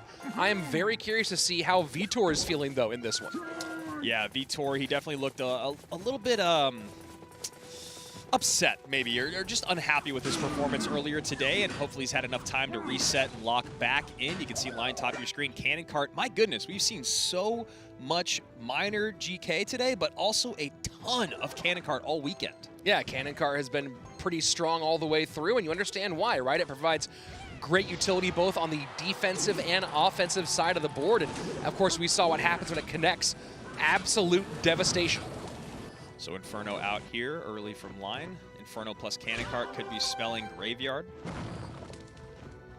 The coach analyst for Vtor, his countryman Jeebus, who's been working with a number of players here at CRL World Finals, and a lot of what he says for his analysis game plan is to find what his players are comfortable with, find ways to abuse it, and find ways to adapt it to given situations by swapping in one card or the other. So Mortar comes out here for Line. Still looking like it could be Mortar GY, Cannon Cart and Archers. And I like seeing early variation on minor placements out of Vtor, knowing he's not against Tornado. And the first Graveyard comes in here. Royal Delivery going to be up high just to catch that Cannon Cart, keep it off the tower, but damage stacking up already, and a very late poison. And Rich, look at Vtor's face. He's almost starting to look resigned at the situations he keeps finding himself in.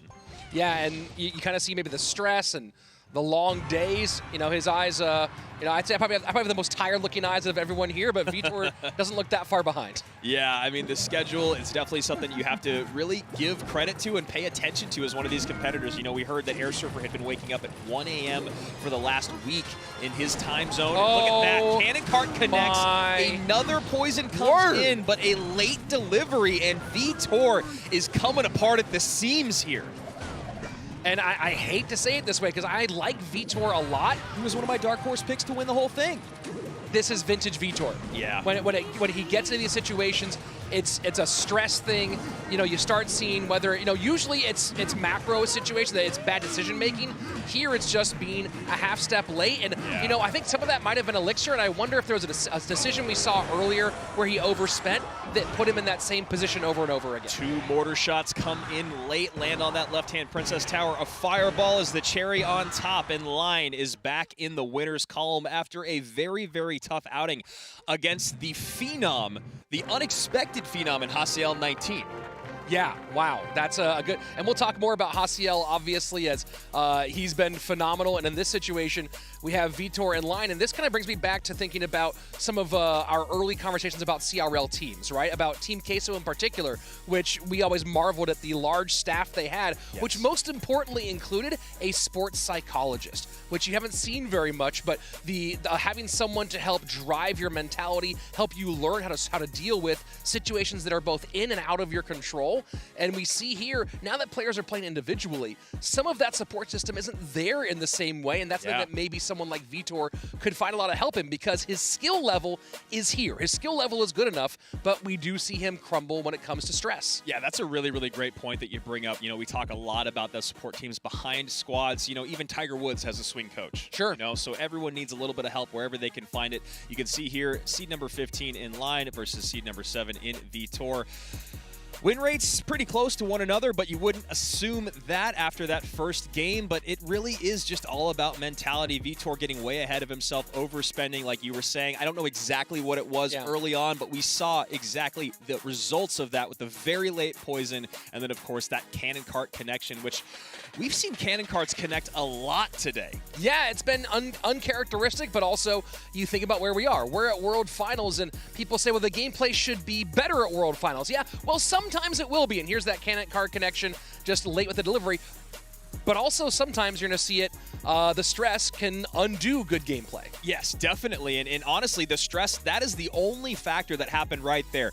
The cannon, or excuse me, the mortar comes down, he gets a skeleton split, then he goes miner to the princess tower as opposed to playing it defensively. Now that miner maybe would soak up the attention of the mortar, but then there's nothing there to catch the cannon cart. He goes miner offensively instead of defensively, and then he gets the late royal delivery. So whether it was an elixir thing or not, that right there specifically was just very poor decision making in a very important moment. So this is one of those questions, right? We've talked about coaches and analysts and a little bit difference in how these teams are built this time around with the individual play. This is one of those questions where you figure out, okay, is your coach / analyst just a guy helping you pick decks, or are they someone helping you guide your mentality through that? So right now, this is a moment where not just Vtor tries to earn his money, but his coach also. Definitely, and you can see Line there not wearing a headset. Maybe someone's on a phone somewhere. We've seen many times pros, such as Mo Light. You can see him talking almost the entire time, most likely with Julesy.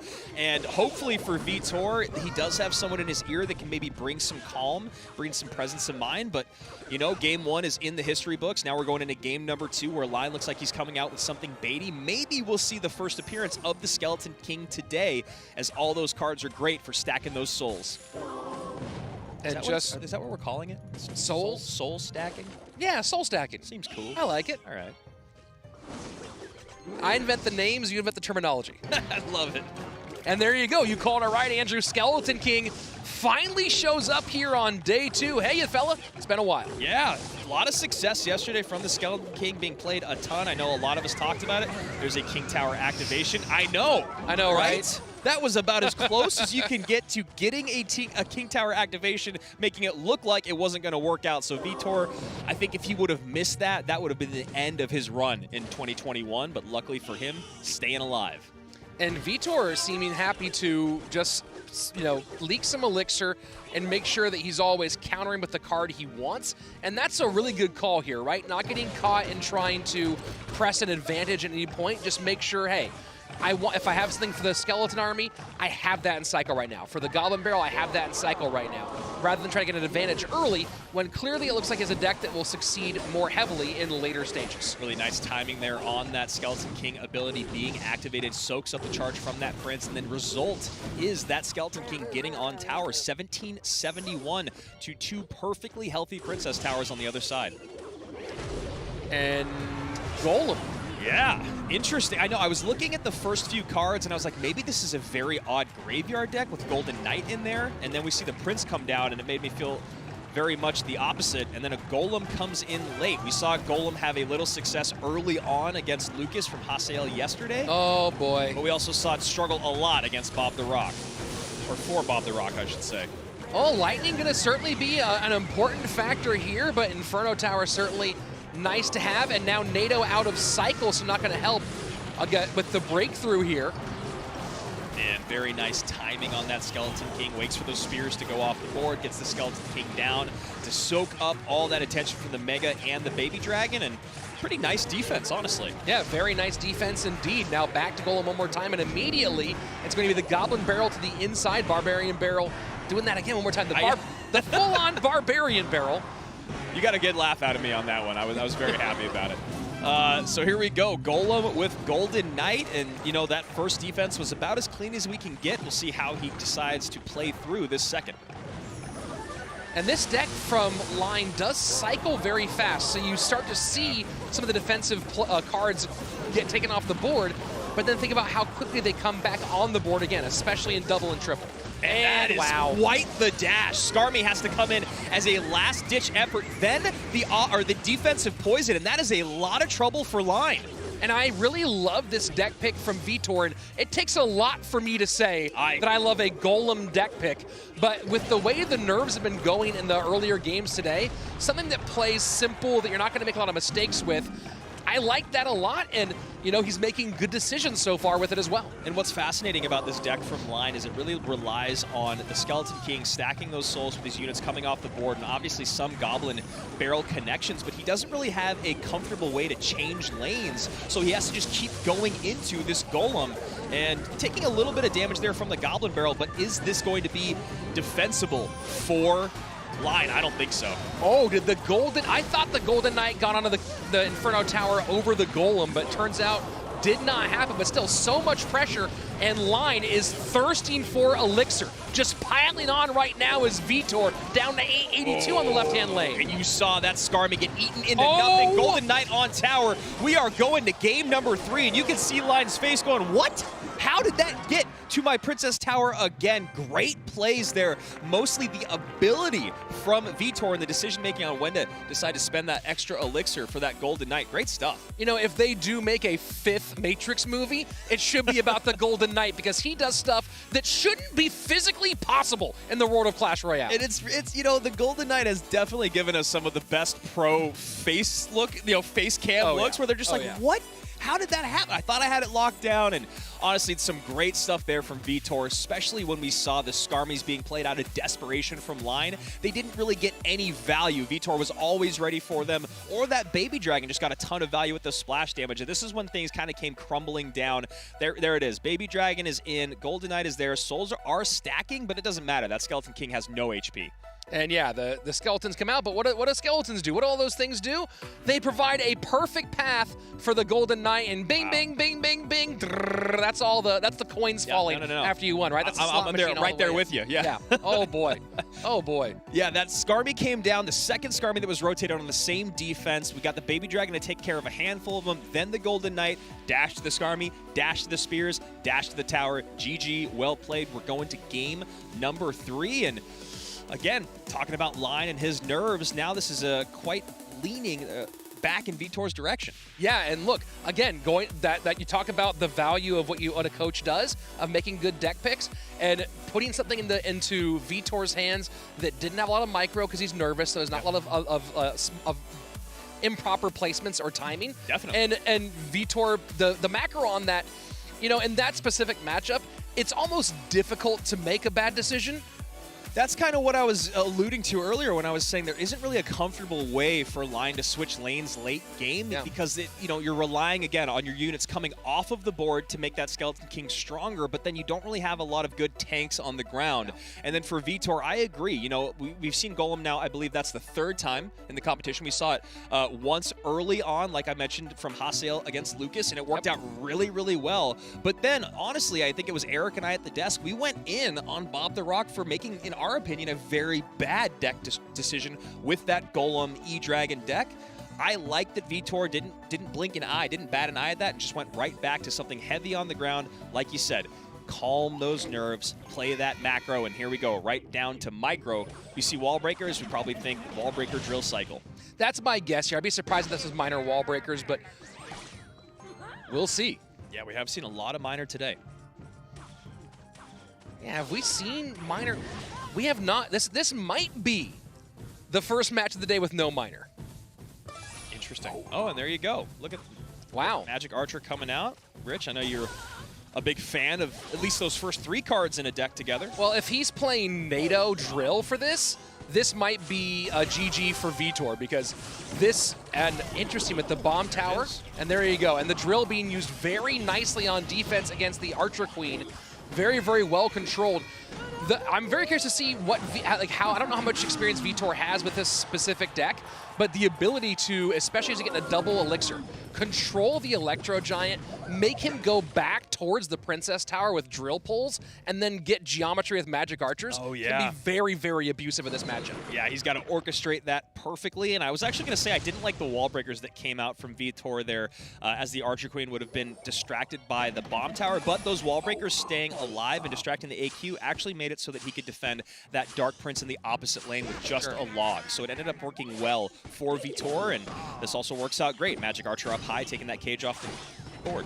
Well, we've also already seen Vtor do one of the most important things for this deck. And interesting, again, you usually see this deck with Tesla as opposed to with Bomb Tower. And maybe it was a hedge here. I think he might have he already did use Tesla, so there's a problem there as well. But we already saw him use the drill defensively, and a lot of people don't do that. And that defensive drill can be so key in so many matchups for this deck. Absolutely. That defensive drill is a really, really nice play, a desperation play, but then also when you talk about single target units like the Prince, specifically the AQ, since she's everywhere, really, really nice response. Nice +1 trade.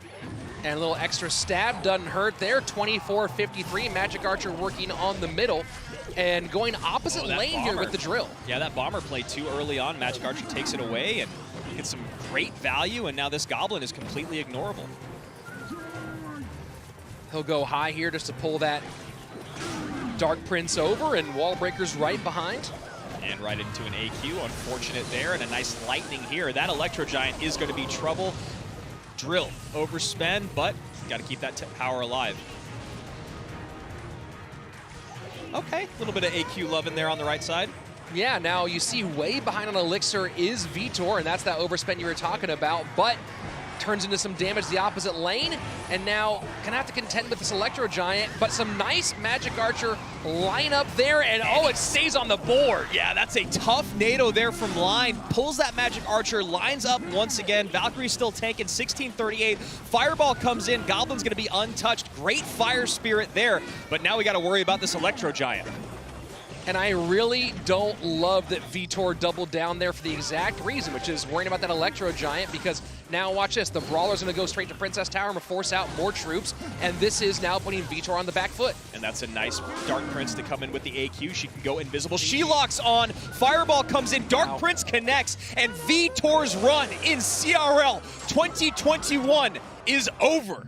What a nice capitalization by Line, recognizing Vtor was stretching himself thin and just spammed the heck out of that bridge. It was just one of those situations where it was like, how is he still defending? How is he still defending? And Line just goes, all right, he's got to be low. He's got to be dipping into the red. Let me overspend. Let me keep the pressure up. And that's exactly what happened. A Fireball comes in, a really rough Fireball. Yeah. What are you going to do? Fireball to shield off the Dark Prince, or just let the AQ connect?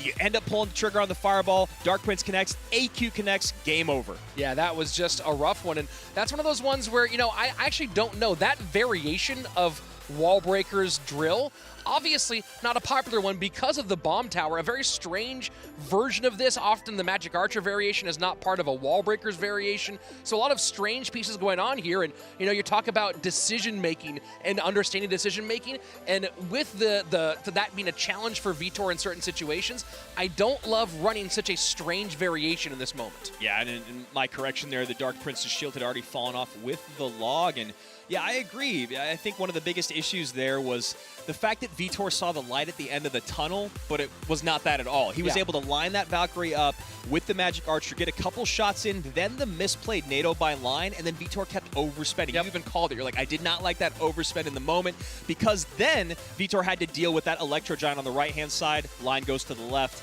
and again, good game, well played. See you next year. Yeah, you can't opposite lane drill against Electro Giant when you're down 5, 6, 7 Elixir. That's just the real problem there. So unfortunate for Vtor, he exits, but does get all the way to the top 16, $20,000. Very nicely done overall, but Line the better man today. Yes, absolutely, and it started right here. Line asserting his dominance early on. Cannon Cart plus Mortar plus GY. We've seen a good amount of Cannon Cart, Mortar, GY, and different cards surrounding it. We go with Arrows and Fireball this time around. And Vtor, when you're talking about minor control, getting those poisons in, he just didn't have it in this matchup, unfortunately. Unfortunately for him, but of course a great decision in game number 2. Yeah. As Vtor and his team make the switch over to this Golem Prince Golden Knight deck.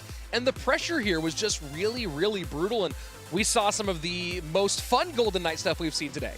Yeah, and you know, when you have that many baity cards that Line did, it really sets that Golden Knight up for success. And then we hop into game number 3, and you know, it's a fun deck. It's tough, though. You know, a lot of the times when you see Magic Archer, it's nice to have Tornado in there to help assist with that lineup, but you understand, you know, you want to go with something a little bit different here, but really it was just the overspending and maybe some of the poor decision-making that left Vtor wanting defensively by a lot. Well, it's one of those things where if you're playing that drill to the opposite lane when Dark Prince is in cycle, it's already created a problem. But the other part of it is you're not getting the true value of the Magic Archer.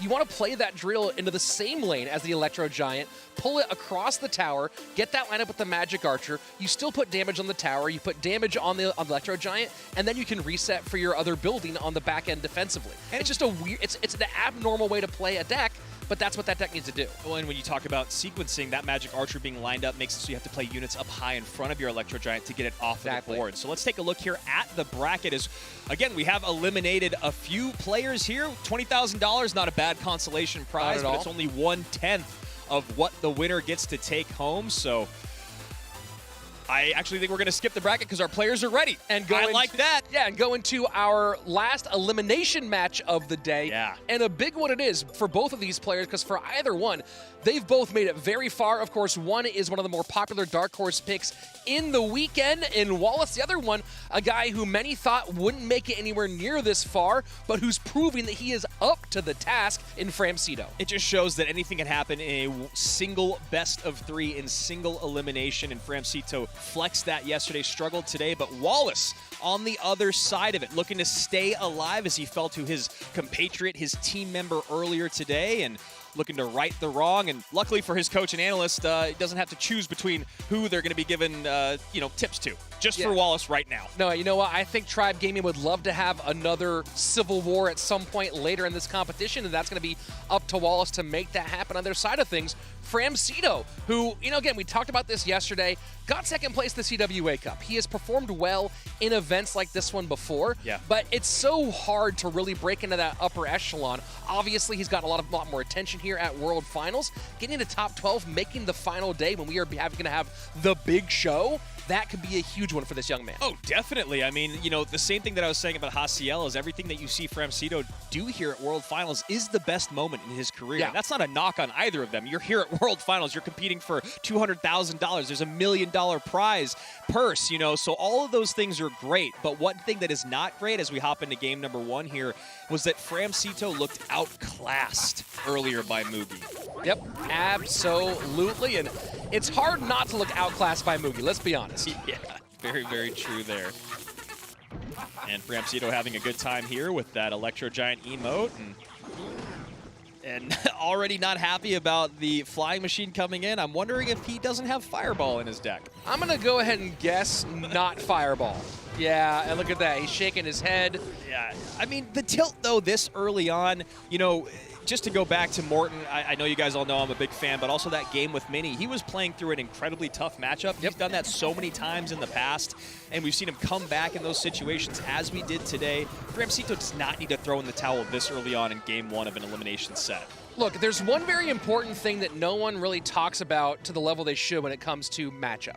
Matchup is a very important factor, but as important is the human factor. Yep. And we've seen people win bad matchups because of the human factor. And at World Finals, if Framcito can get over the mentality issue that we're seeing clearly on screen right now, it's not likely that Wallace makes a mistake, but Wallace could make a game-ending, a game-changing mistake. So stay dialed in, do your absolute best, and you might find yourself winning in a bad situation. Yeah, nice defense there. Great NATO to pull everything together. Doesn't get the NATO for the King Tower activation, but does have the Bomber plus the Barb Barrel. And, just to kind of keep going on this thought that we're having, talking to AC, who's been with RF, and they've both been teammates with Lapacati, and talking to EB7, who coached a World Finals team, World Championship team. When Igor and Lapo joined those two respective squads, they would make their best singles player play against them with 100-0 matchups, and they'd still lose, right?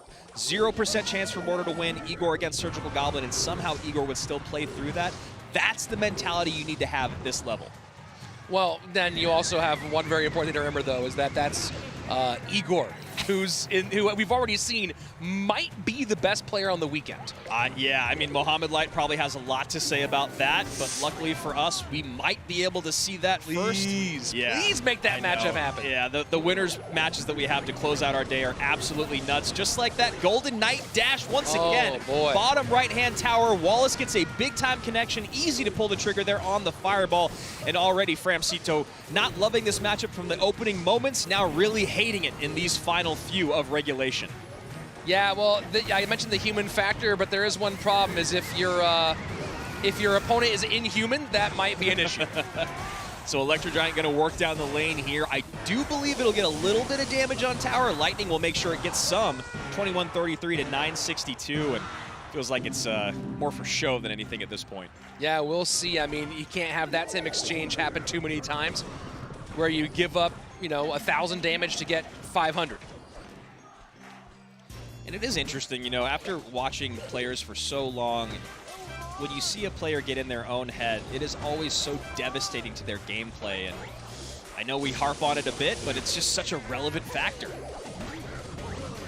And Golden Knight will not take the... No, it does not take that bar barrel off. Nice. I know. Sometimes... Bar barrel. I actually said what I said. Okay, good. There we go. We're fine.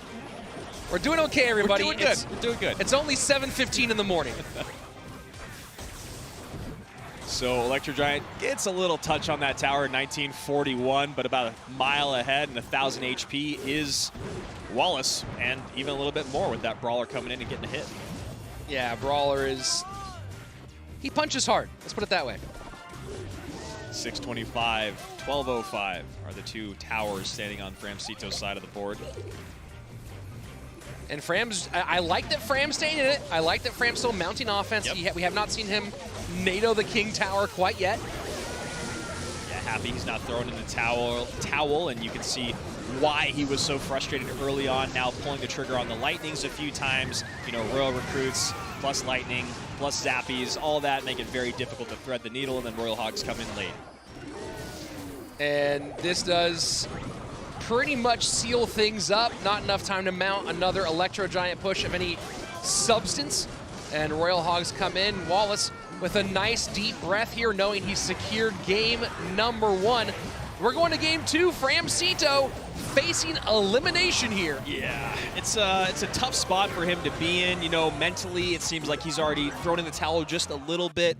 And then when you talk about his day, going 0-3 so far and needing to bounce back and reverse sweep Wallace, who you can see Wallace, he knows that his life is still on the line. He's not celebrating yet, and that's something that we talked about a lot. You said it a lot yesterday. He paid his dues. He's been here for so long. He knows not to get ahead of himself, and that's exactly what he's doing at this moment. So very interesting matchup there. Of course, you had the Fireball bait on the side of Wallace, and the Electro Giant playing an anti-nerves deck on the side of Framcito. And now, take a look at this. Lightning is out. Yep. It's tough, man. Yeah, that's why we love duels format, right? And that's probably why Fram was so upset. Yeah. He goes, great, I don't have Lightning now for any sort of champion that might need to be taken off the board, like an Archer Queen since he used Golden Knight, and I don't have Fireball to deal with these Royal Hogs. Great.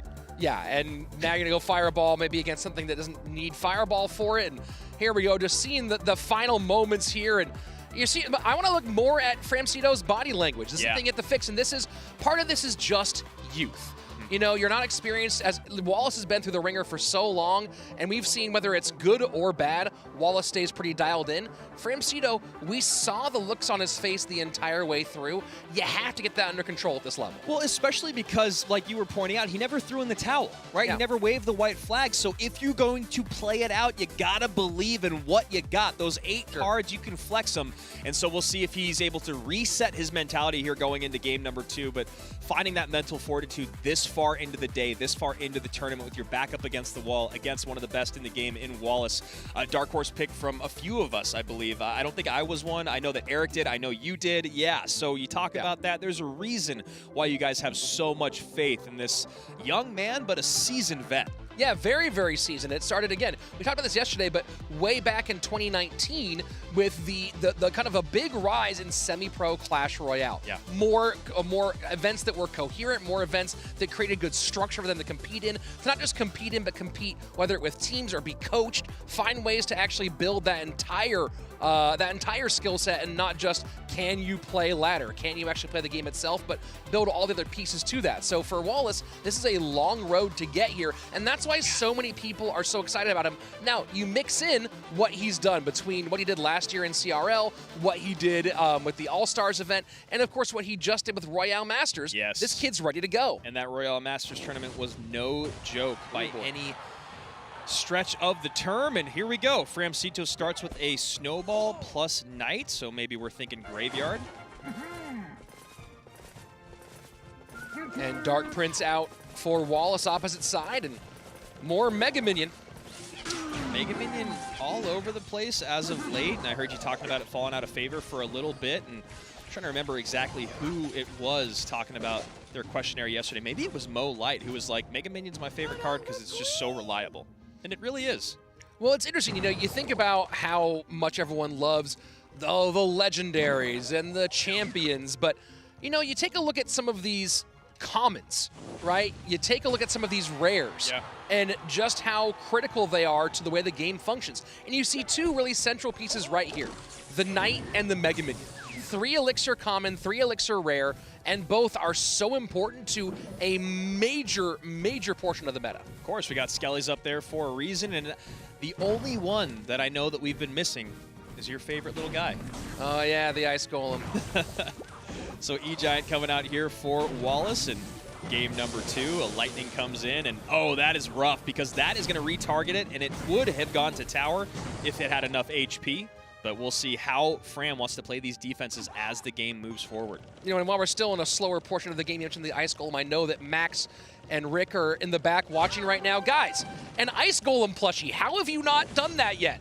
We get a Prince Lance before an Ice Golem plushie, please. I thought you were going to go in on an ability. No. Give the Ice Golem an ability. One elixir and it just stands still. I mean, that would like be... that. Oh, and he poses?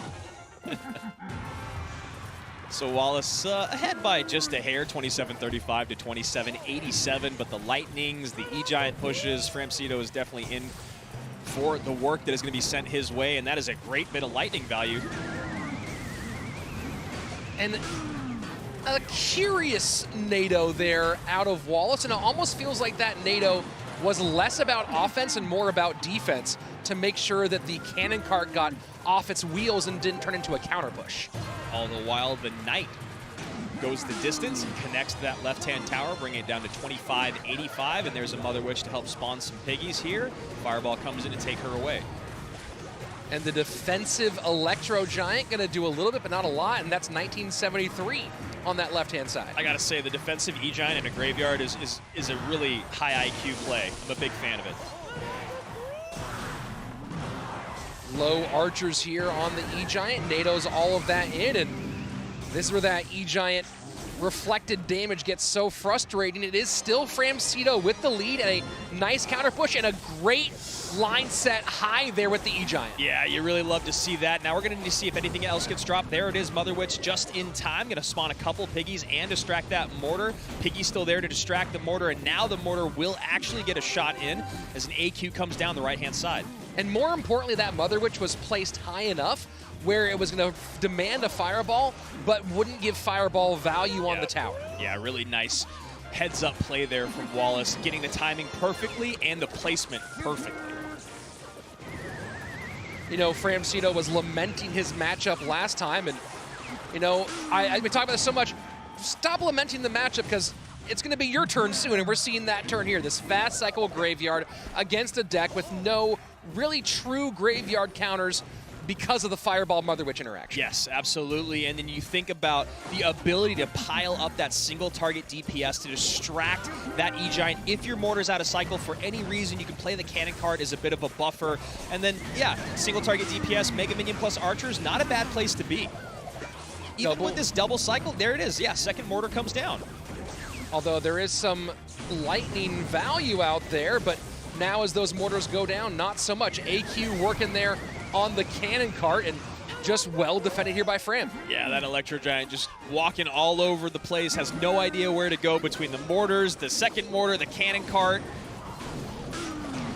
Final 20 seconds. Feeling like it's too little too late here.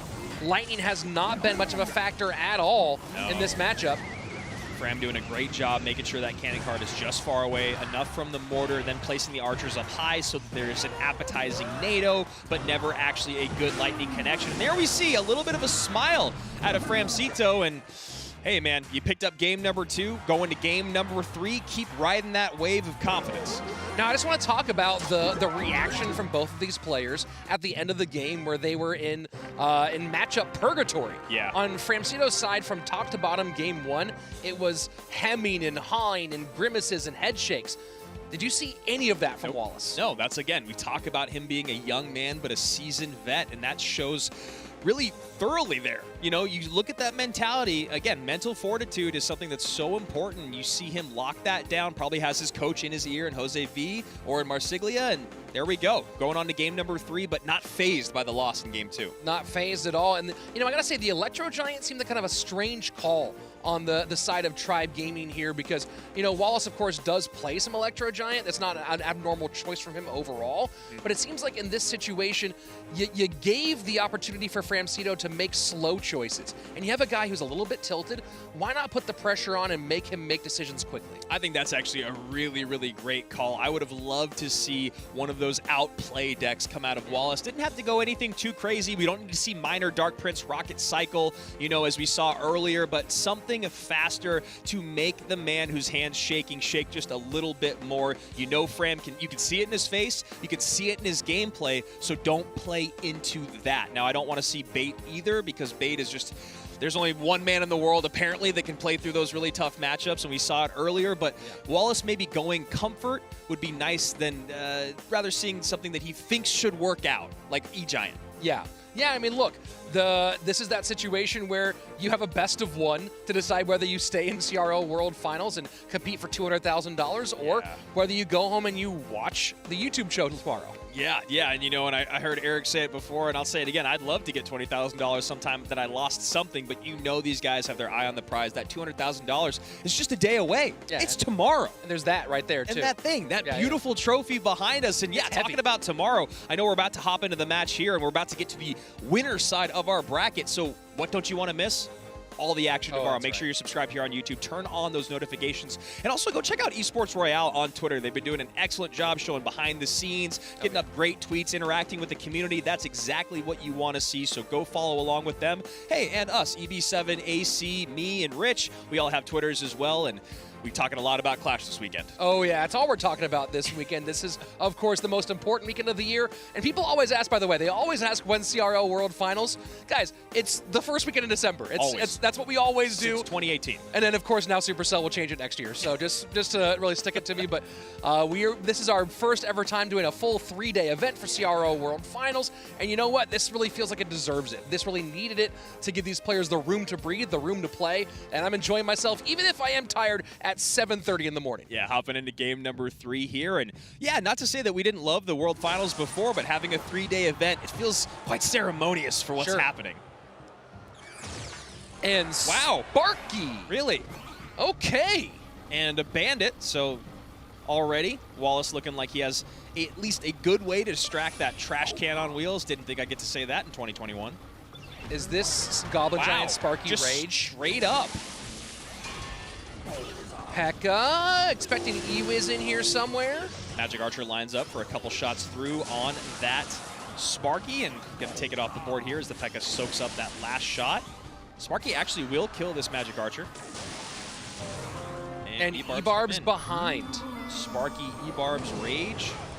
And that's a really nice Hiel Spirit. Goes a little bit too soon, though. I'm having emotions right now, Andrew. Yeah, well, Wallace probably feeling about the same way as that E-Barb does get a connection. They're even in Elixir. He knows exactly what he's facing off against, though, now, and that is one of those things at the highest level why Goblin Giant Sparky isn't played as much is, you know, you see those mistakes interaction-wise at a much lower skill cap than here at the highest. But this is interesting because you have Bridge Spam, which is a deck that capitalizes on spending heavy. at big moments and overpowering you when you do overspend. But on the other side, you have Framcito playing the most I made a mistake and now everything's ruined deck you can play against. You know, we were just complimenting the deck choice from, you know, one of the other competitors going to Golem, right? Yeah. And now, you know, something that we didn't see a lot. Now I'm actually really okay with Fram going to this Goblin Giant Sparky deck. I kind of love it. And the Heal Spirit not going to be useful at all, and the EU is shutting down the Sparky. And, you know, I will say this. I like that from a control standpoint where, hey, give Framcito something like go for matchup. Yeah. But there's one really key factor I think that they forgot here, is that Ewiz is played more often than not and had not been played before this moment. That's a really, really good point you make. And again, seeing a bit of the overspend come out from the less seasoned of the two players, although that Archer Queen does even things up a bit. But we saw a massive connection with that Royal Ghost and Ram Rider just a moment ago. You know, I don't want to misquote here. Jack CR, who's very, very active in the Clash Royale scene on Twitter, one of the more intelligent bridge spam players out there. He's talked a little bit about how this matchup can actually be funky, even though it feels like a major matchup for bridge spam. And you see that right there. Yeah, great Heal Spirit connection. Royal Ghost comes down defensively. Magic Archer still on the tower, though. 411 remains, 906 with the poison coming in, and that lineup may have just sealed the deal for Framcito. And here we go. Framcito is trying to get all the spend he can. Is that AQ on the tower? The AQ's on the tower! Oh my God! Oh my goodness! My The AQ God. on the tower, the activation of the ability, and a massive misplay from Wallace. Framcito can't believe it. I can't believe it. You can't believe it. He's moving on. I was just telling you about how this matchup can be awkward for bridge spam, because every once in a while what happens is you just get kind of weirdly caught in a situation where an overwhelm comes in, you lose track of pieces, and it's the rage being mixed in. Yep. Bridge spam is a defensive deck, and this deck is the Goblin Giant Sparky Rage is capable of putting pressure on if you sit back too much on defense. And that was a big misplay in defense on the right-hand side. Obviously, the Archer Queen connecting to your tower. We don't need to break that down for you. But on the right-hand side, you go Snowball plus Royal Ghost to stop an E-Barbs plus Heal Spirit push and Rage, right? Yeah. So there is a bigger spend by your opponent in Framcito, but then that Barbarian gets on tower and it starts to make you, as you're talking about, Rich, play uncomfortably. So here we go. Magic Archer on the tower. Magic Archer lined up. Bandit taking for you. Feels like it's game over. Then these final seconds happen. The Bandit and Poison, those were the two big overspends. He just spent 7 elixir there offensively. You see the Goblin Giant get on the tower as well because the P.E.K.K.'s late. He didn't. What was that poison being spent on? That poison was being spent on a Goblin Giant and an Archer Queen. Wasn't going to do anything there. No, it was literally just seeing it, feeling the victory, going, oh man, that Magic Archer, game over. I could just poison out, cycle back around, poison out, and I win. And that was just, I mean, Framcito, I got to tip my hat, because the other thing that he recognized was if I just go all in right here, the only thing he'll want to play is P.E.K.K.A, which means he has to spend down to 0, and he didn't even have the elixir in hand. Fram, I voted against you twice today, I think. Let me check. Yeah, twice. I've been wrong before. I mean, I haven't ever been wrong before, so it's good for you to admit that here. But welcome to the club, man. I mean, come on. Framcito, moving to our top 12 here. He will be playing tomorrow in the Championship Sunday. And, you know, you talk about those moments where a player has a big breakout performance. People have been not respecting Framcito. Yeah. They're gonna have to now. They're gonna have to do it. He made it through day 1 and 2. He's played through great competitors, and to break that all down, let's toss it over to our boy, EB7. And don't worry, Andrew, you bet against him twice. I bet against him twice. So we're both wrong. And we're going to break down the decks now. It is one of those matchups where early on, it was 2 hard counters. At the first deck, we see the Royal Recruits and Zappies go up against an E-Giant, and that is one of the worst matchups you can get, especially when you're running a Lightning deck.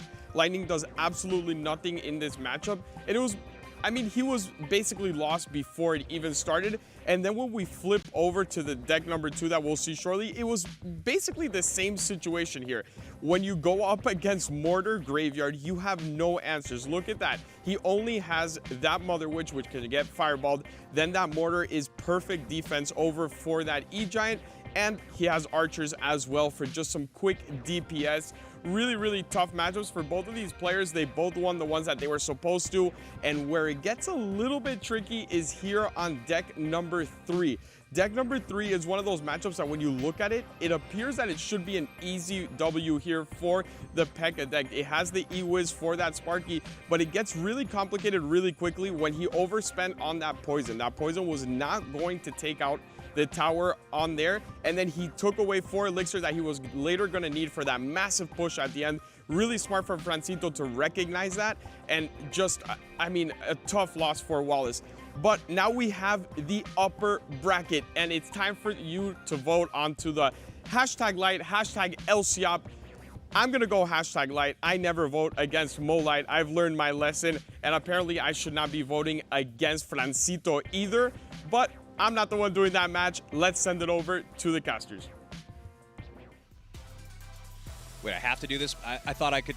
I'm going to watch this? I have to cast it? Oh, come on. It's Molite versus LCOP. This is going to be some of the best gameplay we have seen yet. 2 of the arguable best players. I mean, at one point, the best player in the world, LCOP. Best player in China, 100%. Former world champion, now going up against the up-and-comer, the new dog on the block, Molite, the consensus, undisputable #1 player in the world. AC, I'm going to let you cast this whole thing. I'm just going to watch it. You are not allowed to do that. Mohammad Light, I mean, you know, there's not much that we can say that we haven't said already. He's been impressive, 4-0 overall in this tournament. I mean, he doesn't make mistakes. He has been the most impressive player, even when you factor in the fact that we thought he was going to play that way. And then LCOP, I mean, you know, LCOP is LCOP. Yeah. He's been a world champion. There's a reason why. And we saw that experience come through on camera today. Yes, he did have those nail-biting moments, but he was still locked into those final seconds. That's the only way that you have the wherewithal to get that miner up front, to play that defense that he did. That was one of the best miner catches we've ever seen, and that was the reason he won. 18 HP separated him and Morton in that first set. Morton just needed to get anything else down. LCOP had a beautiful, beautiful block, even on top of the lightning block that came from his opponent. And that, again, comes from the level of experience. This guy has been at every single World Finals. Yeah. Every single one since you and I have been a part of this league, and he's keeping that trend going. But can he beat the golden-chaired golden boy, the Prince of Egypt, Mohammad Light? This will be a difficult matchup. But I have received word, 59% of the votes going for Mohammad Light, 41% of the votes going for LCOP. That one makes more sense. It didn't make sense with the Morton versus LCOP. Right. But 59% and 41%, this is a close... I mean, these are 2 great players. It seems like he won a lot of people over earlier today against that in that set against Morton. And again, you talk about how good LCOP is, and we're hopping into game #1. Those numbers don't lie. He's winning back over the crowd, but he's got a tough man in front of him, Mohammad Light. Egypt and China going head-to-head. Molite at the top of your screen. Nova, LCOP at the bottom. And, you know, Rich was talking about first ballot Hall of Famers. Feels like these 2 guys are definitely a part of that crew as well in that conversation. Absolutely. LCOP, I mean, 4 years in a row. I don't think you can put him... I mean, I'm trying to think who you would put ahead of him. You know, you have the Surgical Goblins, and that's probably about it. LCOP, I mean, the continued success that he's had is just so impressive.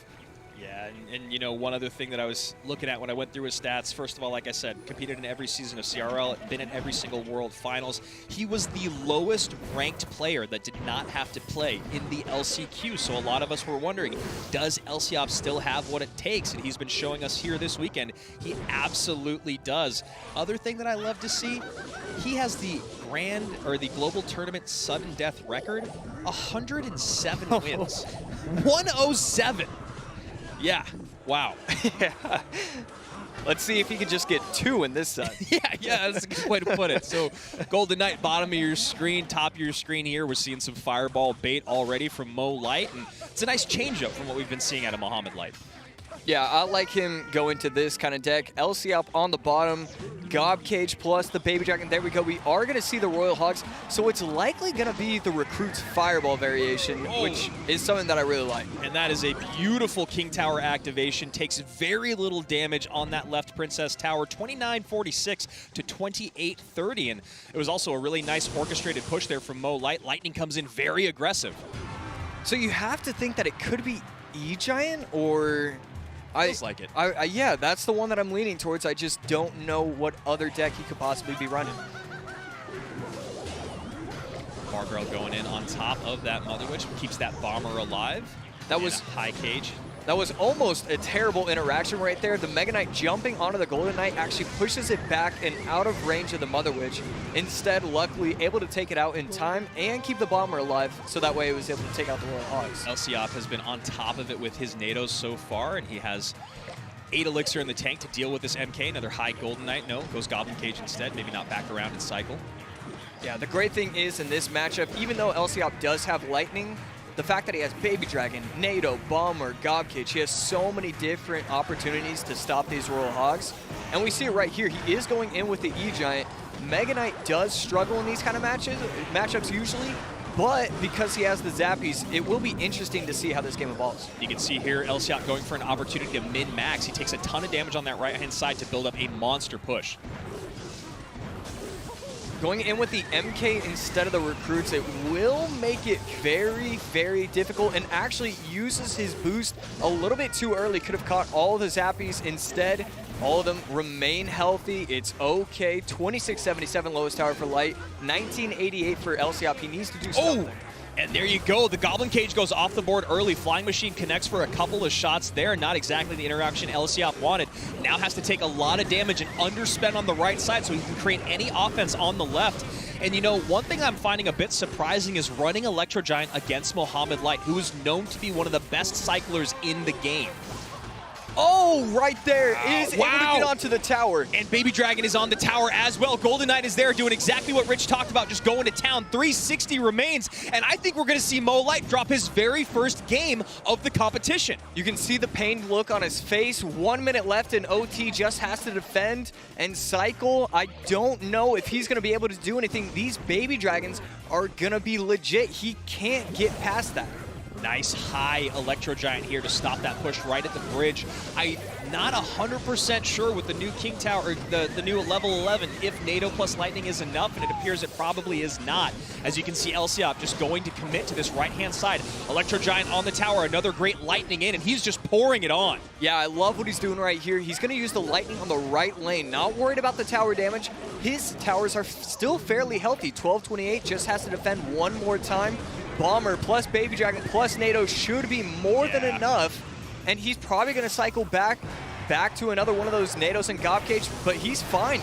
He's got this game locked. And not to kick a horse while they're down, but talking about that poison that came out from Wallace earlier, this is the exact opposite example of what we just saw. This is why Elop is known as one of the best in the game, maybe the best ever. You talk about the decision-making here late game. That tower was so close to falling, he almost forgot it existed. He goes, all right, I'm going to play only defense. I'm going to recommit on the right-hand side. I can win this either way. Instead of reaching for a win, he lets it come to him, and he takes the very first game off the best in the world.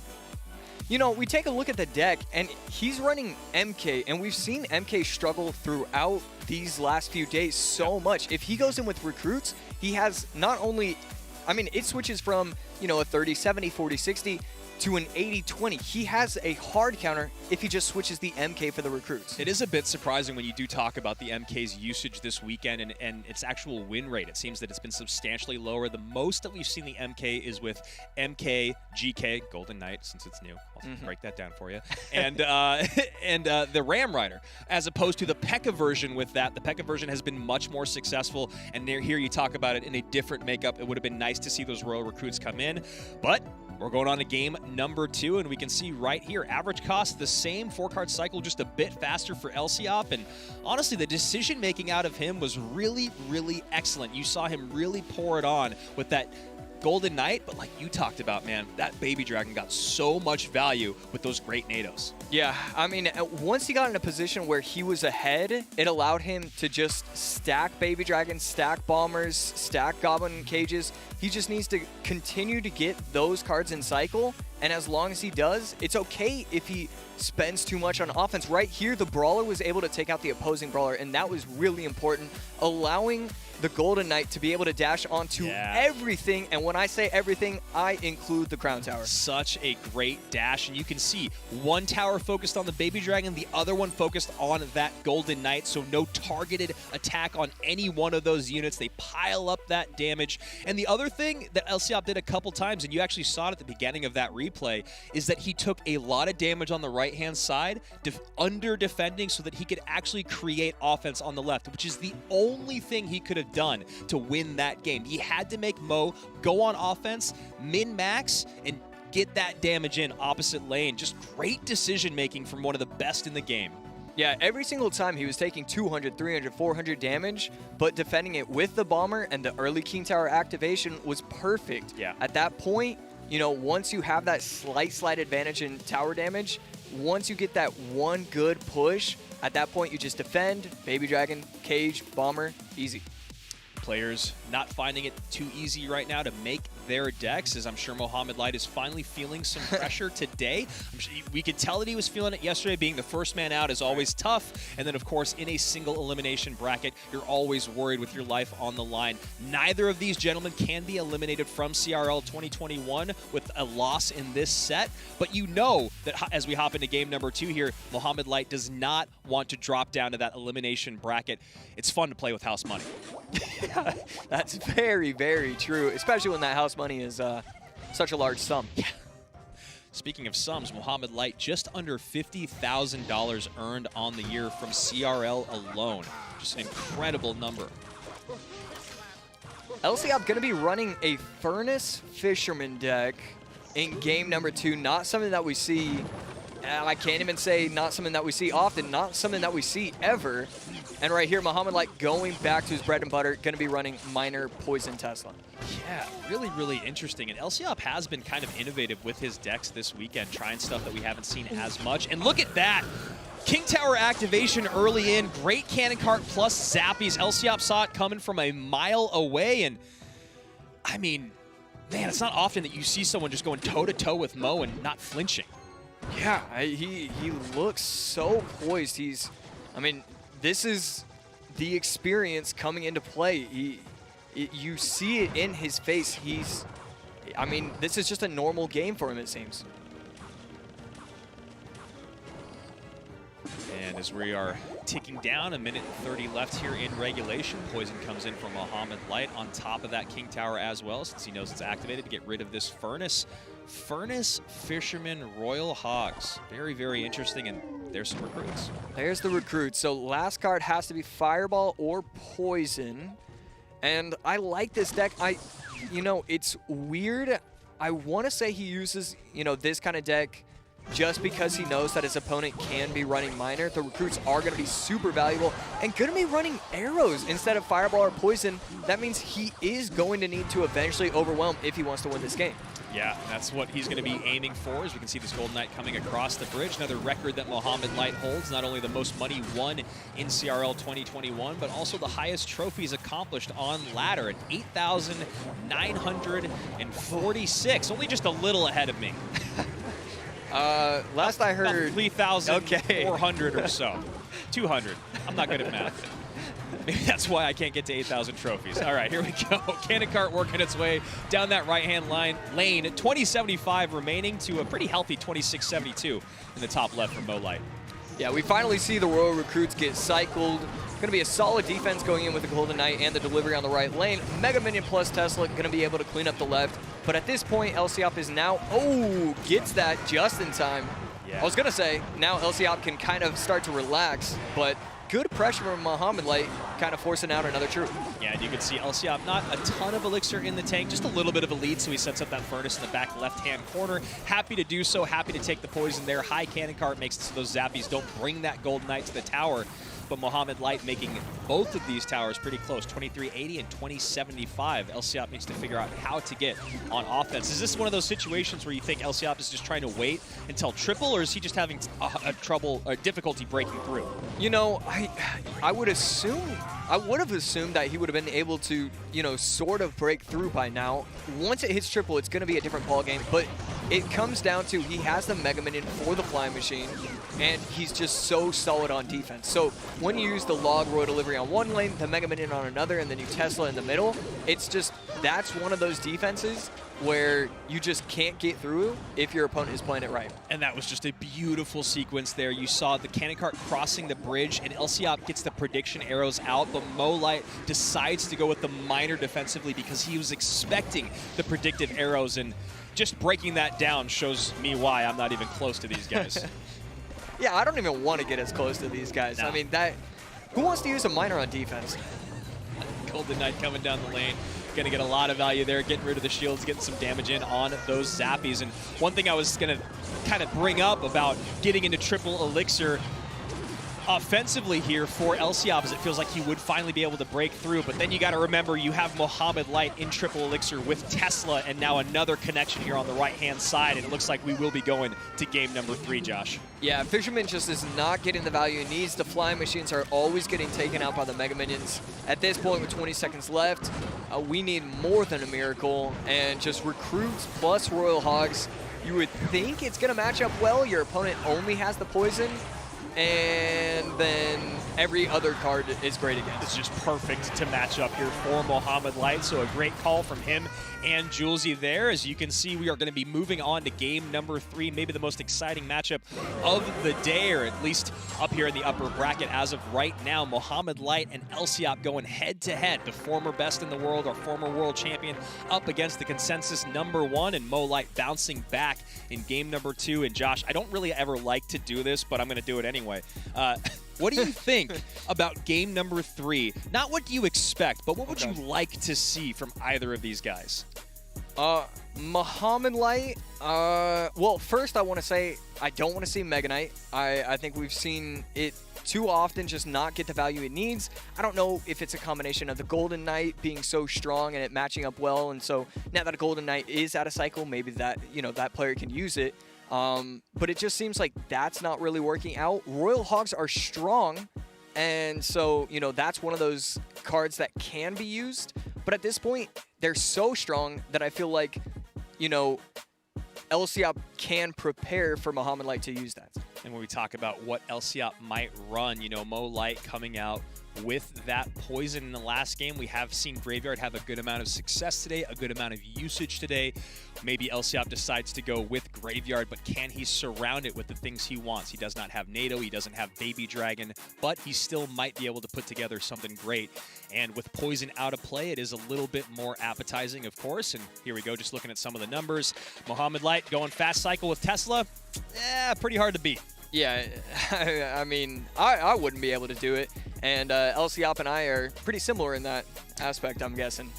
Yeah, you, him, and everyone else in the world, when Mohammad Light does have a fast cycle deck with Tesla, I'd love to see the win rate with just that being a factor. Light with Tesla in competitive play.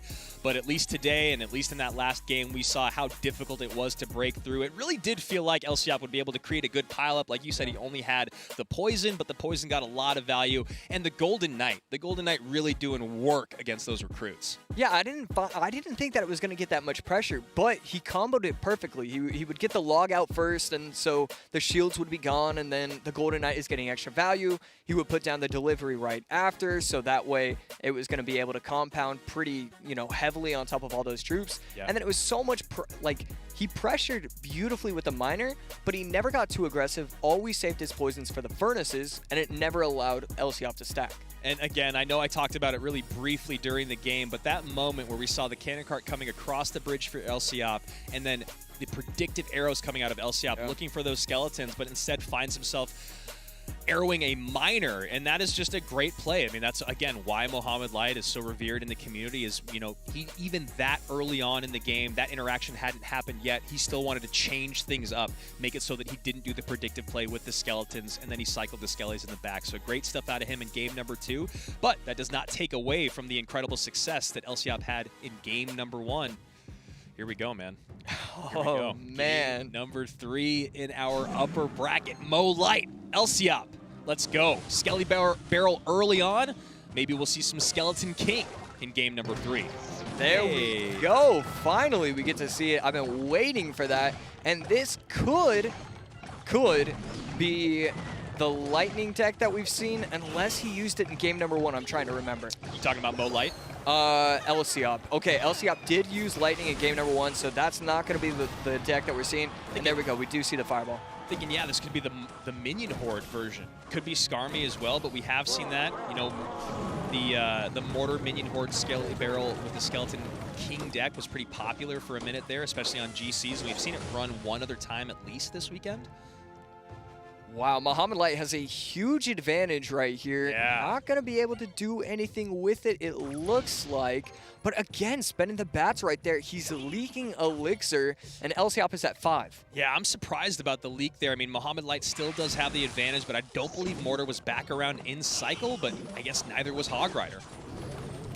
Finally gets the Earthquake down, and this could be trouble for him. We're looking for one shot, and we are going to get it. No second shot right there, but is going to get the tower down to 22-13, and Elop is going to have to reset. No goes in offensively, and I don't know if he understands just how much Elixir he's down. So he goes in here with the Skeleton King. He gets those Skellies on the board last second. Not a bad pull there on the ability, but great Ice Golem value here for Mohammad Light. They are even with the Firecracker on the board. Probably going to see a spend here to get that King Tower activated, and there it is. Needs to get the Earthquake down in time. No. That is tough, man. Oh, we get the Fireball off, but 1367 and more pressure with the Fire Spirit. He just can't keep up with the cycle, and those bats are just, that's going to cost you. You have to be aware of how much Elixir you and your opponent both have. Yeah, and honestly, I was hoping that he wouldn't pull out the bats to activate King Tower, but it just felt like that was the mentality that he was in. Mossad coming from a mile away, happy to get the King Tower activated, pulls the trigger on the Earthquake, and again, 2 back-to-back predictive Earthquakes. Spear Goblins first, Skarmy second. Mohammad Light is staying alive in the upper bracket. Elop is going to need divine intervention to win this game. Drops game number 1, and it's not going to matter. Games 2 and 3 going his way unless something crazy happens. I just can't believe we saw it in the way we did. It's not often we see these pro players not understand where they're at when it comes to Elixir. And there you go, the big-time celebration for Mohammad Light. You know, a big part of this celebration is coming from, look, I've been perfect through the weekend. I've only lost 1 game in all of my sets, but also, he just beat the former world champion. He just beat the former best player in the world. You can see how happy he is. I think he's even getting emotional here, and he's earned it. This guy has put in so much work all year long. That set was so stressful, and Mohammad Light reaping the rewards of all of that hard work. You gotta love to see a man get a little emotional in moments like this. Yeah, I really need us to cut away because I'm going to start getting emotional. I don't know if it's because I'm so tired or just because I love the beauty of this all and what Clash Royale has done for so many different people. This is amazing to be able to witness this. I mean, we're talking about everyone here in the studio, everyone on screen, Mohammad Light, Elop, me, you, Eric, and Rich. Our lives have been drastically changed for the positive because of Supercell, because of Clash Royale, and specifically Clash Royale League. And it's really cool to see the emotion flow from a guy that has been just nails all season long, all year long, and being the consensus #1 player in the world. We talk about it a lot. Heavy lies the crown, and he just played through one of the best sets, one of the best days I have ever seen, and I cannot wait to see what he has for us tomorrow. Absolutely. Game number 3, perfect deck choice going in with Hog, Earthquake, Snowball against Mortar, Skeleton King. I mean, look, Julesy and him, what a duo. Yeah, and you talk about those earthquakes that came out from Mo, understanding, I mean, again, that firecracker, I think the moments that Mo saw that firecracker working down the right-hand lane with the decision-making he had already seen out of Elop in those first few moments, minutes, seconds, whatever you want to call it, right here. Look at that massive overspend. There's already a hog on the board. Earthquake comes in, gets rid of the skellies. That's the first beautiful play. Second overspend with the fireball. You have to do it to mitigate the damage. Keep up that pressure with the fireball, or fire spirit, excuse me. And then once again, we see the good game come out from Mo. A great kite there. We missed the second predictive earthquake on top of the Skarmy that really did seal the deal. But my goodness, you talk about the deck, you talk about the play, you talk about the composure. He's got it all. Game number 1 coming out with Electro Giant Goblin Cage for Elop, and Mohammad Light, it is just one card difference. MK. There's a reason why we've been talking about it. It's just struggling this entire weekend. It didn't provide any value.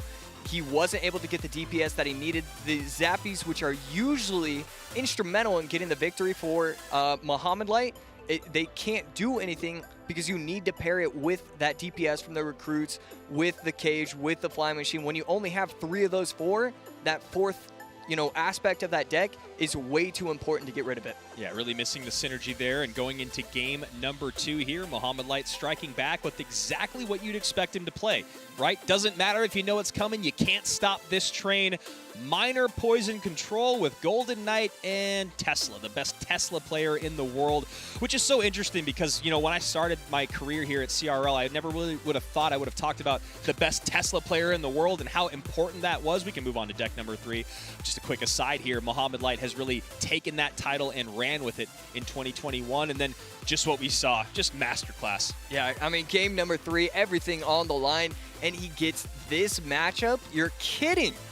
Ice Golem, Hog, Earthquake, cycle, and eventually you have to defend an Earthquake with, well, I mean, technically you're defending the Hog with the Skarmy. Right. I mean, when you're in that position, you have no answer because he's either going in with an Earthquake, or if he knows the bats are in cycle, he goes with the Snowball, and you just can't do anything whatsoever. When you're playing with that much bait in a deck, that many swarm units, those fire spirits can be really, really annoying to deal with. Let's hop back into our bracket to take a look here at an update of what we have seen and what is yet to come. Mohammad Light moves on to our upper semifinals, where him and maybe Igor or maybe Surge TS will face off. And again, you go from playing against Mini to Elop to maybe Igor or maybe Surge, and that just shows you how tough it is here at CRL 2021, and the action doesn't stop yet. Here we go. The other guy that's maybe had the cleanest interactions all weekend long in Casualty, in Igor, in the former world champion. That's back-to-back matches with world champions going up against Surge TS, as you heard Eric talk about before.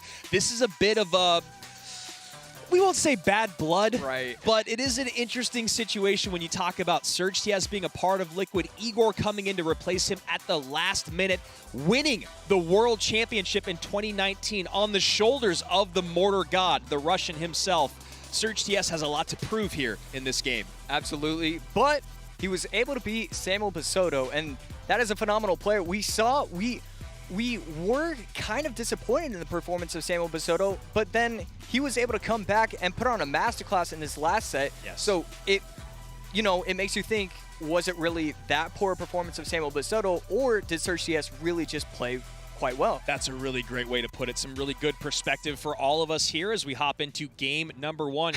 Surge staring us down, giving us a bit of that brow loving, and Igor just doing what he does. Just locked in. What was that? I loved it. I don't know. I wish we saw like the first, we needed 2 seconds more of that. We'll just get it on loop to end the show. Production, let's make it happen. Cannon card up high, take away this Goblin Cage, and again, Igor is a guy that has basically made 0 mistakes through 2 days of competition. We'll see if Surge TS can bring those out of him as a couple cannon carts do get out in the center of the board, and looking like Igor goes to Mortar and Graveyard. Surge TS defending with the Ewis. It's insane how much cannon cart we've seen. It's not a card that I expected, even more so than the Skeleton King. almost every single set. I think we've seen both players use the cannon card today. It's incredible. Mortar gets a lock there, a bad use of the ability by Surge TS with those skellies, but Inferno Dragon going to sizzle it off the board, and Surge TS about even in consideration with that Inferno on the board. Yeah, that start doesn't get much better for him. Goes in with the mortar and then fireballs the Ewis to get that damage, and then it just allows him to Inferno Dragon now that he knows that Ewis is out of cycle. But a lot of damage for Surge TS, tanking over 1,000 HP worth of damage. Interesting. Oh, he was trying to set up for the graveyard, but great catch by Surge TS. Really nice catch there by Surge TS. He's got to feel good about that play, and so far looking really nice here through our first minute and 40.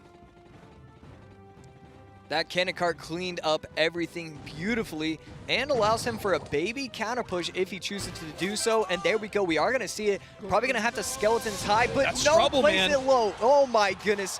And misses the King Tower activation. Oh, Snowball comes in, and just like that, Surge TS takes a commanding lead.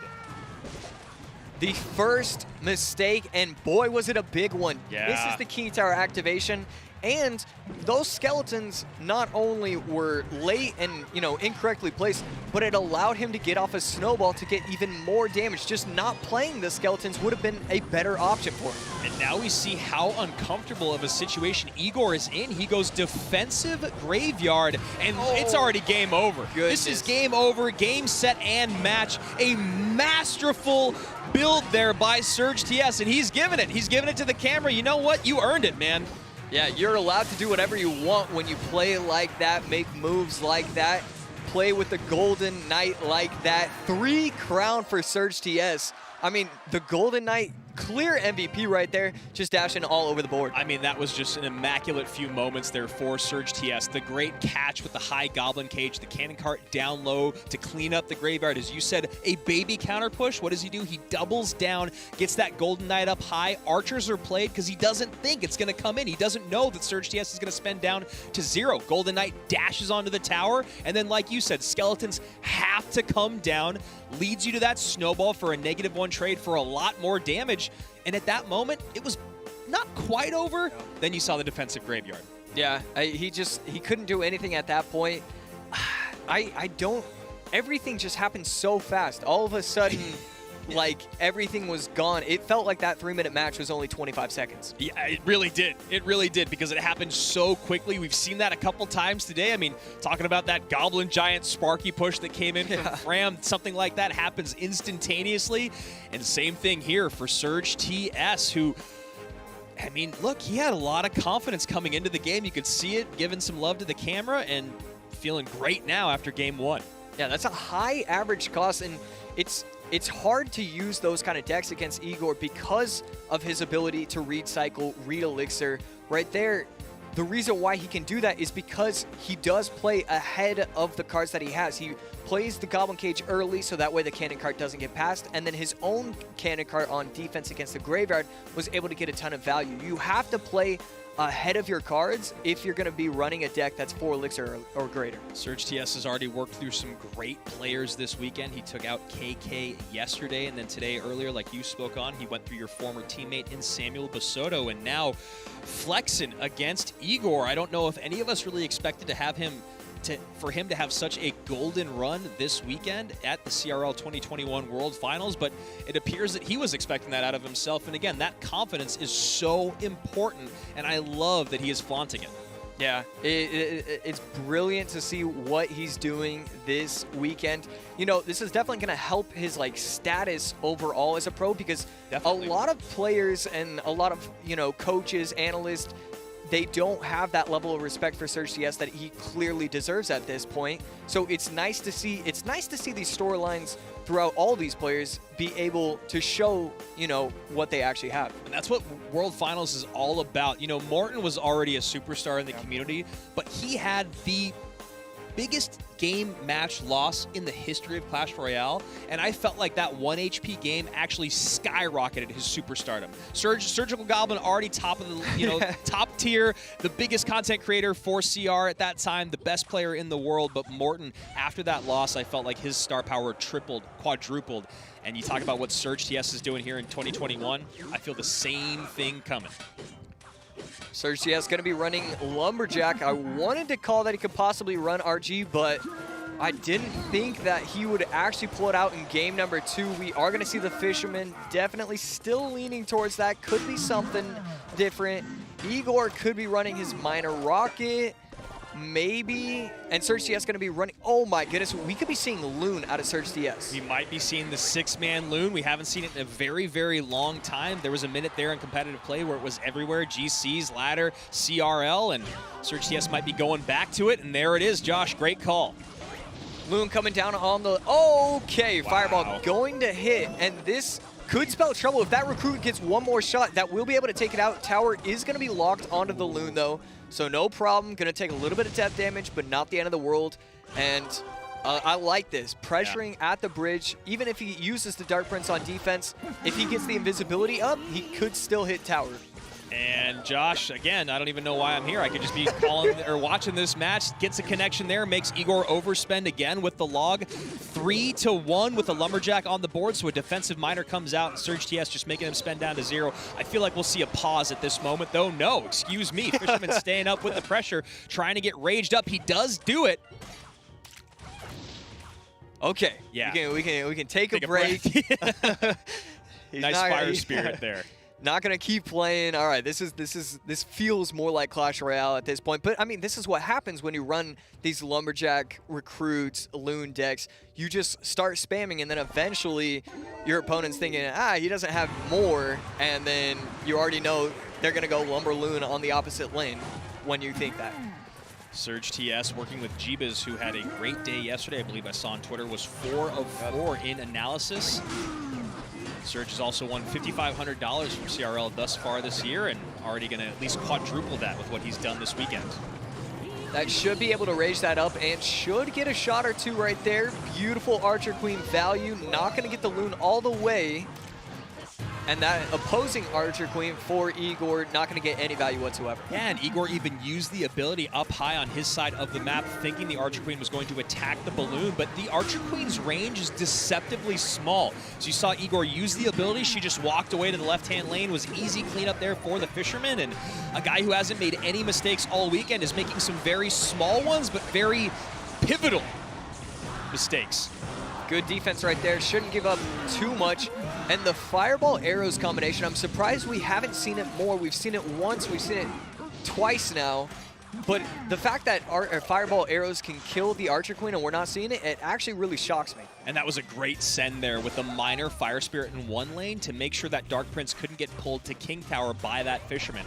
I don't know if it was an accident. I'm going to say it wasn't because it's Igor. Yeah, I believe in him. I think he did it on purpose. Poison at the bridge here. Archer Queen other direction.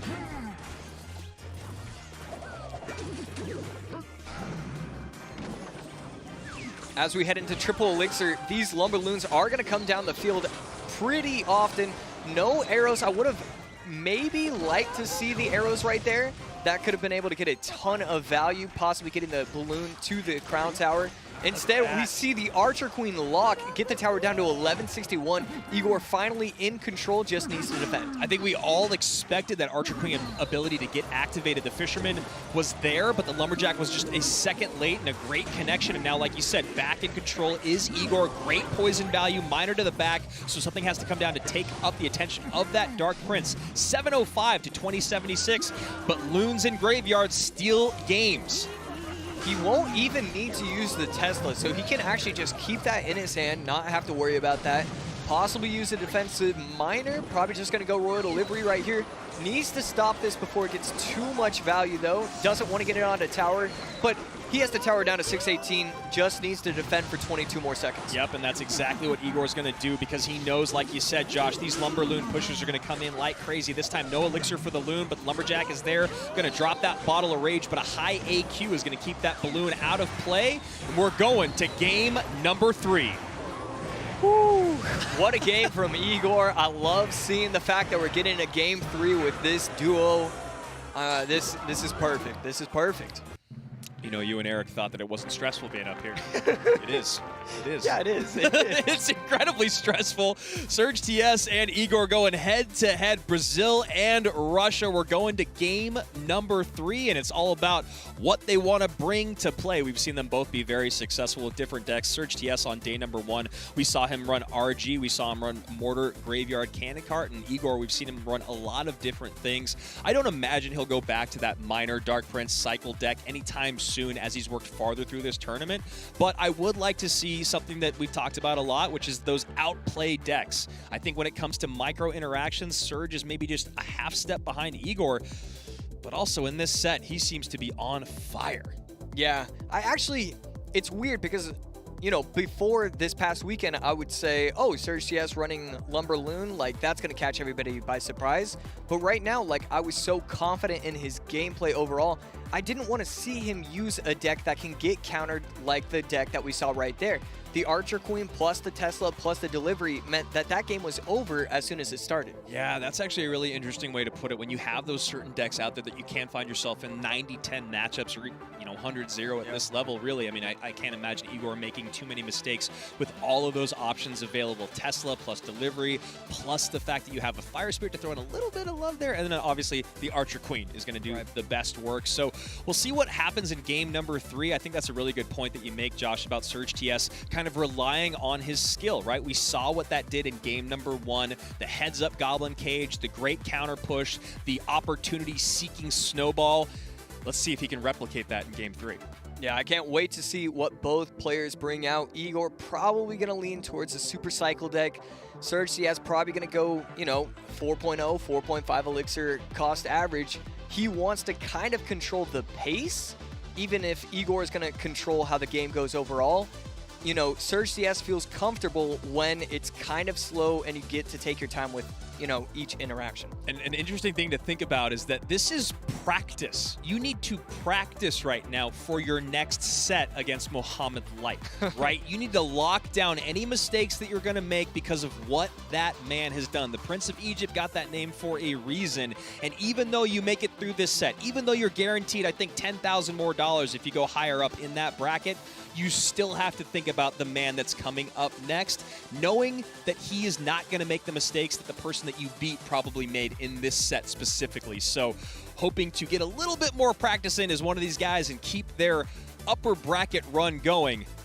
Brazil, Russia, game number 3 coming your way. Surge TS versus Igor. Who do you pick? I can't root against Igor. I don't care. So like, hard. at this point, even if it was Igor versus Ruben, I would still be rooting for Igor. I have loved watching his gameplay this past weekend. I'm having so much fun watching him. As much as I'd love to do this to you, I won't do it yet. But the Igor, if it is Igor and Mohammad Light matchup, that seems like one where, you know, I've heard you say it, I've heard Eric say it. I'm not going to bet against Mo. I'm not going to bet against Igor. You might have to bet against one of them here. But first, Igor has to beat Surge, or Surge has to beat Igor to go on to play against the best in the world. And here we go. Match 14 of 16, almost done with day number 2, giving away a ton of money so far. I think at the end of today, we've given away almost $300,000. And that's only from the 4 players from today. I mean, today and yesterday combined, yeah, it's crazy. Bait, once again, we'll see if a Skeleton King is in tow or if it's going to be just straight up bait, and Surge not happy. yeah, Surge CS, usually with Firecracker plus Log. We could be seeing RG, we could be seeing Hog. We do see the RG, and Igor going to be running Inferno Tower E-Spirit. This is a phenomenal deck choice depending on what spells he has. Yeah, you talk about that Inferno Tower to take that Royal Giant out of play, the E-Spirit to get value on those bats. We talked about it yesterday. Bats can get such an insane amount of value if your opponent does not have a response. We saw it with Morton and Codigo in their first game. The bats plus Zap were getting a ton, and we'll see if Surge can replicate that success. So Skeleton Barrel plus Goblin Barrel usually implies that there's no big spell. And if that's the case, then it gets kind of weird because, you know, if you don't have arrows, you can start stacking firecrackers, and if you just get one Inferno Tower prediction with your bats, game's over just like that. So Igor has to be very careful about that. We already see him adjusting with the Inferno Tower placement. Such a great Inferno Tower placement. Bats are out early from Surge TS. You can't knock him for looking for that Inferno Tower, but Igor decides to place it in the corner. Excellent heads-up play, and now the mind games begin as that Golden Knight connects. Now the next time that Surge sends in a Royal Giant, he's going to be a little bit more reluctant to drop those bats as well, because he doesn't know where that Inferno is going to be, and he doesn't want to just waste that 2 elixir. At this point, if I'm Surge CS, I don't know if I start cycling firecrackers or if I start cycling RGs in the back, but I think you're in a position, and there we go. We do see the RG in the back, left hand, and he is going to be running Rocket. This just becomes so much more difficult for Surge TS. Absolutely. A fast cycle bait Rocket deck coming out. Very, very unconventional makeup, but a fun one at that. There will be a King Tower activation there to help Surge TS out. But those Rockets coming in on those Royal Giants in the back is going to force Surge to be more aggressive. And here we go. High RG Earthquake comes in, and now a little bit more defense is going to have to be dropped by Igor. E-Spirit gets there just in time, is able to make that, and then 26-27 lowest tower for Igor, 1961 lowest tower for Surge TS, but Surge TS is actually pretty heavily damaged on both lanes, so he does have to be careful, you know, when you're running bait, especially double bait. What they want to do is apply pressure as often as possible so he can't cycle the RGs in the back. Absolutely, and those RGs being cycled in the back is already difficult, just knowing that that Rocket will be looking for them. So we'll see how Surge is going to make Igor play out of sorts. We saw that working out for him in game number 1. A defensive graveyard coming out from Igor means very clearly he didn't have any good responses, and that's going to be the name of the game here in game number 3. Golden Knight in, log down low, does get those goblins, but Golden Knight on the tower, and I believe Firecracker splash damage came in, and again, a perfect Inferno from Igor. Golden Knight pressure, getting the Crown Tower, and not allowing him to place bats in order to protect his RG.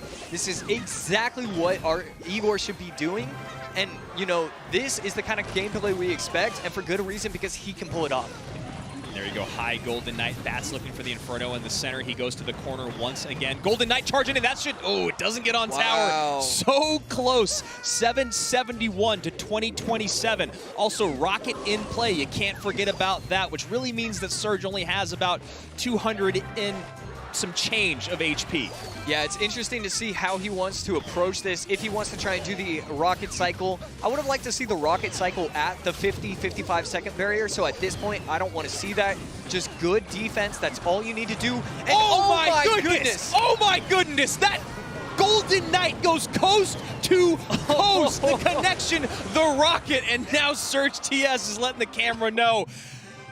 Wow, Igor, we finally see a massive celebration. I can't get over that Golden Knight. Wow, coming in all the way from the left side. 1, 2, 3, 4, 5, and the 6-1 getting the Crown Tower all the way down to Rocket range. Game over just like that. My goodness, it's only day 2, and we're seeing some of the best, most experienced players in the world, the highest seeded players in the world, having emotional responses in back-to-back sets because everything is on the line. It does not get bigger than CRL with $1 million on the line. Wow, how does it work like that? The introduction of heroes has made some of these games so unbelievably entertaining. Yes. You don't. We could not have gotten this without champions. We could not have had this level of gameplay, this level of excitement, those type of steals. We saw an AQ steal a tower from an underrated player. We just saw a Golden Knight go coast to coast. We saw a Golden Knight do Air Surfer dirty yesterday, and we saw the Skeleton King go off on day number 1. We are just halfway through our weekend. Get me out of here. Get me out. We got a rotation coming in. I need a break. This is insane. Oh my goodness. Whew, those are the numbers. You guys read them yourselves. 3.5 to 3.1, a 10 elixir 4-card cycle for Igor, and my goodness, a Golden Knight that came out of nowhere. Yeah, and that is such a crazy deck from Igor to use. He has no small spell. And so he goes in with the double bait, the Rocket, the Inferno Tower, that is a dangerous deck to use in game number 3. That is just not something you expect, but I mean, it just makes sense from Igor. He thinks that he can do it, and we see right there why he thought that. Is Igor the only guy to use the Rocket this weekend and pick up a win with it? I think that might be correct. Rich, you got any thoughts? He's kind of giving me a little head shake, a little bit of a nod. I think so, but that really just goes to show his understanding of the macro and also how great his micro is. That card, that Rocket, for the longest time, I didn't even want to play it because if you ever misplay it, it is game over. You see Igor capitalizing with it on day 1 and on day 2. We're tossing it over to EB7. I need a break. Eric, what do you think about your former pro? I just could not be happier for Igor. I know he's worked a lot for this, and the gameplay that we're seeing here is incredible. Obviously, the first match didn't go his way, but he was able to stay in it. Just breaking down this first deck really quickly, it is that Mortar Graveyard, which generally doesn't match up too badly against this specific deck. This Ram Rider Lightning, he doesn't have any good spells for it, but what Surge TS was able to do was completely overwhelm him. He played very defensive, he was very smart about it, and then on one push forced out the Graveyard defensively, and then used the dash from the Golden Knight to get from the Graveyard directly onto tower, complete overwhelm, lightning onto the Mortar. It was a beautiful play. So now checking out deck number 2, this is where the whole series changed. Igor decided, you know what, I'm gonna go back to what I know how to play, my best and strongest type of deck, a minor control deck. It was gonna be impossible for Surge TS to really break through when you look at this deck. A balloon deck that is quick cycle usually does well against this, but he chose to go ahead and use recruits, which slows this down a lot. The delivery was there for the minions as well, and then that Archer Queen with ability is incredible to defend against the Loon. And like we were just talking about, deck number 3, Igor back to Rocket, and the fact that he used bait is okay because he was able to back it up with an Inferno Tower. That Inferno Tower gave him some security in case Surge TS was going to go ahead and use RG, Golem, or Lava. It takes away some of the risk from that bait. It was a very smart deck choice. I also like Surge TS's deck.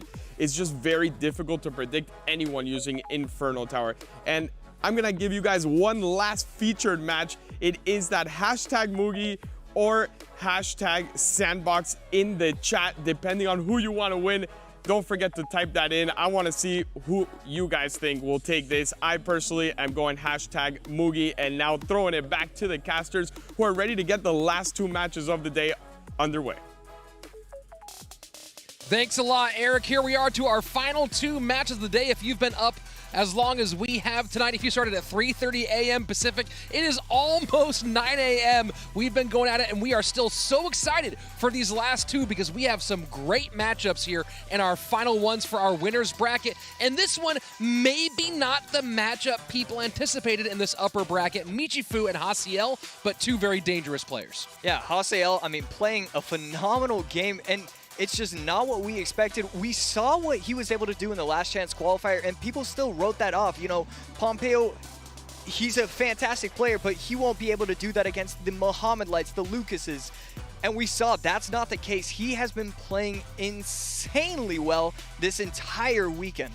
Yeah, I mean, people kind of write him off, but you got another guy who's been written off in the past, Michifu, who was at one point in Clash Royale League, had to take some time away from CRL, then came back into it all throughout the teams format, and then now here at World Finals. And both of these guys are playing extremely with a high level of confidence, right? Which you might not expect from the 2 of these guys. But on one side, Michi, of course, very experienced and has been a top-tier player in the world for a very long time. And then Hiel, again, you mentioned the ESL Mobile Open. I worked on that event for a little bit, and I remember looking through that going, hey, who is this guy? He's got an almost 8.9K personal best. He now has a top 10 ladder finish. But at the time, he was dominating, but dominating a lesser competition. And so you couldn't really tell how good he is. Now here we are, and we're seeing he is playing at a world-class level. Yeah. The semi-pro scene has definitely set up so many different players to allow them to succeed. It's amazing to be able to see what the semi-pro scene has, you know, set up for a lot of these players, because, you know, that's another thing that was written off for a long time. You know, these players can't make the transition into the big leagues, but we're seeing now that is no longer the case. Tesla onto the mortar high, so taking care of business there is Hiel. And one thing we don't see a lot, we've seen a fair bit of today, but not really popular in the meta overall these days, the bats. Yeah, the bats. And the bats get paired with the Skeleton King a lot. We are seeing the Bar Barrel. This is a funky deck from Michifu to be using Miner plus Bar Barrel plus Mortar. I like these kind of decks. They fell out of the meta a long time ago, though, so I don't know if it's something that he's seeing over this weekend. It's something that he's seeing in, you know, his opponent specifically, but I like what he's done with this deck choice so far.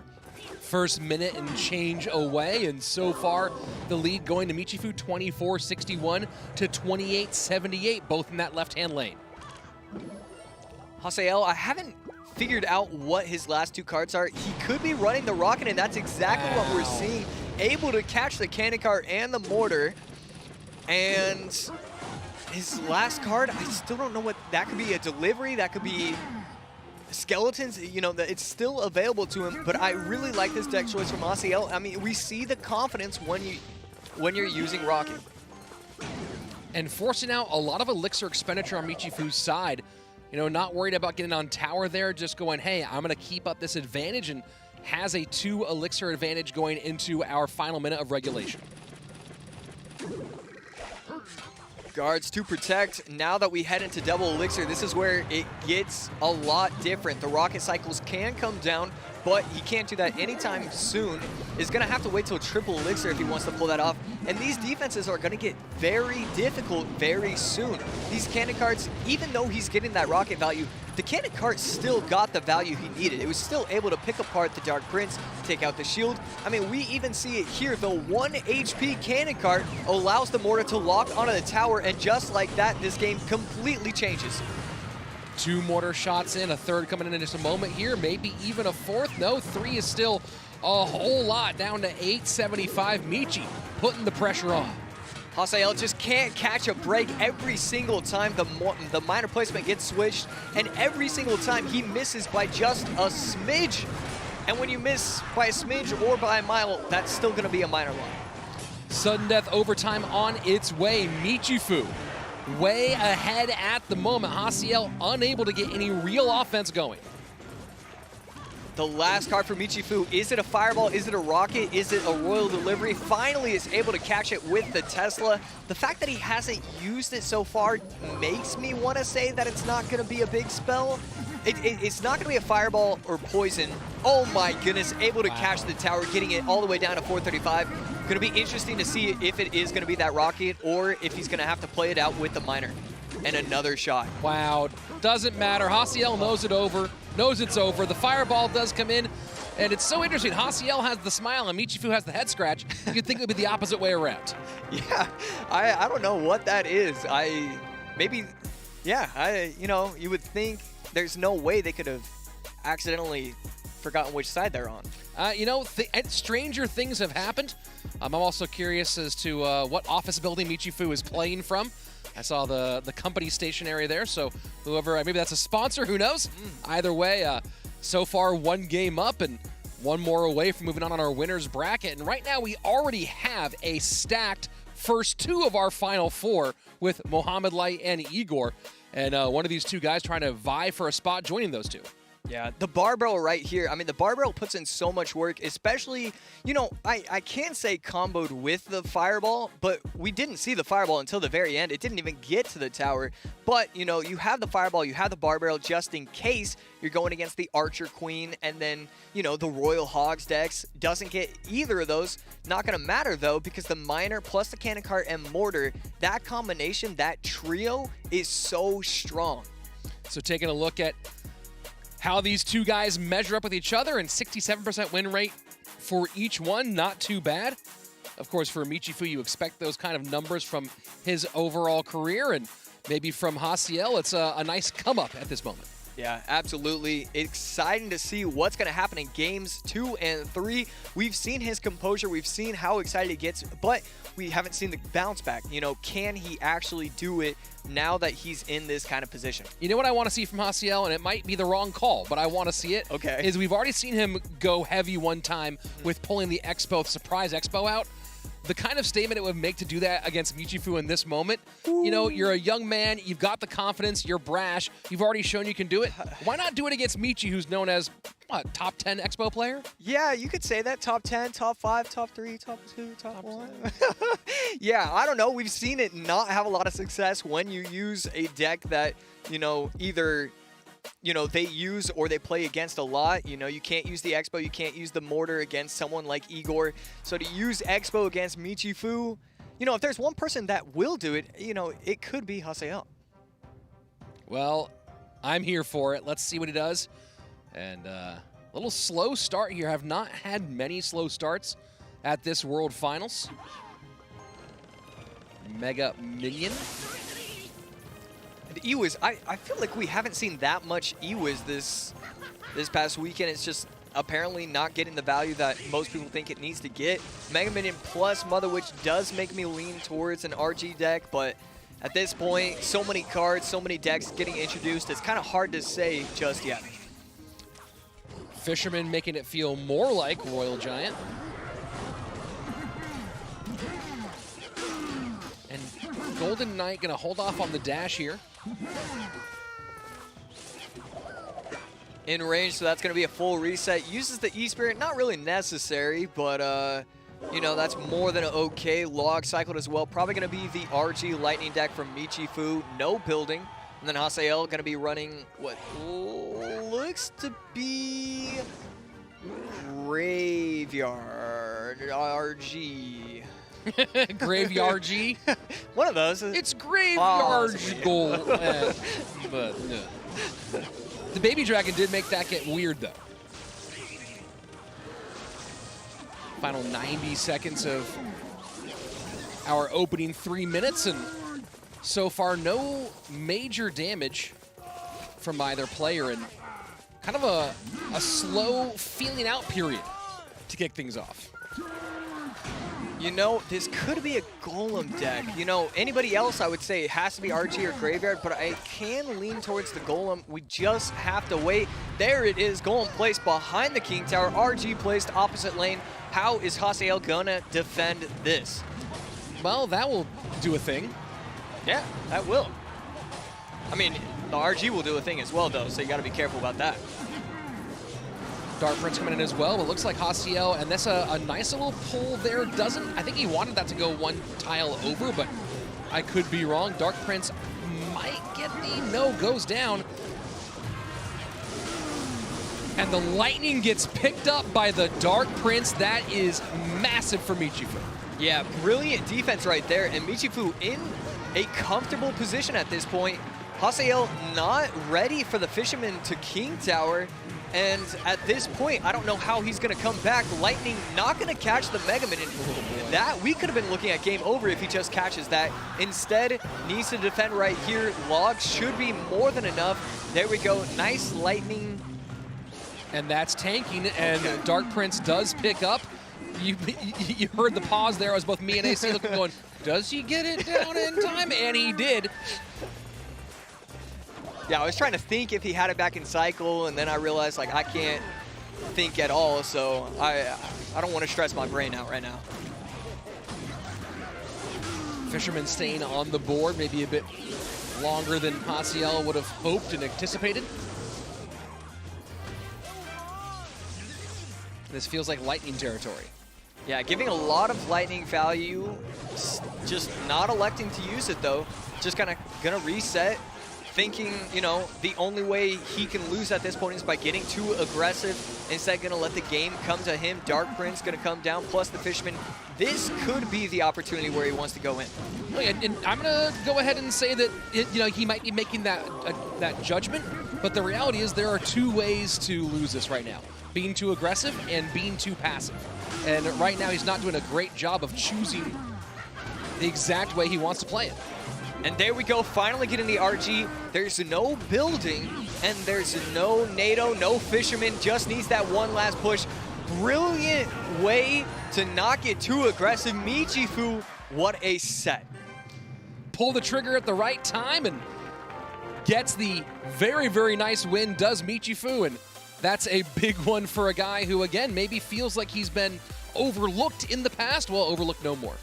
Yeah, what a set overall. You know, his last couple sets, there's been, you know, a lot of positives. Obviously, when you get here, there's going to be a lot of positives, but there has been a few negatives. His game against Pandora, it really comes down to Pandora's mistake, not his excellence. Right there, just a clean set overall, no mistakes. Even in that last game, doesn't get worried. He knows that, you know, I can take 4 lightnings in a row onto my tower. He doesn't have a building, he doesn't have a fisherman, and he can just put the RG at the bridge, followed by lightning. You're not going to be able to stop that. And here you go, seeing the end of the match. Royal Giant gets on tower left-hand side, and Hiel knows it's over. Of course, playing with a life to give, so, you know, you're seeing not a despondent Hiel, maybe one who's kind of resigned to the situation, but I do like that we're seeing him kind of go, okay, doesn't seem like he's totally out of it mentally, though. Yeah, and, you know, he will bounce back, and, you know, at this point, he does have the entire day to reset. He's in that position. He got himself to a position where he can just reset. Michifu, great 2-0. This was the set where he needed to prove that, you know, if he wants to be playing against, you know, the LCOps, the Mortons, the Mohammad Lights, he needs to prove that he can handle that kind of pressure and, like, set himself up with good decks. He combined all the knowledge from this weekend to have a perfect set.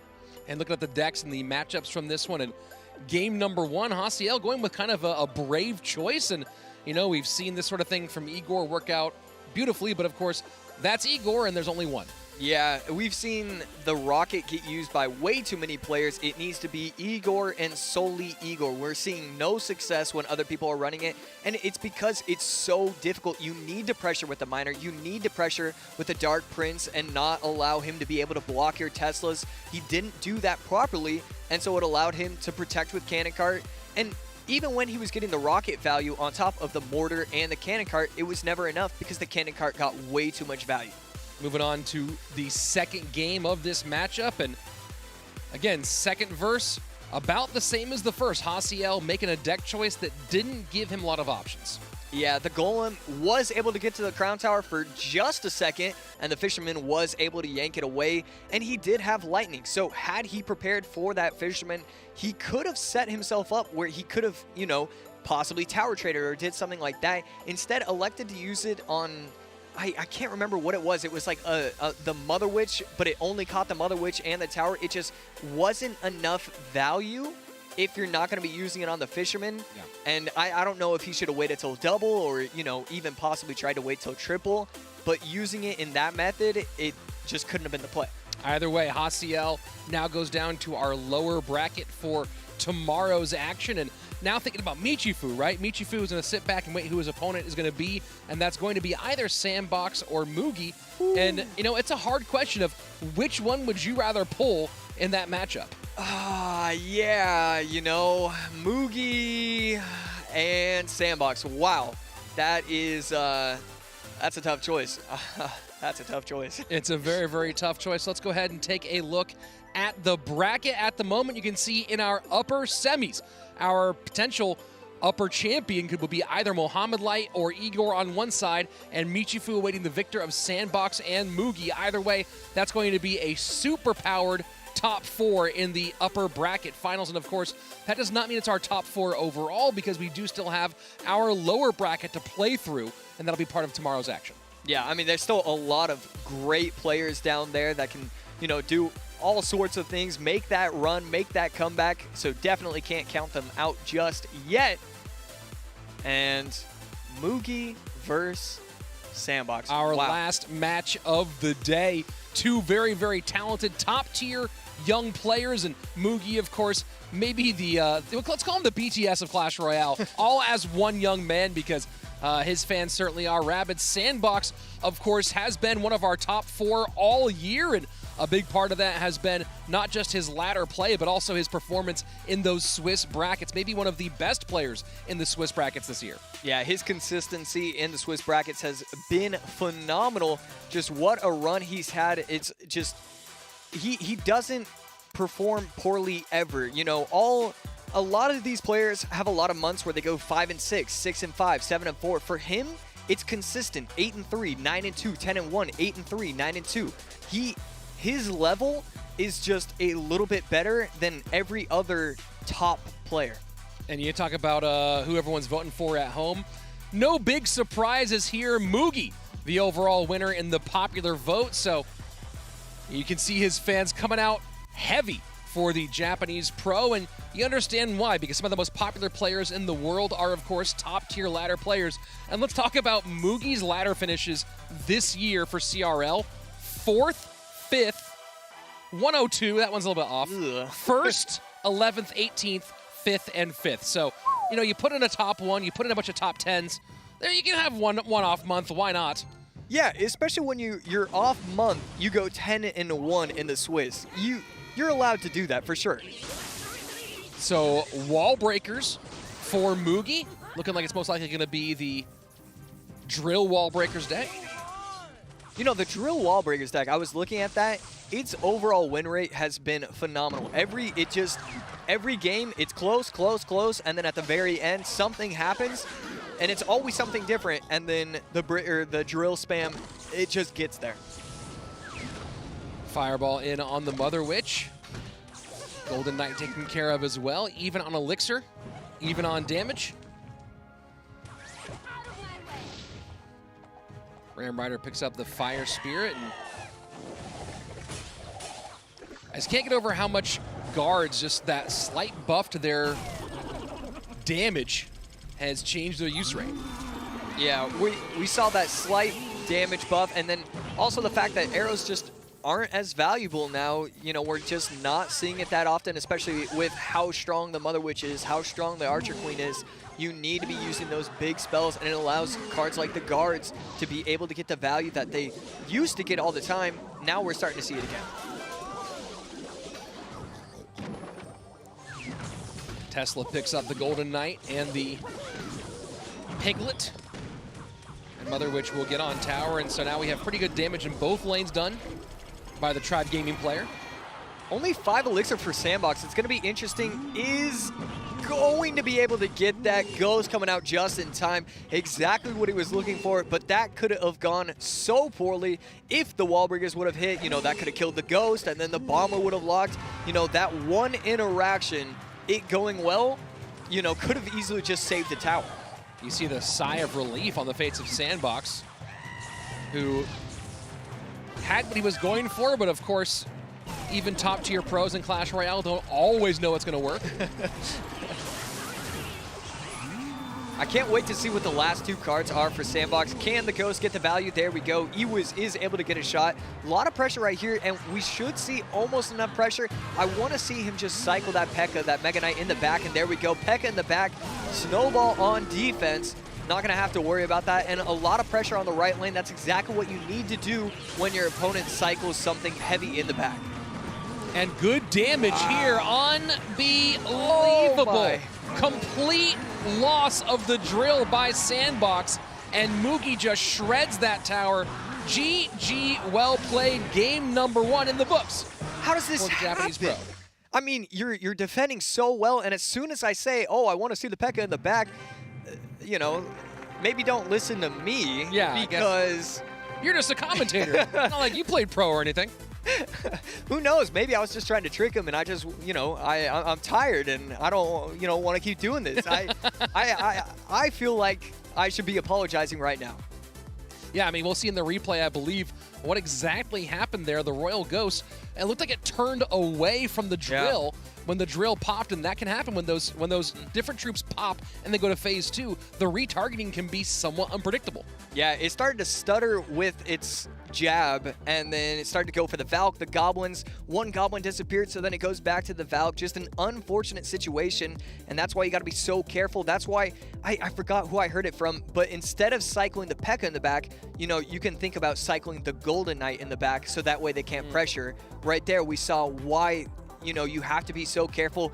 Ewiz high, and then the prediction of the Ewiz with the Fire Spirit at the bridge was brilliant. There you go. You see the Ewiz getting deaded, and Royal Ghost turns the wrong way around and gets lost, doesn't do its job, and that's tower down. Yeah, and you know, I will say, I called it at the beginning, drill spam, you know, something happens at the end of these games where just one event And just like that, the game gets completely flipped. And, you know, in a 22-second time period, it went from Sandbox was dominating and just controlling everything to Mugi having an easy victory. Oh, that's Clash Royale for you. We've all been there before. We've all been in total control and then lost, or we've all been totally lost and then stolen the game. So that's why you keep on playing, because that's the feeling that you get, the highs and lows. Certainly make it worth its while, and of course, worth its while indeed for these players as they are playing for a reminder, a prize pool of over $1 million, $200,000 on the line, plus, okay, it's over this shoulder now. I'm so used, again, right over here, plus that really cool and fairly heavy trophy to go to our overall winner here, and we'll be back tomorrow to crown that winner after this match is over. Of course, don't forget to subscribe to the channel, like this. Likes are also nice, and ring the bell for notifications so you come back here tomorrow, 11:30 a.m. UTC. That's 3:30 a.m. Pacific for those of you who are just waking up over here on the West Coast. And players are getting their decks ready. Here we go. Game number 2, Mugi with match point. You know, you always say subscribe, but you never say like. And so, like, I like that you added that. Yeah? Yeah. Yeah, throw a little like in there. Yeah, why not? What's the harm? Leave a comment. Make it a nice one. Please. Pigs for Mugi. And there was a time when you felt like Valkyrie was a phenomenal counter to Royal Hogs, and now it pretty much always needs some significant support. Yeah, the game has evolved where, you know, certain things that we thought before kind of just realized that it's not the case. Valk on Royal Hogs, you would think would be a brilliant response. Instead, Royal Hogs will consistently get too much damage. Oh, I thought for a second that maybe a cannon cart wouldn't be coming, and then it did, so the protection for the mortar not as helpful. Yeah, you see the Grimace on Sandbox. That one last shot from the mortar is going to force out 0 response from Mugi, allowing him to cycle the Spear Goblins or anything he might choose to do so. And when Line used this deck, if it's going to be the Earthquake Musketeer deck, I said that it wasn't that strong. We see Mugi run it, and so maybe I was incorrect, or maybe this is just a poor deck choice from Mugi. It's going to be interesting to see how this game goes. And there you go. You see the Valkyrie able to stop only about half that damage, 500 done on the left-hand side. Everything is going to be targeting the Valk, and so that will be a little bit of damage, 250 damage, 3 shots from the skeletons. But the Inferno Dragon is going to clean up nicely, not going to have any kind of response to that. And so the Knight is sent off to his death, and then the Cannon Cart is sent off to his death as well. Unfortunate for Mugi. Great Inferno Dragon from Sandbox. About 6 elixir on the board right now, and Delivery will clean all of that up. It's still going to be a slight elixir lead for Sandbox, but pressure in from Mugi on the right-hand lane. Again, we see the pressure opposite lane. That was how Mugi was able to get the victory in the previous game, and that's something that a lot of players need to recognize. In these kind of scenarios, you need to be always constantly pressuring, and then that way they don't get to set up the right push. Goes in with the arrows, but Cannon Cart plus Royal Delivery will clean it up nicely, and then he's going to be able to get 1 or 2 shots with a mortar as long as... Actually, no, I don't think the mortar will be able to survive long enough for that. Pigs do get the tower, though, despite the fireball play. 2285 on that right-hand lane as we go to the final 15 seconds of the regulation period. Things are fairly even at the moment, only 8 HP separating these two players crosswise. And I really like that it's going to be Archer Queen instead of the Musketeer. I think that's exactly the variation you need to use. Adaptation is important. It is necessary if you want to be giving yourself a chance to be crowned the overall World Finals champion. And looking like it's taking one big step closer right now is Mugi, getting that right-hand tower down to under 1,700 HP as the Pigs make a beeline for the tower as the mortar goes down, and now setting up mortar high in the middle is Mugi. Archer Queen below the mortar, going to be able to take it out, not going to use his invisibility boost just yet, wants to use it now, and there we go, we are going to see it. Should clean it up easily in time, and it'll allow the Cannon Cart on the right lane to get a little bit of pressure. Valk going to stop the Royal Hogs, but still should get the tower down to just under 2,000. There we go, 1988. Yeah, about 500 HP every time, so you're happy as Mugi to play those Pigs over into the Valk. World Delivery gonna lock onto the Valk, so needs to get one shot, is going to happen. Spirit Gama's coming down in time for the Inferno Dragon, and Sandbox not recognizing that the cannon cart won't cross the bridge. That's gonna be an easy cleanup, especially the Fireball. The Fireball is useless, not gonna get really any value whatsoever. Actually almost helping Mugi, because now he can apply more pressure now that we're in triple elixir, and so he can't go in with Graveyard just yet. And the protection from the Inferno Dragon for the Mortar coming out heavy between the Pigs and the Spear Goblins, and that results in some good damage on the right-hand side. 11:03 remains for Sandbox's right tower. Getting aggressive with the Royal Hogs. 2 Hogs go to the left lane, so kind of unfortunate for him, but I don't think it's going to matter. 20 seconds left, tower under 900 HP. We see Sandbox look upset, and for good reason. I don't think he has any shot of being able to come back from this. Yeah, Sandbox knows that's over, and he might go for a Graveyard just on the off chance that something crazy happens, but nope, not going to even go for that one. Here we go. Sandbox has to give it up. Mugi moving on to our winner's bracket semifinals. Wow, Mugi making one substitution. Musketeer Archer Queen. The Archer Queen so strong in this deck. I love how you can use it, especially because, you know, even if the Musketeer can get value on top of an Inferno Dragon, but if the Inferno Dragon can catch the Musketeer, then, you know, you're in trouble. The Inferno Dragon will take out the Cannon card, the Knight, any card that you could possibly have. The Archer Queen, you use that invisibility to reset the Inferno Dragon, and then it's a whole new ball game. Then you get to cycle Royal Hogs and all sorts of troops. And that's what we saw from Mugi over and over again, and getting a very, very solid win here over Sandbox, who, again, reminder, he is not out. He is still going to be appearing tomorrow in our top 12, but we do now have our top 12 set. We know our top 4 in the winner's bracket semifinals, and the remainders will be down in that elimination bracket. 10 seconds to go. This is the replay, and, you know, this game is already over, but this shows, you know, the thing that I want to highlight. The Mugi's pressure throughout this game, you know, he started off going with the left tower, but as the game evolved, he knew that his opponent wanted to go same lane. What does he do? Royal Hogs on the right, again, alongside the Earthquake, the Archer Queen, every single card gonna allow him to get an easy victory because of the constant pressure. And that's the word of the day here for Mugi, is pressure. Sandbox not able to keep up with it, and that does give him the trip down to the lower bracket of our overall competition. And of course, we'll get a look at those lower bracket matchups here in just a couple of minutes. But man, we've had some crazy performances today. I'm going to go ahead and say that I still think the player of the weekend so far has to be Igor. Yeah, I think it comes down to, you know, what he's been able to produce compared to what we previously thought. You know, Igor, as great as he is, you know, the question is, does he care? Does he want this as bad as everyone else? And we now know that's exactly what he wants. When Eric asked him, hey, have you been practicing? A little. Yeah, he's been practicing quite a bit more than a little. At least I hope, because if he hasn't, that's going to make me feel terrible. Yeah, I mean, if that's the I didn't commit to this Igor, I don't know why any of us even have phones at this point. So he's been looking great. And of course, tomorrow, Igor versus Mohammad Light. Oh, that is one for the books. What a game that'll be. Yeah, I can't wait for it. And then now, of course, you go down on the other part of that winner's bracket, which we'll look into the lower bracket portion of this a little bit later. And we asked the question of who would you rather have, Mugi or Sandbox? And I think the answer right now is definitely, man, I wish I'd have Sandbox the way Mugi's playing. Yeah, I mean, you know, Mugi is another player that had a lot to prove this weekend. You know, he was considered the greatest of all time. And then, you know, because of one season, and then now he's actually backing that up. Well, we'll see tomorrow, of course, if we can back that up all the way. But for now, we're going to go over to Eric Benamou in the analyst corner to take a look at some of tomorrow's matches. What an amazing day of matches. We lost 4 players in Wallace, Vtor, Hajime, and Mini Menter, but we now have our top 12, and the matchups for tomorrow are incredible. I want to highlight 3 specific ones. In the winners bracket, of course, we have Igor versus Molite.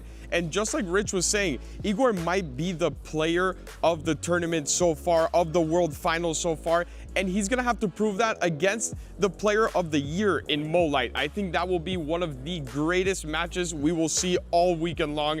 And then we also have on the lower bracket, we have Morton versus Sandbox.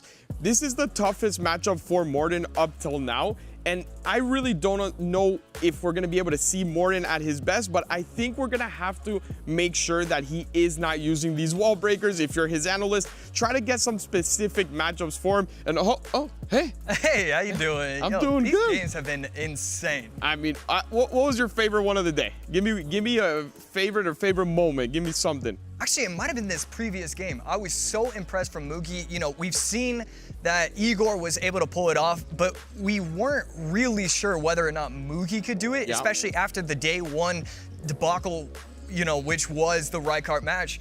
He was able to pull it off today. And I mean, talk about dark horses. Michifu winners bracket semifinals. I mean, he has been putting on a show. We know him for Expo, but he's proving that it's not just about the Expo. So we have stories from all different types. Igor, of course, coming out of nowhere. And I mean, not out of nowhere, but not what we were expecting. And then we have a lot of elimination matches tomorrow. Anyone you think can really make that run?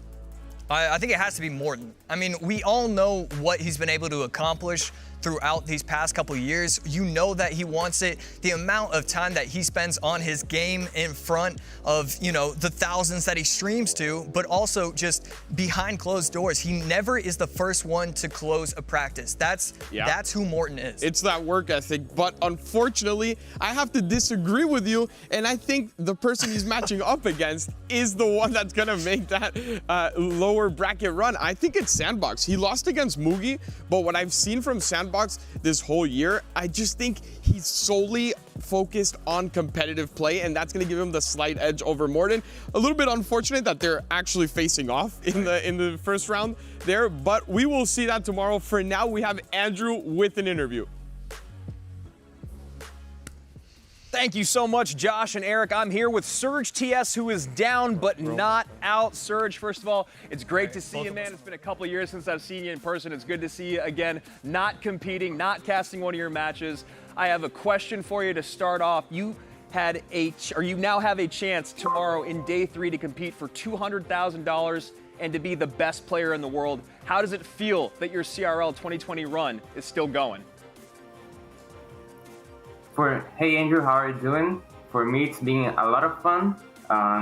Even if I lose, I'm not looking for it. But I'm already happy for what I have done through the year and until here in the World Finals. And of course, I'm aiming for the championship. It's not going to be an easy path.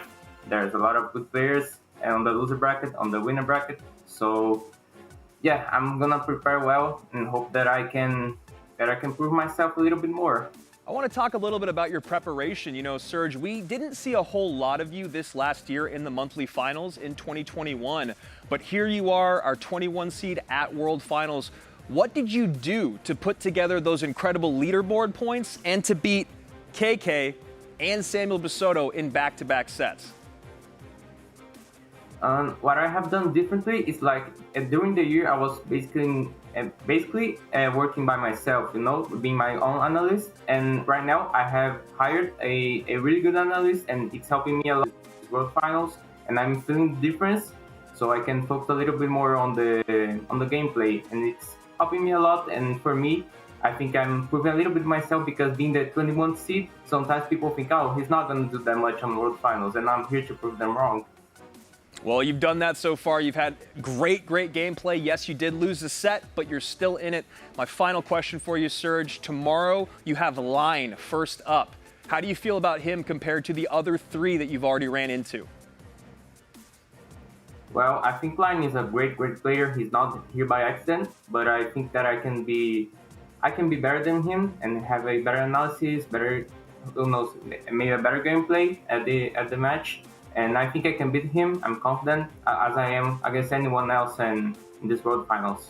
Great, man. Thank you so much for taking time to talk to me. Best of luck tomorrow. Let's hope that you're standing at the end of the day. That is going to do it for me and Surge TS, the Brazilian who's still in the running. Yes, he's in the lower bracket, but we've seen great gameplay out of him, and we'll see more of it tomorrow. But to send you guys to tomorrow and to take us away from day 2, let's go back to Rich, Eric, and Josh.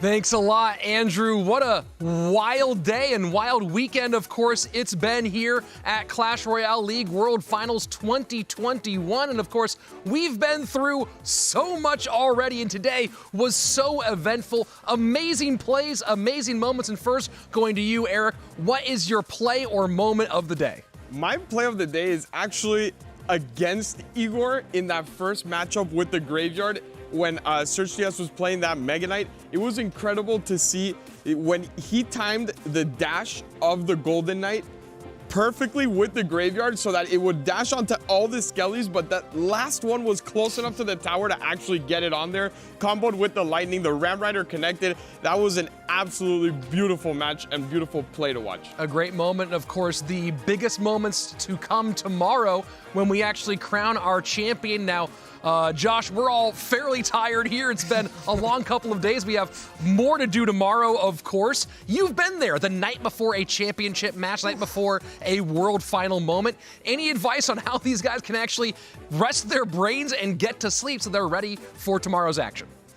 You know, my advice is to allow it to overwhelm you. You know, if you get so overwhelmed that you kind of just have to sleep, that might be your only play. And so, you know, if you use that to your advantage, you can get a healthy night's sleep, and it can propel you to a victory. So there you have it, the stress until you pass out plan for all these players tomorrow. And of course, tomorrow is the big day. We will finally crown a champion, give away that $200,000 grand prize, and of course, someone will mentally at least hoist this relatively shockingly heavy trophy here for our championship. And when does that happen? That happens right here tomorrow at 11:30 a.m. UTC. Check your local listings, make sure you subscribe, ring the bell for notifications, and as Josh said earlier, like this video and come back tomorrow for a great World Championship. For everybody here, for Andrew Guy, for Joshua Sharon, for Eric Benamu, and all the crew who've been going so hard for both us and Clash Royale, I'm Rich Slayton. We'll see you here tomorrow. Remember to drink water because you are mostly H2O. Bye. Oh, hey. Hey, how you doing? I'm doing these good. These games have been insane. I mean, what was your favorite one of the day? Give me a favorite or favorite moment. Give me something. You can see the big grin on Mohammad Light's face right now. Oh, the lightning from Igor with the perfect timing. Michifu will move on to our winner's bracket. You can see the pain on Vtor's face. Oh my word! Morton knocks out Mini Menter! You know these guys have their eye on the prize. That $200,000 is just a day away. Yeah. It's tomorrow. That lineup may have just sealed the deal for Framcito. Oh my god! Oh my goodness! My the AQ god. on the... Man, it's not often that you see someone just going toe-to-toe with Mo and not flinching. Oh, we get the fireball off, but 1367 and more pressure with the fire spirit. And there you go, the big-time celebration for Mohammad.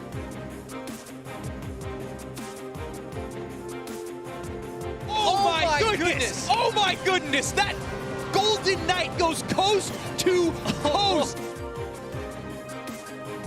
Just needs that one last push. Brilliant. Oh, hey. Hey, how you doing? I'm doing these good. These games have been insane.